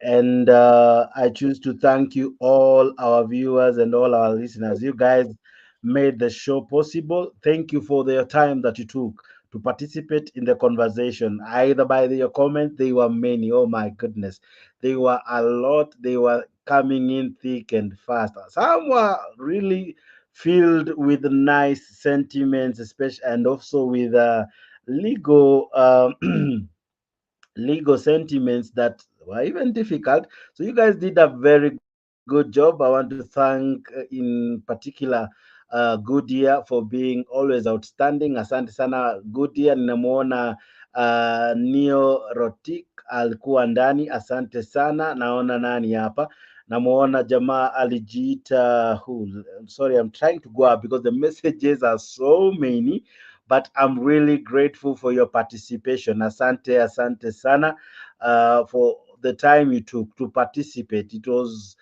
awesome. You guys made it amazing, and I'm so equally grateful for that. You guys are just but amazing. Asante sana jamaa, or rather lady, unajita ba 0970. We sawa. Asante sana kwa maoni yako, tuliyaona kwa njia nzuri na safi kabisa. Thank you very much. Wamboi Jacobs, I see you. Thank you very, very much. Kenya Digital and many who participated in this show, Bwana Makiadi, Bwana Leo, Bwana Mzalendo, Madam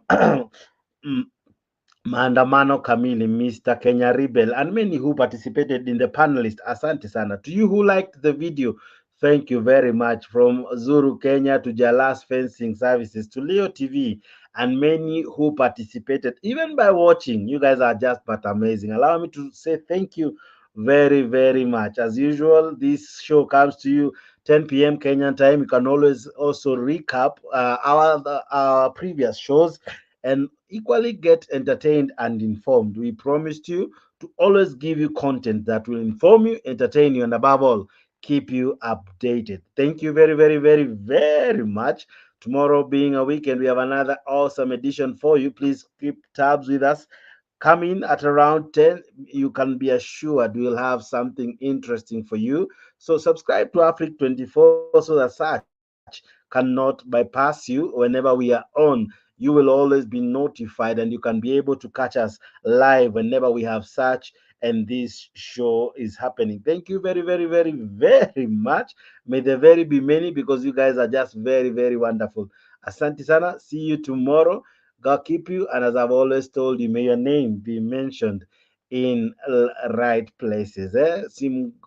Blessiwe tu sana. See you tomorrow. See you definitely when you see me. This has been your host, Jakes, the moderator. This has been Afric 24. Bye-bye. See you. Kesho ni siku. Bye-bye.